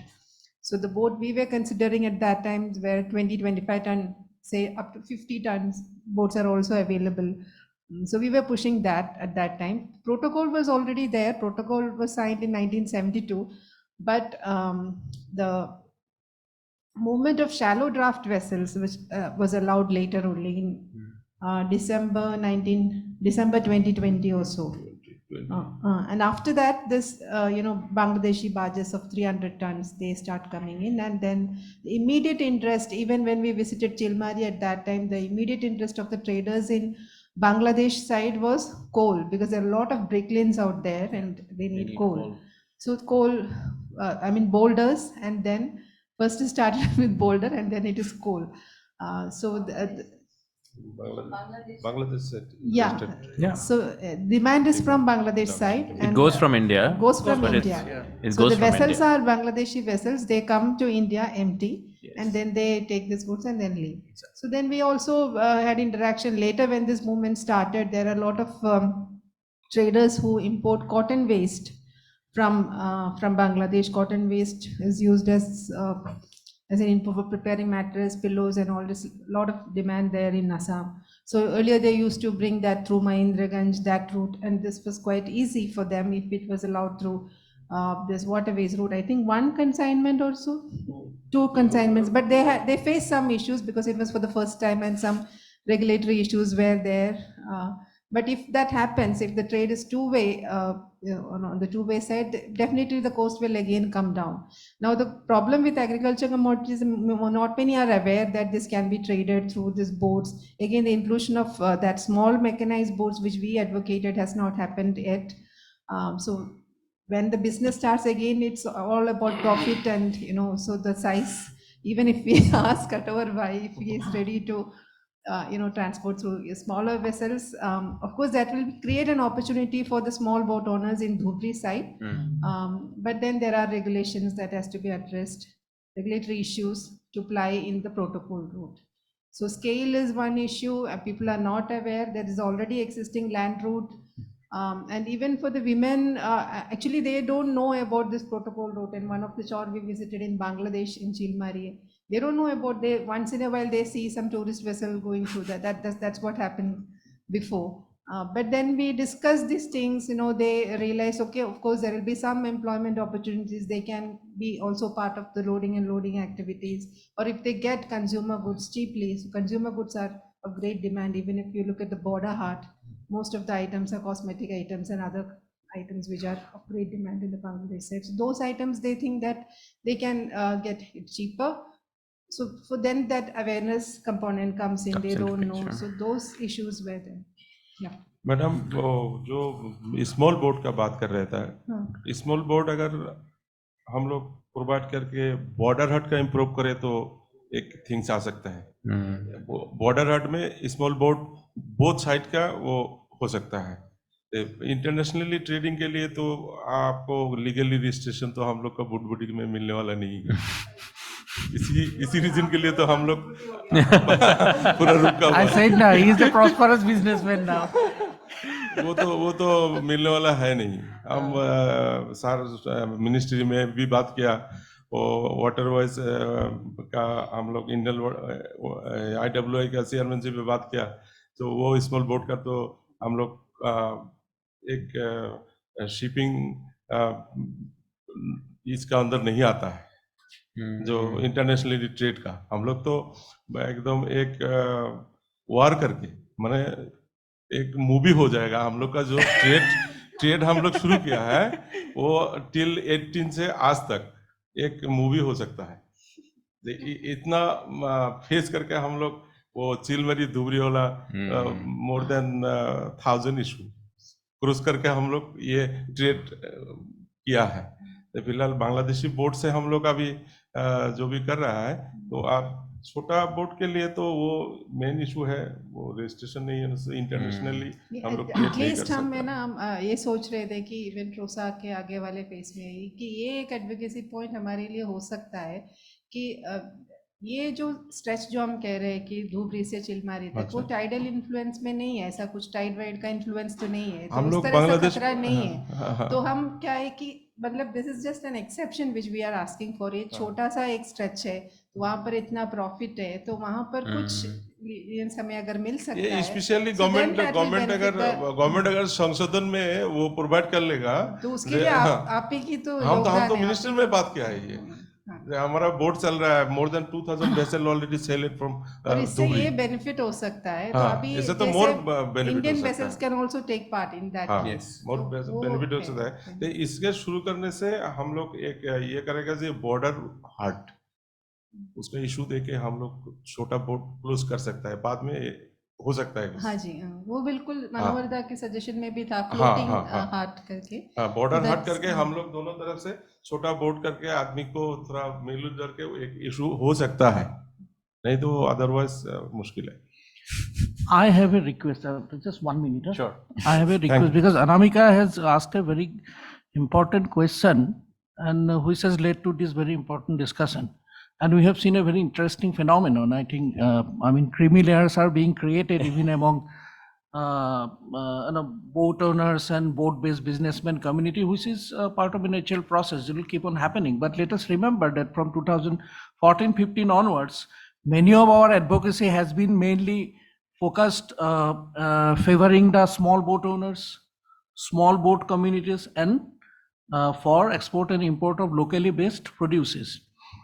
Now, somehow this cause has been marginalized for some time, but this project is an opportunity for you to reconcentrate on, as he rightly said, it is only a matter of an amendment in the protocol agreement. And in the morning we were discussing if there is a consensus between the two governments on a particular design for security and safety of boats, which will be used by both sides, it should not be a difficult proposition. So I hope this, in this project, please do not forget about the importance of, advocating for the cause of this local small boat communities. Absolutely, because that's the reason this session was organized. I think we have a lot of inputs. We have 2 more questions. I think 3 questions, but we have only 5 minutes. So let's take those questions. And we have question at the back first, Anamika. First there, and then Zakir Bhai, and then we have last question here. If we don't respond them in 5 minutes, we can take the discussion outside during the tea break. But let's take the questions first. My question is to Medha. You spoke about science and I work with in a TOSHA project, which is also on water governance. We have seen that women are, great knowledge holder, especially about river and natural resources. The challenge is that when it comes to, women's knowledge about water resources or natural resources, often those knowledge are, sidelined by saying that these are unscientific knowledge. And when it comes to, decision-making platforms, we see that these decision-making platforms are often dominated by men. And since women are either less in number or representation is very less, their voices are not heard, or, it is difficult for them to put forward their views. So how do you look at, addressing such structural inequalities? Second thing that I wanted to ask you is about, a lot of discussion is happening about regional and transboundary level cooperation, but our experience of working on the ground has been that we've been able to see, community to community learning. We have been able to see informal networks, but when it comes to, that level where, you are talking about 3 countries talking about similar issues, women's voices are again not heard. I'm not asking for a answer, but these are important challenges, and especially, a project like this should be able to also consider this in their intervention, because these are long-standing issues. 4 years of work may not be able to address it, but how do you look at it? Thank you for the question. I think both Mandakini and Medha can answer this. Can we have a very quick response from both of you? Okay. Very short response. Yeah. So I think the answer to your first question on structural inequalities, the solution is also in the term itself, okay? Because when we are talking about structures here, while at the national level or at the bilateral level, I do agree that there is this mismatch, but science is always, it's just a starting point. Scientific facts are starting points in terms of having that consensus, and then, these other aspects become important. But what I want to emphasize here, that if you look at some of these international debates which are going on, and you look at the participation of actors also, non-state actors in particular, be it IFIs, international financial institutions, or civil society organizations, there is much space which is given to these kind of discourses. So I think that's very much being balanced, and you can see a change happening. The second one is, yes, of course, I do agree that the discourses on water diplomacy, and these are meta discourses. So once you get into that domain, there's little which you can do, because there are these micro discourses, and these micro discourses need to be woven to these macro discourses or meta discourses. So one way out, and this is the solution or the reconciliation that I found for myself, that South Asia is a place of these small worlds where work is happening, positive work is happening, and focusing on these small worlds, which could be many in the highlands of Nepal or in Bangladesh, focus on these small worlds. I think that word small itself, the definition of Brahmaputra changes when you start looking at these lesser minor tributaries. So this is, I think, our perspective or our understanding of the water discourse also needs to change, rather than we just sticking to one discourse and saying, well, this is the sacred one and that's it. No. Yeah. Thank you, Medha.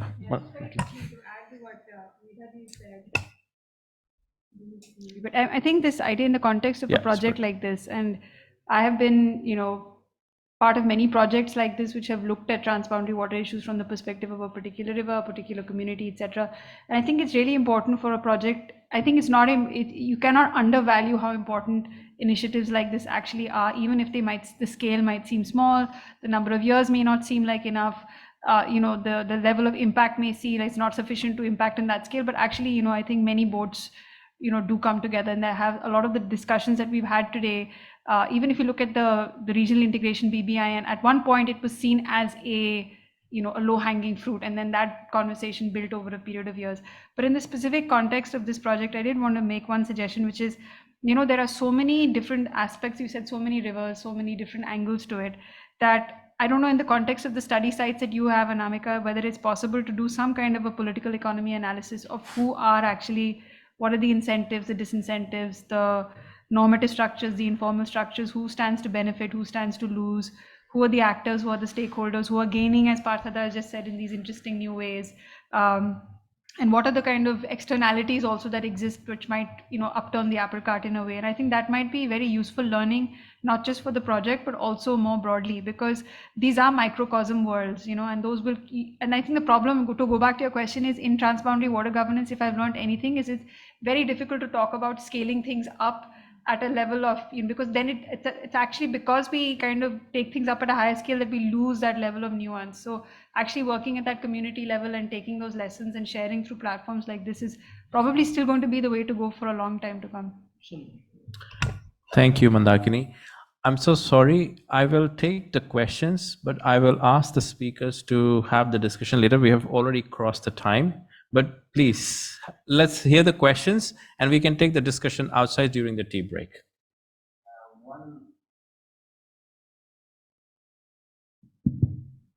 Thanks. My question to Mandakini and Medha is that, do you think gender situation in the church that very much linked to it socioeconomic condition of the people there, if those families have little more income, they could send their daughters to schools like other areas in the country, and and then the situation, gender situation in the society could be better like other areas. So, yes, please. This is and the other question, other issue is like the environmental concerns, like huge level of dredging sand, dumping that in the croplands, just croplands, that's happening. So the issue, and the issue of the tourist boats through the Sundarbans, how that can impact on the biodiversity, that how much that is considered, and the use, benefit and investment, is it like equal? If India get more benefit, the investment for management, how much it is, the equity is managed there? Those all important issues. Otherwise, the people could have So we have three different. questions, but we'll respond to one. Mandakini, a quick response to that one because I it's think important. just on gender, and I'm sure Medha ji Yeah. will agree with me, it's actually a very complex issue. And I think for us to say that, oh, if you were to create economic incentives in the chores, would that make the lives of women and girls there better? I think that would be a very simplistic way of looking at it because, gender steeped in patriarchy, steeped in land rights, is steeped in tenure, in, social informal practices, etc. So, I mean, there are lots of literature out there which says that just, providing economic incentives, whether it's for going to school or for delaying marriage or even for institutionalized births in hospitals, doesn't always work out. So I think it's more complex than that. I think the whole point about the gender discussion or inclusion is to say you have to understand what is the landscape before you start adding new things to the fire, which might actually make certain contexts much worse than they already are. The other two questions, I think one of them was related to sand mining. I think you should discuss with Sushanta on that. It will be a nice discussion. But let's just hear the last question from Dhanpachi, and then we can close this session. Yeah, I don't have the question, but I have two suggestions regarding that cross-border. I mean, instead of border hut. Whenever government of India has allowed the bootputties of bulkheads, I mean not bootputties, the bulkheads of Bangladesh for the Bhutan cargo. Same way, but they can also allow their own vessels with the bootputties. Although IVF doesn't allow, unless until you have the mechanized vessels, it cannot be registered. But now the Assam IWT, whatever has been done, they're doing, I mean, they're mechanized the country boat with marine engines of IMO Tier 2 and Tier 3, which if you go back to Netherlands and other countries in the years of 1995 and all these years, that times they did not go straight forward to the IMO engine types. They went stage by stage. They allowed even the truck engines, even the irrigation pumps with the marinizations. Yeah. For next 5 years or 10 years, then upgrade it to the marine engines. So similar way that can also be done. That way the cost will come down, and then some of the vessels which are already operating with bootputties and other things straightway can be registered with some conditions, and they can allow these sort of things for the sake of the business. I mean for the trade. I mean this is possible. And then second one regarding the Professor Baru asked about the small vessels whether can be registered or not registered. Because at the moment, what I find, most of the state governments, they are talking about only the organized vessels with marine engines or the mechanized vessels. The institutions, that is IWT Directorate or even the IWT wing or irrigation department, whoever is doing all these sort of jobs, they do not have the institutional mechanisms to carry out all these things. If you see the things, hardly one or two people are there. I have seen in West Bengal, one chief surveyor and then one or two surveyors are there. There's so many vessels there. Whenever you would go and ask them that, why don't you see this, I mean, non-organized sectors? Time কোথায় sir লোক তো নেই কিছু হবে না this type of reply. So unless until you all, whatever you are talking about, sensitize these people, the state governments, nothing will happen. The same way also these gender issues and then economic issues and other things which we are talking about. Whenever I was a chief engineer at that times, in the GBS programs, I mean the government supported service, I mean schemes and all these things, we never had any EIS or EMP or socio-economic issues. After my retirement, whenever I started, I mean consultancies, these things are coming. It is done. DPR and everything is prepared in a nice manner. Everything is there. But whenever it goes for the implementation, no officers, no officials look into these things. Then who will sensitize them? I think very valid points, Anamika. Both of us, I think we should see how we can, I don't know how much we can incorporate, but at least we should think and deliberate about this. All right. I think I'm not going to take much time because I think we've already taken 10 minutes over the stipulated time. So I'm going to close this session, but I would really like a round of applause for all the very great speakers we had. I think they made some very valid points. It's a nice deliberation in the sense for us to start the project on these notes. Important points, crucial points, and I think we would like to engage with them again in the coming years when we start working on the project. Thank you all, and looking forward to having more discussions on the topic. Yes, perfect. Thanks again. Bye. Looking forward to it. Bye. Thank you. So we'll go for a quick tea break and come back at what time actually? 4 o'clock? 10 minutes, yeah. Oh, 1 second, Sumit, you have to be there. There's some certificate.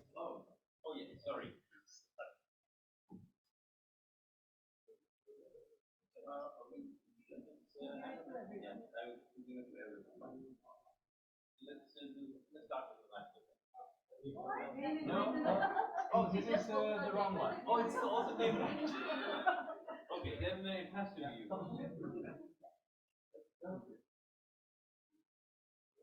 Yeah, I thought of starting with the women. That's what my thinking was, but it failed, you know.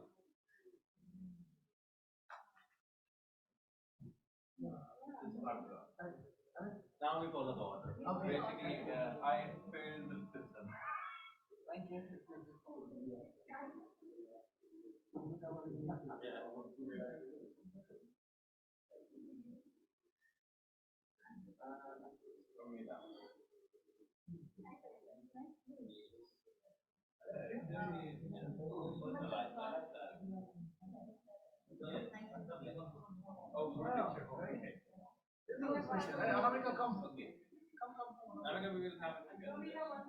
Okay.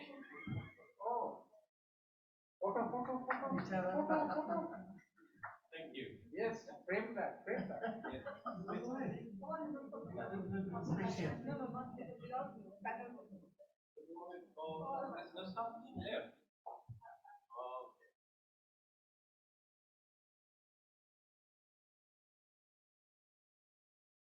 So the next session is titled Reflections from Partners, for which I would like to invite Mr. Sumanta Biswas, a Senior Program Officer at CUTS International,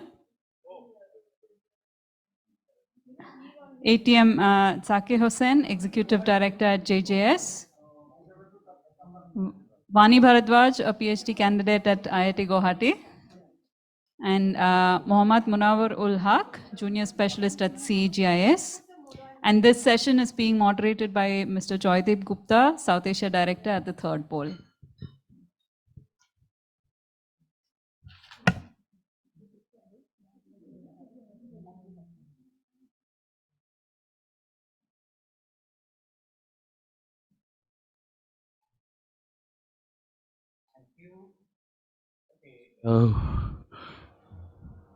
Now we have on the dais and in the room everybody you need to run this project. Okay? So you better find out what they are doing. And they were all going to tell you, won't you, very, very quickly, so that we have some time for discussion as to what they think of the project, what they expect to get out of it, and what the project should be doing over the next few years in order to reach its goals. Okay? I'm starting with Shumanto. Shumanto, over to you. Thank you, Joydeep. I have very limited knowledge about river and all, but I will try to bring some of my experience, particularly for my last experience visiting the river areas in Brahmaputra. So what I have learned from this session morning today, that this is one another push to make the Brahmaputra for commercially viable. But what we all know that Indian inland navigations can bring about transformative change on the ground by reshaping the economy, environmental and social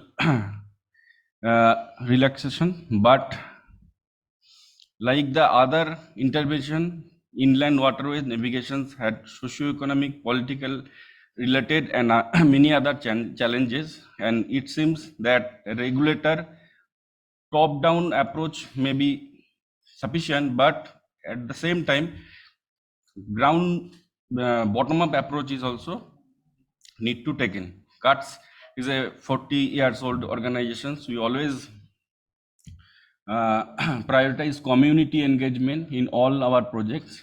Here also, I would suggest to engage community people in the project to make it success. But to engage community, we need to think some profit making initiative, otherwise engaging community will not be possible. I have one idea that I want to share with all of you, that one problem in that inland navigation is depth. Managing the sediment is not adequate, I would say. Some intervention by government, some agencies are happening, but in case we think to engage community here to manage the sediment throughout the year, and here IIT Guwahati can bring some innovations and technology to reuse of all those sediment for multiple purpose, maybe base materials for road constructions, maybe brick factories, brick manufacturing, some other purposes. Then we can engage community and they can get some profit out of it. Without profit, if we say that community, you are the leader, you have to work as a watchdog, but they will not find it interest because they will not get anything from it. So it will be good if we think something innovative, some new things to engage community, particularly women in this area, then it will be a success. Thank you. Thank you, Shumanto. Well, right now, I think there is a lot of completely illegal sediment management going on in the form of sand mining. Effectively, it changes the entire riverbed, not for the good. And there is a very serious problem of illegal sand mining in both India and Bangladesh, right across the Brahmaputra Basin. And the other problem with sediment management is that India has a large number of hydro projects planned upstream, and that changes the sediment composition. What we have been finding, what scientists have been finding, is that in recent years, as more and more silt gets blocked in dam walls, when the Brahmaputra flood waters recede, what is left behind is more sandy than clay than before. So it is a serious problem, and Shumanto's suggestion that local communities be involved in managing it, I think has a lot of merit, especially because they are the ones who face the composition of this sediment on a day-to-day basis. So they have a very good idea what it is and what can possibly be done with it. So yes, I would urge the planners of this project to think about this. Absolutely. I'm moving to Zakir Bhai, Executive Director of Jagriti Yuva Sangh. Thank you very much. JJS is also past its 70, 80 years. So we are about 40 years, just 2 years behind Shumanto. Yeah. So we mainly work with the communities. We build capacity of the communities to so that they can participate. So in this project also, we are talking about the chores, where people are living without like access to any type of services. And in the first and second sessions, we had enough discussions on people's situation there, like lack of governance and everything. So we will try to involve the communities, build their capacity to participate, and organize the living labs and the regional events in Bangladesh with support from CATS International and the other stakeholders. So in Bangladesh, we will, on behalf of Bangladesh, we will communicate with the partners and implement. So and try to, as this is discussed, that it's very important to use these huge inland water resources for transportation purposes. So we need to involve people, educate people, the benefits and the misconception, ideas that also should be, known to people that this is not accurate, this is not correct, this is going to get benefits for all the nations involved, and this is important for environment and for people. So that we will be trying, because it's a few years project. We will have enough opportunities to do that. Thank you very much. Thank you, Zakir Bhai. Yes, I do think that Jagrata Yuva Sangha will be actually very, very crucial in the part that Anamika talked about in the morning, especially when it comes to living labs. And in fact, I would like to know what exactly the organizers of this project have in mind on living labs and how they would be different from the Nodi Boy talks that TROSA has already been holding. So in what way will they be different, and what will be the new things that are coming in? I think is a matter that needs to be thought through. I would like to hear, sorry, go ahead. Me? I would like to hear from Vani, from IIT Guwahati. Vani, go ahead. Am I audible? Okay. So thank you everybody for the reflections. And I have a few observations of what I've been hearing since morning.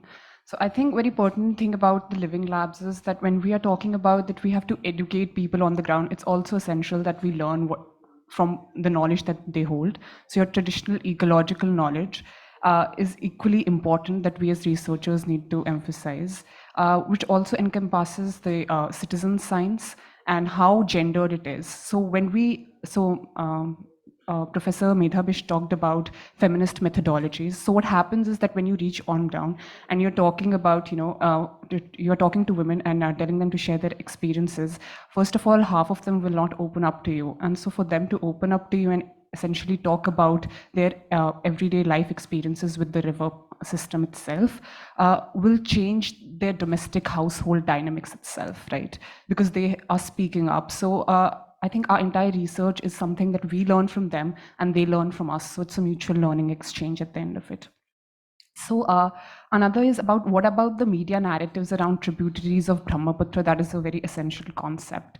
And how there is Dalit feminism and Adivasi women who have a different narrative about feminist approach to the river system, and how in transboundary politics that becomes marginalized discourse. And so we need to mainstream that. Otherwise, we'll only have Brahmin women who are theorizing about all of this, right, in the research community. So, and we also need to look at indigenous masculinities, which are distinct from, say, Adivasi masculinity and Dalit masculinities are distinctive. And so we need to differentiate between that when we are on ground. So technically, when we are interacting with marginalized communities, most of them do not have agency, or they find it very liberating even to speak up during your research. So as we go along over the years researching about this, I think our understanding of the river ecosystem will also build on the fact that we are learning from the communities and not only preaching to them, going to them and saying that this is wrong or this is right. We also need to look at how environmental concerns are also gendered. So gender justice and climate justice are actually cross-cutting themes, and climate disasters hold different meanings for women. And so say employment opportunities for women, are they more in scope before the disaster, and after disasters are they lesser in number, even further obscure? And how do you really frame a disaster, right? So disaster at a macro level, for at the national level, you would call that a disaster. But for local communities, do they have disasters almost every week? Because if it is destabilizing your household at a micro level, for them that is a disaster, but maybe that is not a disaster that is covered by the media itself.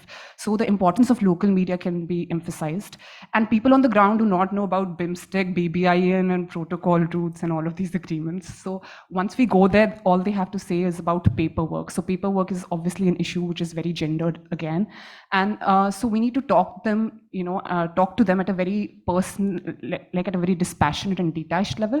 But also we don't need to go there and tell them about this policy is there and you need to follow this, because at the end of the day they are only having lives, they are only having everyday lives in which they are talking about their struggles, right?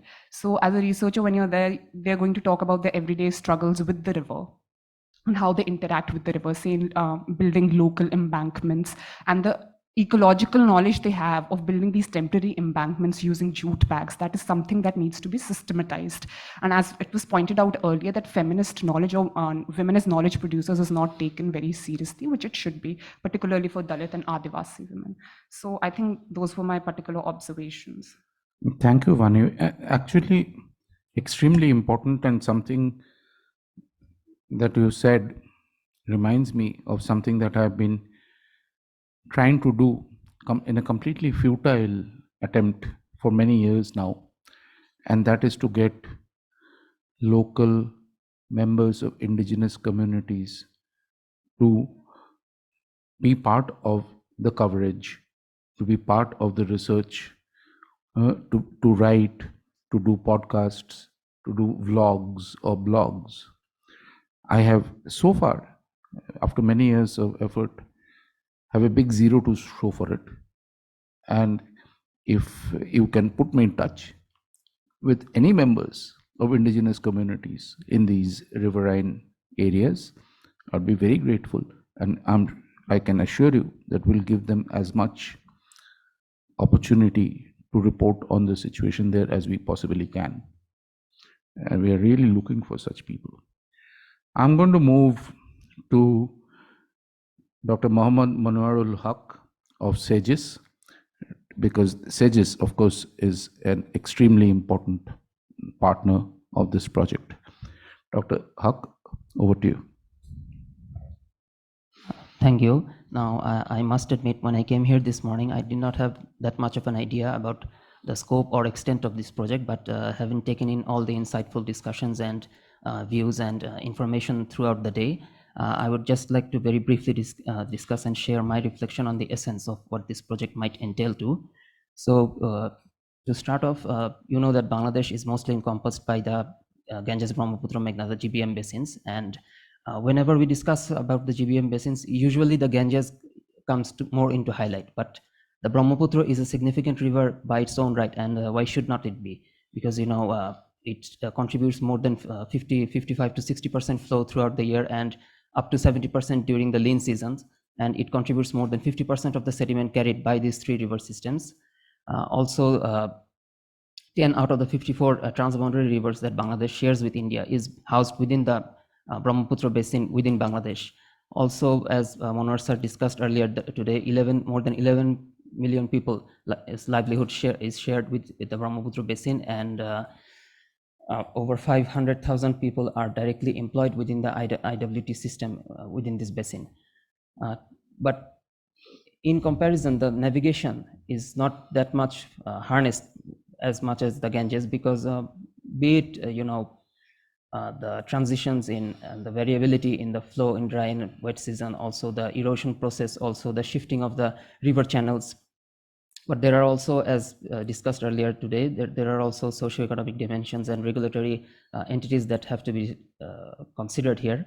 So we can say that a concentrated effort for enhancing regional navigation as a whole from the Brahmaputra Basin has not been taken up yet. To bring about the transformative change that we desire to this somewhat neglected sector of navigation, a dynamic water governance would therefore have to be required that would have to transcend the national bounds and into the regional arena. This governance would then have to bring together the hydromorphological aspects as well as in combination with the socioeconomic and the regulatory entities. That is where I believe the Transpath project or study can contribute a great deal, as it will bring together the voices from all the echelons, from the very root level boat operator through to the technical experts, to the private entities and the local regulatory authorities, up to the national entities that control or govern the navigation process within the river, all under one umbrella. In order to synthesize the transitions in current national and international policies and regulatory statutes that are in place to better facilitate the development of the inland navigation water sector. Thereby, if I am to look at it systematically, this particular study would fit very well at the very top level or the conceptual level, if I must say, as it at the starting point to bring about the transformative change we seek. But by doing so, it can also directly impact the lower stages. For instance, the planning stage, in laying the foundations for effective and timely interventions covering both infrastructural and socioeconomic dimensions, assessing their feasibility, and finally influence their direct or successful adoption into the very field itself. So looking at the broader picture, all of this would of course cater to enhancing the regional cooperation within the Brahmaputra Basin, and as for the river channel itself, elevate it to the pathway of prosperity that we so desire. Thank you. Thank you very much, Dr. Huck. You know, and now I'm addressing the planners of this project. What Dr. Huck tells me reminds me of two things that I've been hearing since morning and have been meaning to say. One is that we are repeatedly hearing, we heard from Munawar Saab and now we heard from Dr. Huck also, that upstream of Shirajganj, the river traffic falls down massively in terms of volume. Between Shirajganj and Chilmari, the river traffic is far less than downstream of Shirajganj. So I don't know, you may want to consider whether you want to have Shirajganj as one of your points in Bangladesh, or if you go further downstream, you will get a contrast between upstream of Shirajganj and downstream of Shirajganj, which may enable you to show some differences in the volume of traffic. Otherwise, you may run the risk of getting only the small volume of traffic and ignoring the larger volume. So that is one thing that keeps coming to my mind today. The other point that definitely does come to my mind is what Fida talked about, in that the need for multi-country environmental impact assessment. Frankly speaking, having been a journalist in this country for many years, I do not expect the governments to do this. That is absolutely no reason why researchers, independent researchers, cannot do it. There is absolutely no reason why researchers of India and Bangladesh cannot get together and jointly do a multi-country environmental impact assessment themselves. You have 4 years in this project. You have more than enough time to do this. And I think this is something you may want to consider in great detail. What I'm going to do now, before I throw this open to more ideas, more partners, I'm going to specifically invite 2 partners who are extremely important, but who haven't really spoken in detail so far, because I do want to hear what they think of this new push to inland waterways. So my first request is to Mr. Atwar Rahman, who's a trader from Dhubri, to tell us what he thinks of this new push for water transport between India and Bangladesh, and whatever we are thinking of. What ideas does he have? What recommendations do you have, Mr. Rahman, for this project?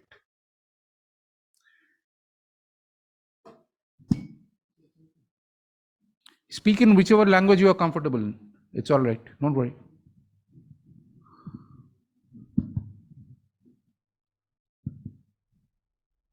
আমি আতোয়ার রহমান, ধুবড়ি থেকে আসছি আমি। আজকে এখানে সবাইকে আন্তরিক ধন্যবাদ জানাচ্ছি। আমার কার্স ইন্টারন্যাশনাল এবং গ্রেট পার্টনার আইআইটি গুয়াহাটি। আমি সবাইকে ধন্যবাদ জানিয়ে বলছি যে আজকে যে আমাদের এই মিটিং এর উদ্দেশ্য যেটা নিয়ে আমরা আসছি, এখানে দু দেশের আমাদের বাংলাদেশের গ্রেট লিজেন্ড অফিসিয়ালি সাইড থেকে ম্যাডাম শর্মিলা খানমকেও ধন্যবাদ জানাচ্ছি এবং আমাদের আইডব্লিউটি অফিসিয়াল সাইটে যে আছেন তাকেও আমি অনেক ধন্যবাদ জানাচ্ছি। আজকে 2018 থেকে 2018 থেকে আমরা ধুবড়িতে ওয়ার্কশপ করছিলাম উইথ বিনা ম্যাডাম, যে ছোট ভেসেল আমরা বাংলাদেশ বর্ডার ক্রস ট্রেড করব বলে। গ্রাউন্ড লেভেলে অনেক বিনাজি আর সাম আদার্স অনেক কষ্ট করেছেন, আমরাও সাথে ছিলাম। তার জন্য আজকে আমাদের ট্রেডটা হয়ে গেছে, যে আমরা ইন্ডো বাংলা ট্রেড করতেছি ভুটান ট্রানজিট দিয়ে, সেটা দিয়ে স্টোন চিপস, বোল্ডার, কয়লা এগুলা ট্রেড করতেছি। স্মল বোট অলসো, এটা বাংলাদেশি ভেসেল আমরা ওদিক থেকে হায়ার করে ইম্পোর্টারকে উৎসাহিত করে আমরা এক্সপোর্টার, আমি নিজেও আমি অথরাইজ শিপিং এজেন্টও ওখানে কাজ করতে হচ্ছে বাই দি ওয়ে। সেই জন্য আমরা এখানে যত কিছু মানে হয়েছে এর ব্যাকগ্রাউন্ডে কার্স ইন্টারন্যাশনালের অনেক অবদান রয়ে গেছে। এখন আমাদের যে মেন উদ্দেশ্য যে আমরা ছোট বুটবুডি বা ছোট বোটকে মেকানিজম করে বর্ডার ট্রেড করব, তো সেটা আমরা অনেকদিন থেকে অপরচুনিটি করছি, কিন্তু সেটা হয়ে উঠছে না। গ্রাউন্ড লেভেলে লোক নাই, ওদিকে বললে টাইম নাই, এদিকে বললে লোক পাওয়া যাচ্ছে না। তো সেটাকে আমরা যদি মানে সবাই মনে করি অ্যাক্টিভ করে, যেভাবে আমরা আমাদেরটা ধরছিলাম যে প্রফেশনালি আমরা ভুটান ট্রানজিটকে, বাংলাদেশ ইন্ডিয়া ফ্রেন্ডশিপকে আমরা আগ বাড়িয়ে নিয়ে কাজটাকে অনেক ভলিউমে করে ফেলেছি। আজকে মোর দ্যান 2000 ভেসেল আমি নিজে সেল করছি ফ্রম ধুবড়ি টু বাংলাদেশ। আজকে অনেক এটা বিগ অপরচুনিটি। তাই আমরা ইদানিং মাঝে ধুবড়ি বাংলাদেশ টু পান্ডু কনসাইনমেন্টও আমরা করছিলাম, কিন্তু হয়তো কিছু ইস্যুতে আমরা পারছি না, সেটাও পসিবল হবে। মিনিস্ট্রিতে আমরা কথা বলেছি। তাই আজকে আমরা যেটাকে উদ্দেশ্য করে যে ছোট বোট দিয়ে আমরা বর্ডার ক্রস ট্রেড করব, সেটা যদি আমরা গ্রাউন্ড লেভেলে গিয়ে এদিকে যা আছে আমার মিনিস্ট্রি থেকে department, waterways, IWI plus customs, BSF, border security, আমাদের ধুবড়ি, এখন আমি তো ওর মধ্যে সবার মধ্যেই জড়িত। এটা আমার এটা যদি আমরা সবাই মিলে ধরি করা সম্ভব। একটা আমাদের অপরচুনিটি আছে বর্ডার হাটটা প্রথম পেতে যদি আমরা ওদিকে থেকে লোক এনকারেজ করে, এদিক থেকে আমাদের লোক এনকারেজ করে, যদি স্মললি হয়তো মেঘালয় পাইনঅ্যাপল আছে, মেঘালয় জিঞ্জার আছে আমাদের পাশেই, স্টোন চিপস তো এগুলা এক্সপোর্ট ইম্পোর্ট হইতেছে, তো এগুলা আছে, এগুলা নিয়ে যদি আমরা একবার প্রবাবলি আমরা ট্রাই করে যদি আমরা ওই বর্ডার হাটটাকে ট্রেডিং হিসাবে একটা ধরে করি, এটা পসিবল আজকের যেটা সিচুয়েশন আছে sir. Okay, thank you, Raman Sahab. I think the organizers of this project have already thought of this because they've been talking about floating border huts.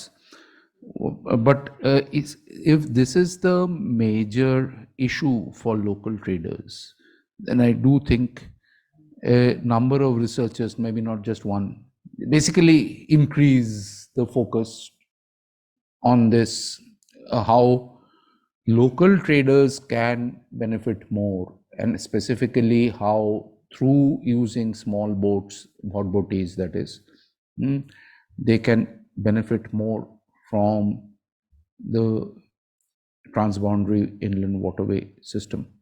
I think that is something we should be looking at in this project. quite significantly. At least that's the feeling I'm getting from hearing everybody. I'm going to move to another trader,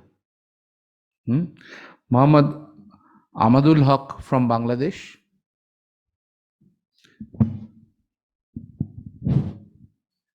Assalamu alaikum.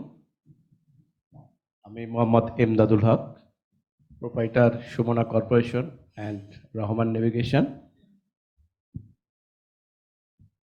আমাদের Dhubri two Chilmari রুটটা সম্ভাবনাময় হতে পারত যদি এখানে proper maintenance করতাম। আমাদের এখানে আমি গত অক্টোবরে দুটো জাহাজ পাঠিয়েছিলাম ওয়েস্টেজ কটন নিয়ে ধুবড়িতে দেন খালি করে জাহাজ দুটাকে আমি পান্ডু পোর্টে পাঠাই, আতর ভাইয়ের মাধ্যমে পাঠাইছিলাম।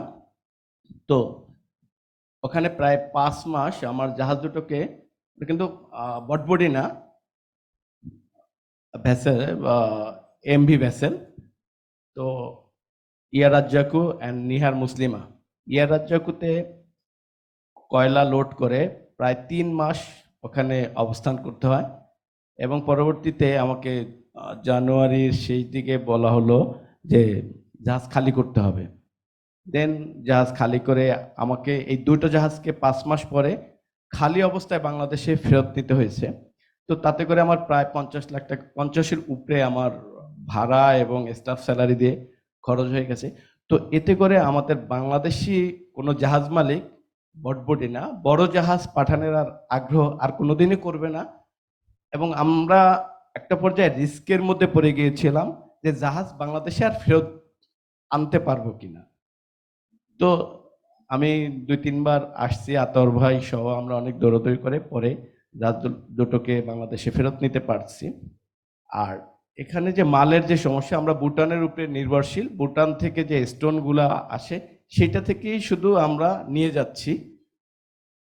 2 দিন পর পর দেখি যে কয়লা হচ্ছে, আবার হঠাৎ করে কয়লা বন্ধ করে দিচ্ছে। তো আমরা যদি এখানে কয়লার উপরে নির্ভর করে জাহাজগুলা পাঠাই, তো কদিন পরে দেখা যাচ্ছে এটা বন্ধ করে দিচ্ছে। তো আমরা 8-10টা জাহাজ হায়ার করে পাঠানোর পরে যদি এখানে এসে জাহাজগুলো বসে থাকে, তো আমরা আর্থিকভাবে ক্ষতিগ্রস্ত হই।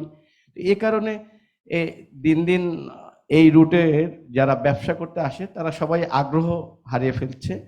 তো এটা যদি আমরা, এবং এখানে যে ড্রাফট আছে, নদীর নাব্যতা আছে, সেটা যদি আমরা 2.5-এর উপরে নিতে পারি, অর্থাৎ আমাদের 300 না, আমাদের যদি 400 থেকে 500 টন নিয়ে যদি আমরা আসা যাওয়া করতে পারি, দেন আমাদের এই রুটটায় ব্যবসা করা সম্ভব। আর বাংলাদেশ থেকে আমার সাথে অনেক কয়টা কোম্পানি যোগাযোগ করছে। 7 সিস্টারে প্লাস্টিকের পাইপ, এটার খুব চাহিদা, সিমেন্ট, ওয়েস্ট কটন, তো এগুলো আমরা যদি পাঠাতে পারি আর এখান থেকে যদি স্টোন চিপস এবং কয়লাটা যদি ইনশিওর করা হয় যে এই মালগুলো পাওয়া যাবে, তাহলে এই রুটটা আমাদের ব্যবসা সফল হবে এবং বাংলাদেশ থেকেও রপ্তানি হবে, ইন্ডিয়া থেকে তো আমরা ইম্পোর্ট করি। তো আমাদের সবার আগে প্রয়োজন নদীর নাব্যতা।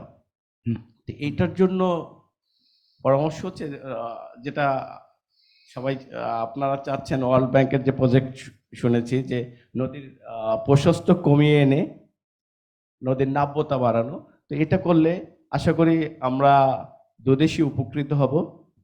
ধন্যবাদ সবাইকে। Thank you. I think Mr. Haq has actually raised a very important policy point, which is the stabilization of policy, the stability of policies. And that will operate at all levels, not just the level of the individual trader that he's talking about. The problems that he had with the goods in his 2 ships. This is a question I've been asking for quite a few years now, on whenever the Indo-Bangladesh what inland waterway route is being talked up by the governments, whether it's the government of India or the government of Assam. My first, and all these numbers are being thrown up as to how many million tons can be moved. And I keep asking, okay, how many million tons are being moved today? On what basis are you making these projections? And I do not get satisfactory answers. I come away with the feeling that governments are making projections based on assumptions that may or may not hold. And I do think that independent researchers need to look at this. The whole premise of why have such a big infrastructure project for is, and I am all for it. Yes, inland waterway is the greenest form of transport. I'm all for it. But unless it makes money, it's not going to work. And unless there is a certain minimum tonnage we are talking about, it's not going to work. And the assumptions being made to project those tonnage figures, I'm not sure of them. I do want independent researchers to look at them, to critically look at them, and B, whether ups and downs in policies, flip-flops in policies, as Mr. Haq just pointed out, will affect that or not. And this is the sort of thing that happens. I mean, Shushanto and I are aware of this. You do 99 good stories and you do one bad story and your reputation is mud. And so once Mr. Haq has had this experience with 2 of his ships, he's perfectly right in saying that no Bangladeshi trader or business person is going to take the risk again, unless reassured repeatedly by governments of both countries. Why would they? So there is a very important point here that is being made. Right. Before going back to the panelists for their second round of thoughts, I do want to throw this open to the room because, as I said in the beginning, we are all partners in this project, which is starting. What we are doing now is to come up with a sort of wish list of sub-projects under this project. What exactly are we going to look at? What are the researchers going to look at? What are the areas? We have come up with some suggestions. Earlier panels have come up with some suggestions. Now, my question to this room is there anything important that has not been brought up today? I can see that people are extremely tired mentally after the whole day, which is not a surprise. Yeah, go ahead. I'm really sure that this is the greenest form of transport, because for now we know that the river is not much, it's not used up to its fullest potential. But eventually, when we want to take off and water navigation to such an extent, it might be the same as in the road transportation, right? And now we're too late with road transportation. There's a lot of emissions that is being caused because of this mode of transportation. And me, from an automotive industry experience, I know that they're pumping in a lot of money to become green. And we also have to factor in this aspect that in the future, when we scale up this mode of transport, probably we run into a similar situation. Okay, I'll respond in 2 ways. In 1903, the New York Times ran an editorial saying, welcoming the car to the streets of New York, not because the car was in any other way better than the horse-drawn carriage, but it would take care of the pollution caused by horse droppings. So the car was welcomed as a cleaner alternative. I say this because every age will work to the best of its wisdom, the wisdom of its age. It will not be, no age will be able to predict 2240. It's not that far away, 2240. If you go by the levels of history, it's just tomorrow. But we cannot predict. So, to the best of my knowledge, as of today, in today's technology, bulk movement through riverine transport is greener than bulk movement through road and rail. As of today, in today's available technology. Which is not to say that it's all good and free of problems. Not at all. If it was all good and free of problems, you wouldn't need this project. Projects like these, at least the way I look at it, are essentially meant to make sure that good projects are not ruined by bad side effects. So yes, you're absolutely right that we need to keep track of the emissions, the environmental issues that are being caused by riverine transport. And we need to mitigate them as and when it happens, and mitigate them before it happens if we know. But as I said, I do not know a cleaner alternative. And there is a need to move goods from point A to point B, country. Factories need them, people need them, countries need them. So how do you move things from point A to point B? So we have to have some means to do it. However, the best, I am also getting extremely worried about the possibility that NW2 will not follow the principles of NW1. I hope it will. I'm told it will. I'm just keeping my fingers crossed that that promise will be kept. NW1, the Ganga route, civil society, local communities have done a lot of work to ensure 3 or 4 safeguards. A major safeguard that is on NW1, and I would like to know if it's on NW2 as well, is propeller guards, so that neither dolphins nor other forms of riverine life are affected by the propellers.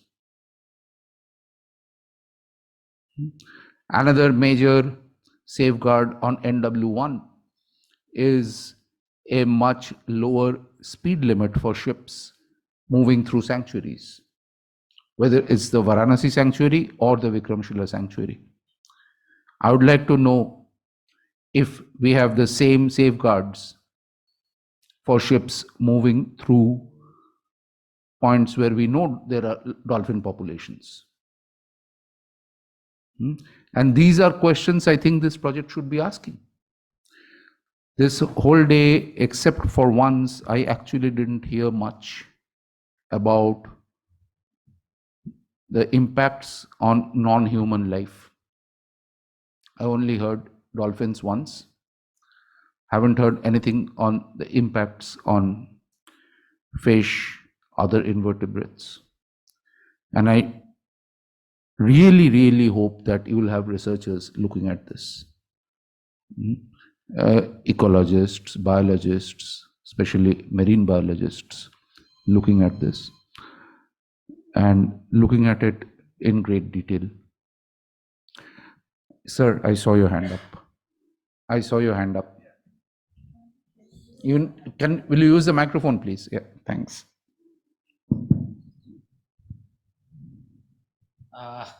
My question is on the greening of these sectors, because now the greening everywhere it is coming forward. Even for the government of India also has its own ambitions or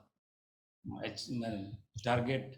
By 2070 it should be carbon neutrality.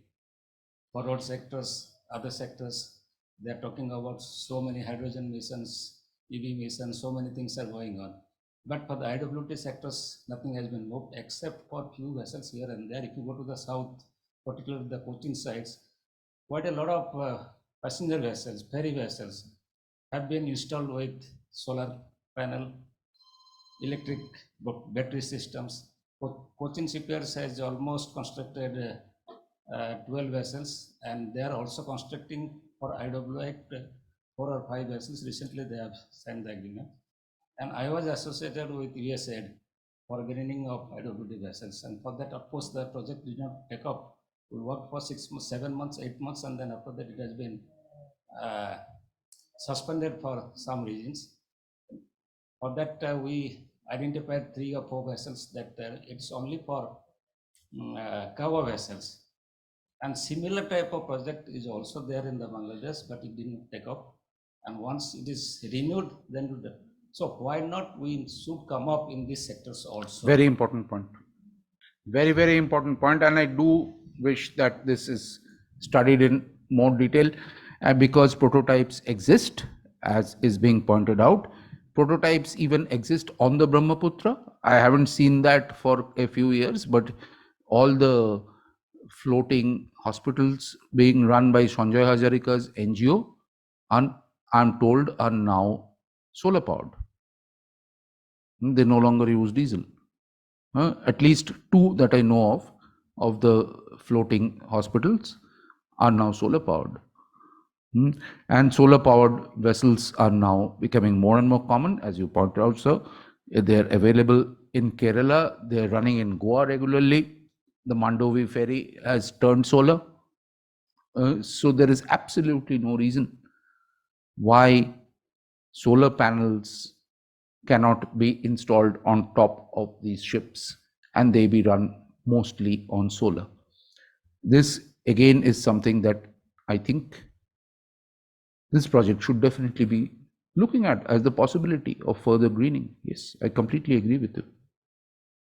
And one more issue I just want to, of course, that times I suggested regarding the country crops. Whenever government of Assam or all the state governments are talking about that, unless until it is a mechanized vessel or mechanically propelled vessels, it cannot be registered under the IV Act. But now, whenever you're talking about the mechanized vessels, means then you have to have a marine engines. Marine engines of what? IMO standard, International Maritime Organization standard 2, Tier 2 or Tier 3. That way they have converted quite a lot of vessels, I mean boat. But that's not going to be the solution because it's highly costly affairs. So why don't you go stage by stage? Even if you already have some semi-mechanized vessels with butputis or the truck engines or even the industrial engines, you just marinize it. I take your point. Changes, and then allow them for 5 years, and then you will then tell them that after 5 years you must have to have a marine engines of that standards. I take your point, sir. I take your point. It's an important point. I'm just a little bit worried about a project like this trying to do too many things and losing focus. So that is something that needs to be considered. Anamika wanted to say something? Yeah, I'm going back to the panelists right now. I'm going to start the other way around now. So, Dr. Huck? Yeah.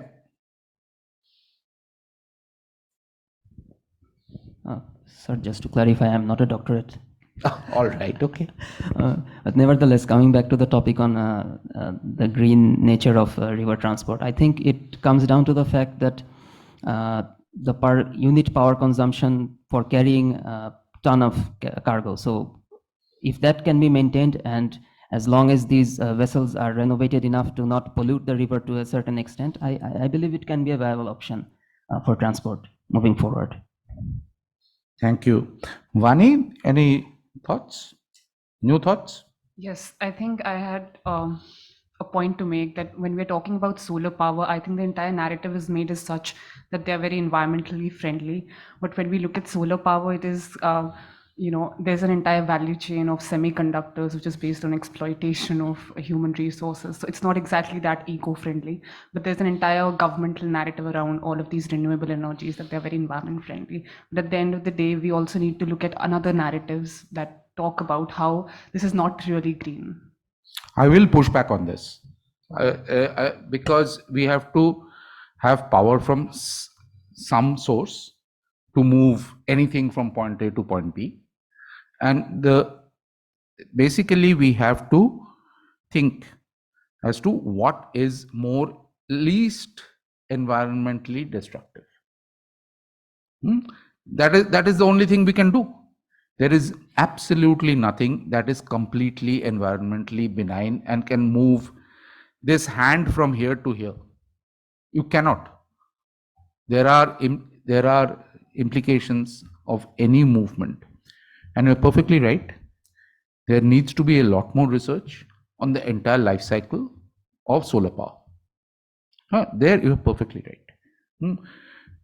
Whatever research has been done, I'm quoting that to say that so far, solar, wind, and biogas are proving to be the least environmentally destructive forms of energy. That is as of today. Technology is something we cannot predict. There are people working on various forms of technology, and each form has pluses, minuses, etc. Again, one can only go by the wisdom of the age, and that is as we have it today. It may very well be that tomorrow we may find tidal power to be better and cleaner. That may very well be, and we would use that. I personally have serious problems with the way solar is being rolled out in this country. I think it's being centralized far too much. It should be decentralized. An enormous amount of energy is being wasted in transmission and distribution, and it shouldn't happen that way.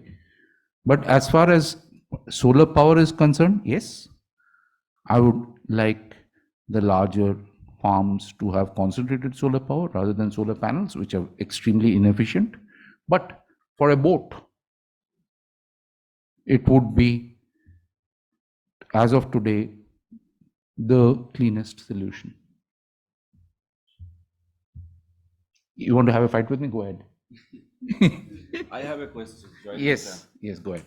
So, so in case of road transport, yeah, can we do these types of brainstorming before road constructions or upgrade from 2-lane to 4-lane? That what would be the impact on environment, what would be the impact on ecology, and so on and so forth.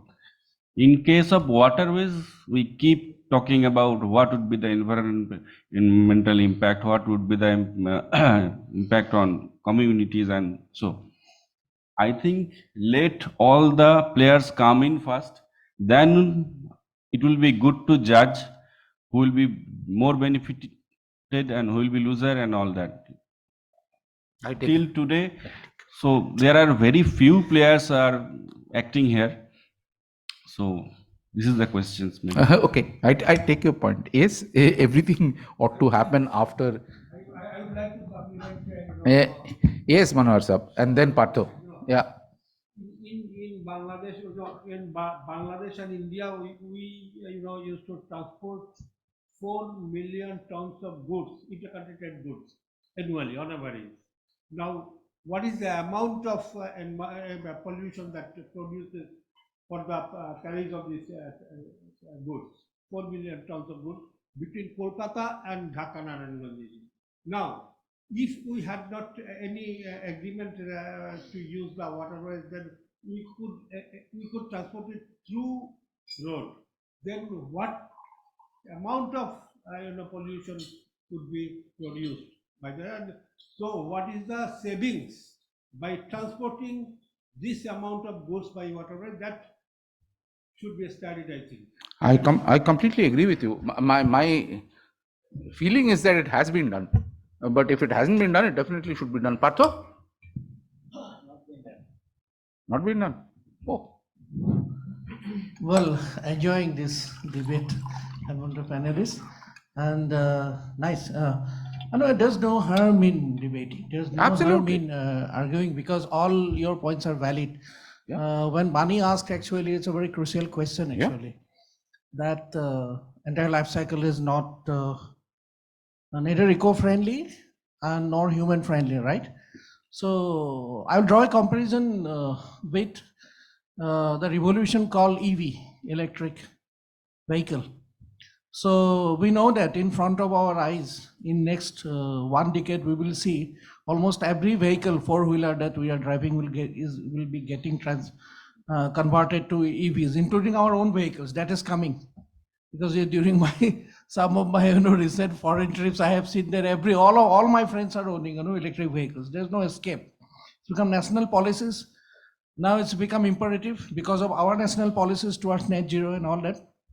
But then there are criticisms, because in case of electric vehicles, where the use of lithium-ion battery is drawing a lot of flack, because the lithium owns in Australia, New Zealand, and Malawi, and some of the African countries, they are using child labor.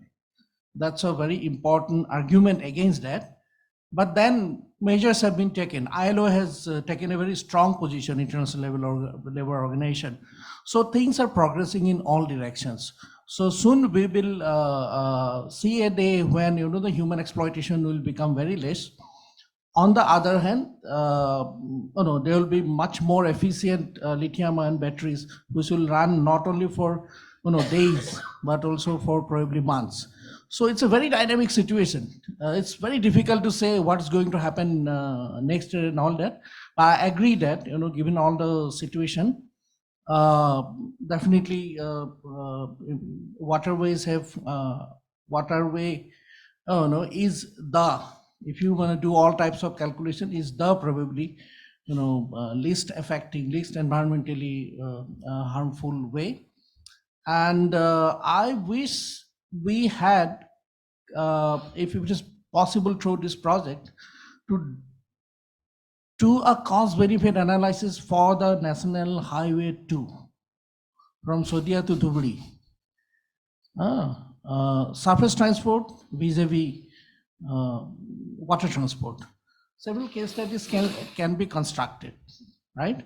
And then we will have a definite answer for how much less carbon emission will be there, or from carbon footprint point of view, how beneficial, from economic cost point of view, how beneficial, and from environmental cost, etc. Next, a very Sugant has asked a very interesting question, why this hulabaloo about waterways, then who is asking question about where highways are made? Well, a very important question. It is eliciting me an important point for sharing. Highways have been evaluated actually. For most of the important highways, there are EIAs and all that, although they are less known and less adhered to and less attended to, but at least officially there are. Unfortunately, under the Indian law, at least the EIA notification 2006, which is still running because the draft EIA notification 2020 is still to be finalized, most of these waterways projects do not need EIA. That's a big problem for us. We don't even know whether they will have impact or not, because they are exempted. Therefore, one major criticism against which we raised, many of our environmental groups, against the 2020 draft, that you must bring in all major projects related to highway development, waterway development, including dredging, because at that time, if you remember, Brahmaputra dredging was a big issue, 1920, and suddenly we found that it has been exempted. So it was all part of a grand plan actually, but from environmental point of view, it was not acceptable. So we don't know what lies because it has not yet been finalized. Therefore, we are very worried about many of these waterways because the law of the land doesn't make it compulsory for you to, you don't have to do anything actually, you just get the clearance. But in case of a big highway project, you still have to do an EIA, even if it is a eyewash. So I think, it's equally important for both highway projects, for waterway projects, whenever there is possibility of, significant harm done to environment and society, it needs to be evaluated. That's all. Unfortunately, our laws are right now biased. Yeah. Yeah, Zakir bhai. You know, for all these rivers and this waterway have the right to survive, own survival of the rivers. That is, yeah. So the harms we have done, all these, the rivers are dying because of human works, mainly because dams and everything. So to make all these waterways survive, if we need to dredge that, if we consider separately, the cost of doing dredging is separate than to carry the goods, then it is much cost effective. But if you consider the dredging and management cost, that could be different. So but survival of these waterways is very important. So I think without doing anything, we can do things for survival of the natural waterways in our countries. So yeah, that's my opinion. That's an important point. That's a very important point. And I mean, waterway survives only if there's water in the river to start with.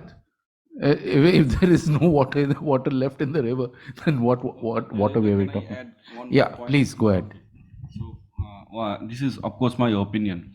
I think there is two lobbies: roadways lobbies and waterways lobbies. Of course, roadways lobbies is very strong, and one thing which is vested interest of this group, because they are the strongest group as of date. So I think it will be good if we can think to strengthening this group, this riverine group, and the riverine transport sector groups, and they can be, we can enhance their capacity to fight themselves, because we cannot fight for them. They have to fight for their survival. If we can think something on that also. That's an important point, and I'm glad. That's why I'm glad that Veena has been working with them. Cuts has been working with them, and yes, strengthening them is necessary. Shumanto, sorry, yeah, go ahead. I just have a confusion, probably Dandabad sir is here, or anyone, some well informed, maybe clarify my doubt. Now, who regulates, who has control over the mechanized boat? If I'm not wrong, the Indian vessel, that 2020 Act, 21 Act, the central government has taken over the rights.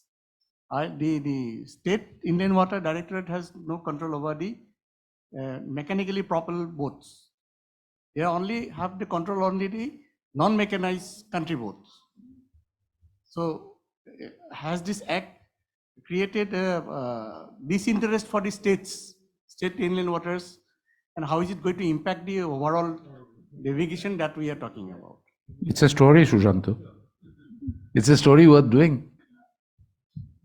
Yeah, you can. I think you have the answer to this question. Yes.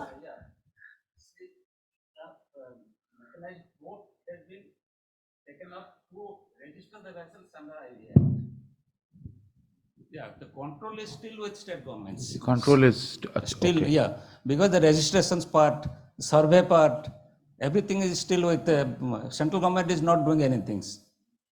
It's Yeah, still the state. implementations of the IB Act still remains with the things. That's what I am saying. Unless until the state governments, the state mechanisms, the state institutional mechanisms are not strengthened, capacity developments are not done, then these issues will not be solved. Yeah, okay. Then basically what you were saying, regulation and governance will not happen without the state government's institutional ability to strengthen. Exactly. That is why after the Majuli accident, Hmm. 2020, Brahmaputra Basin made it compulsory for all passenger vehicles to have marine engines. About which we are actually now discussing. There are pros and cons actually, because there are many boat operators who cannot afford it. to buy. Yeah, who cannot afford it. And that is why they are still flying their boats, but they are being labeled illegal. And they are being deprived of all government facility. Anything that this World Bank project, all benefits they are supposed to accrue from this World Bank project, YWP Assam, these benefits will not be made for this so-called illegal, because they do not have marine engine. So these are very important policy decisions. His points are highly valid. We should, I think, ask government of Assam to have a review.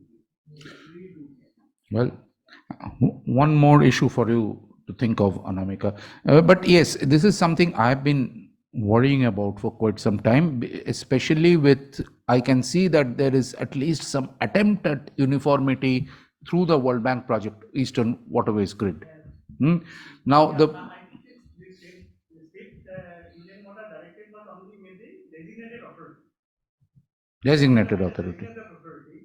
Without good permission, you cannot construct or modify it.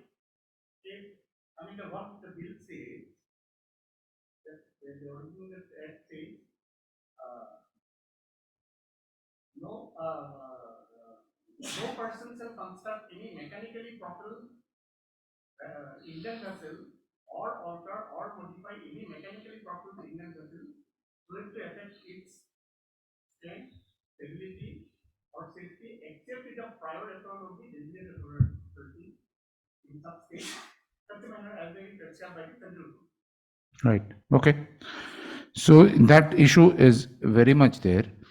My worry right now with the World Bank trying to put some uniformity into this is that we may get different boats in India because they are under different sets of rules, and different boats in Bangladesh because they are under a different set of rules, and they are expected to ply in each other's water.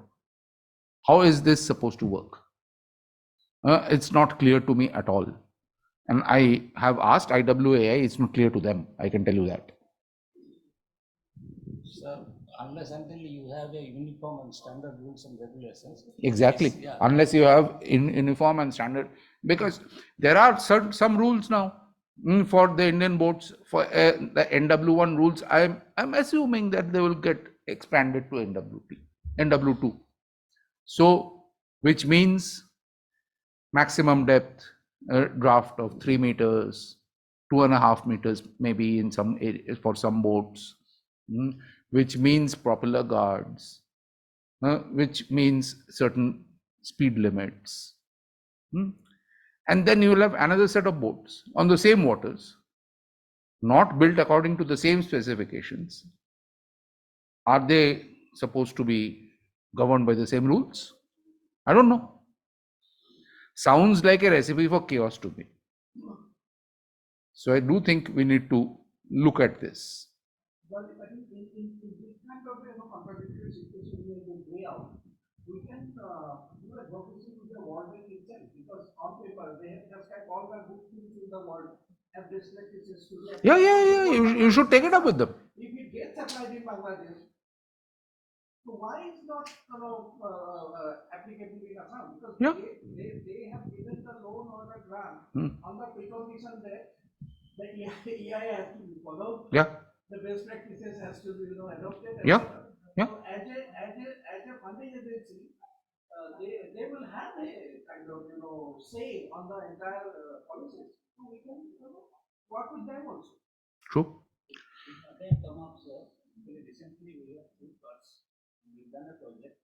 What are the changes? I mean, what are the difference in the regulatory network of India The differences between the regulatory networks. Yes, I know. I hadn't suggested it because I got a mail from Cuts about this. Yes. Yeah. Yeah, the two regulatory networks. Right. Okay. I can see that we are coming up to the end of time. I'm going to go back to the panel. If anybody, it's up to you. Does anybody want to say anything? I just would like to say one thing about the environmental quality of the river. If we maintain the environmental flow, then and we match it with the pollutant load that it carries, I think it can flush itself out, and that can be a way we can maintain the the sound quality of water. I agree. Yeah, go ahead. I like to say, whatever we plan to do, involving, including inclusion of people, that is very important, because that should be considered. First, consult, talk with the people, common people. What are the problem? Changing their engine or all the issues, and general people, the people living, all the people. So there's people in educating, telling people there is this policy, and also involving the direct users or the actors or stakeholders. So that should be considered very well, with consultation with the people. Agree.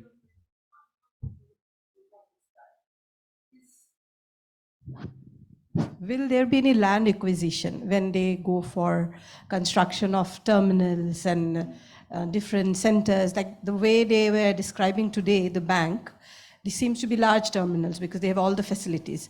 So will there be land acquisition? And if there is, the answer is yes, because I've seen that in Banaras. I've seen that in what's the name of that place? Yeah, Sahibganj. Haldia. There has been land acquisition. It's there. Do we have a compensation mechanism for such? They have. I don't know. You'll have to check this on the ground. I've been told by the bank that the compensation package has been better than in other cases, so people are okay.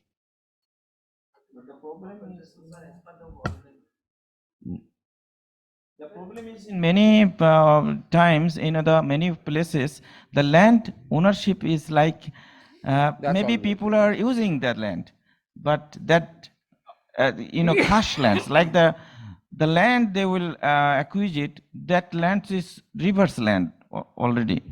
So maybe the people living there, they will not get any benefit because they don't have any documents like that. Yeah, people dependent on a plot without the documents. What happens to them?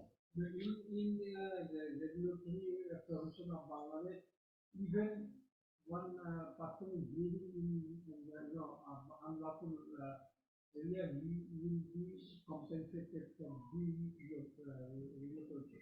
To the same extent as the owner? He will get some compensation. Is According to acquisition rules of Bangladesh. Yeah, that's only for transferring. The owners of the land will get price 3 times more than the present market price. right. Okay. It's definitely worth looking at. Definitely, because I can see in Dibrugarh, for example, there's going to be a large container port. Yeah. I asked a question about the shifting ghats and all that. How do we get answer? You say that they will construct floating jetties. If this floating jetty mine, any permanent kind of infrastructure on very fragile river bed is not encouraged. Number one. Number one, they are highly erosion prone. So whatever investment you are making because of taking care of it will go down with the water. Third, I mean, if you keep in mind the uncertainty of the flows, the sediment, the way that river migration is happening, rivers are changing courses from Sodia to Dhubri. I think the concept of small but well-equipped mobile ports boats that can move from one place to another. Okay. You can see. Okay. Okay. That's Okay. a much better idea than a permanent kind of, cart that Okay. you are imagining, because that is the nature of the river. It will keep on happening. Just because you constructed a very fancy No, you tomorrow you can find. on the bank of a particular port doesn't mean the river will respect it or remain there. The very next day it will go 1 kilometer downstream. Yes, or exactly. 1 kilometer upstream. Then what will you do? Yeah. Because this is a life problem. All of us are, because we are people, all of us are doing. Yeah. That was the kind of challenge for which I asked this question. But if you see now, the local lessees or who owns, to whom the leaseholding is given, they are shifting from here and there, and people are also shifting from here and there without much complaining about it, because they understand this is the river, this is the nature of the river. They don't blame anybody else. They don't even blame the rivers. As a owner, this has been like this for ages. So I understand. somehow, if we can learn from this entirely localized dynamics of interaction between river and the people who are using the river for transportation. Okay. Strengthen this with learning something from it. I still think that the entire concept of shifting is much more eco-friendly, will be much more eco-friendly, much more feasible than a permanent, an idea of a permanent act, which may or may not be permanent. Definitely worth looking at. Anamika, I can see that you need to involve your civil engineering department as well. Brahmaputra is now where I have to pay. And in childhood, I could walk the river Brahmaputra and enjoy the river. And now I have to pay. Right. You have to pay to the server. Hmm. You have to pay to the GMC. Hmm. Now we are building entire riverbank in body with some good structure. So you have to first pay, then you go near the river. Yeah, I'm aware of this. So I don't know how sustainable this will be, which actually brings us almost to the end and to the elephant in the room that we haven't talked about. So you know that due to the nature of this river, you'll have to keep dredging all the time. What do you do with it? What do you do with all that mud and sand? I think this is, that's what has been done so far, is to pick it up and put it on, throw it to the side. Is that the desirable outcome? Would the study want to look at this? Thank you very much.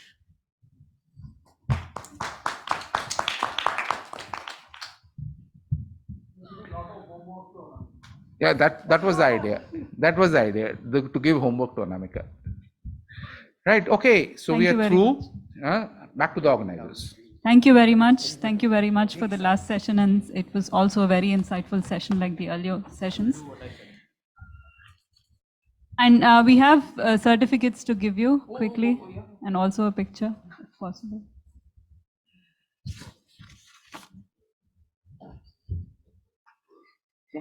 Yeah. Thank you. Oh, Zakir bhai. Yes, thank you. Of course. Thank you. Of course. Thank you. Thank you. Vani. Come on. There. Modeling time.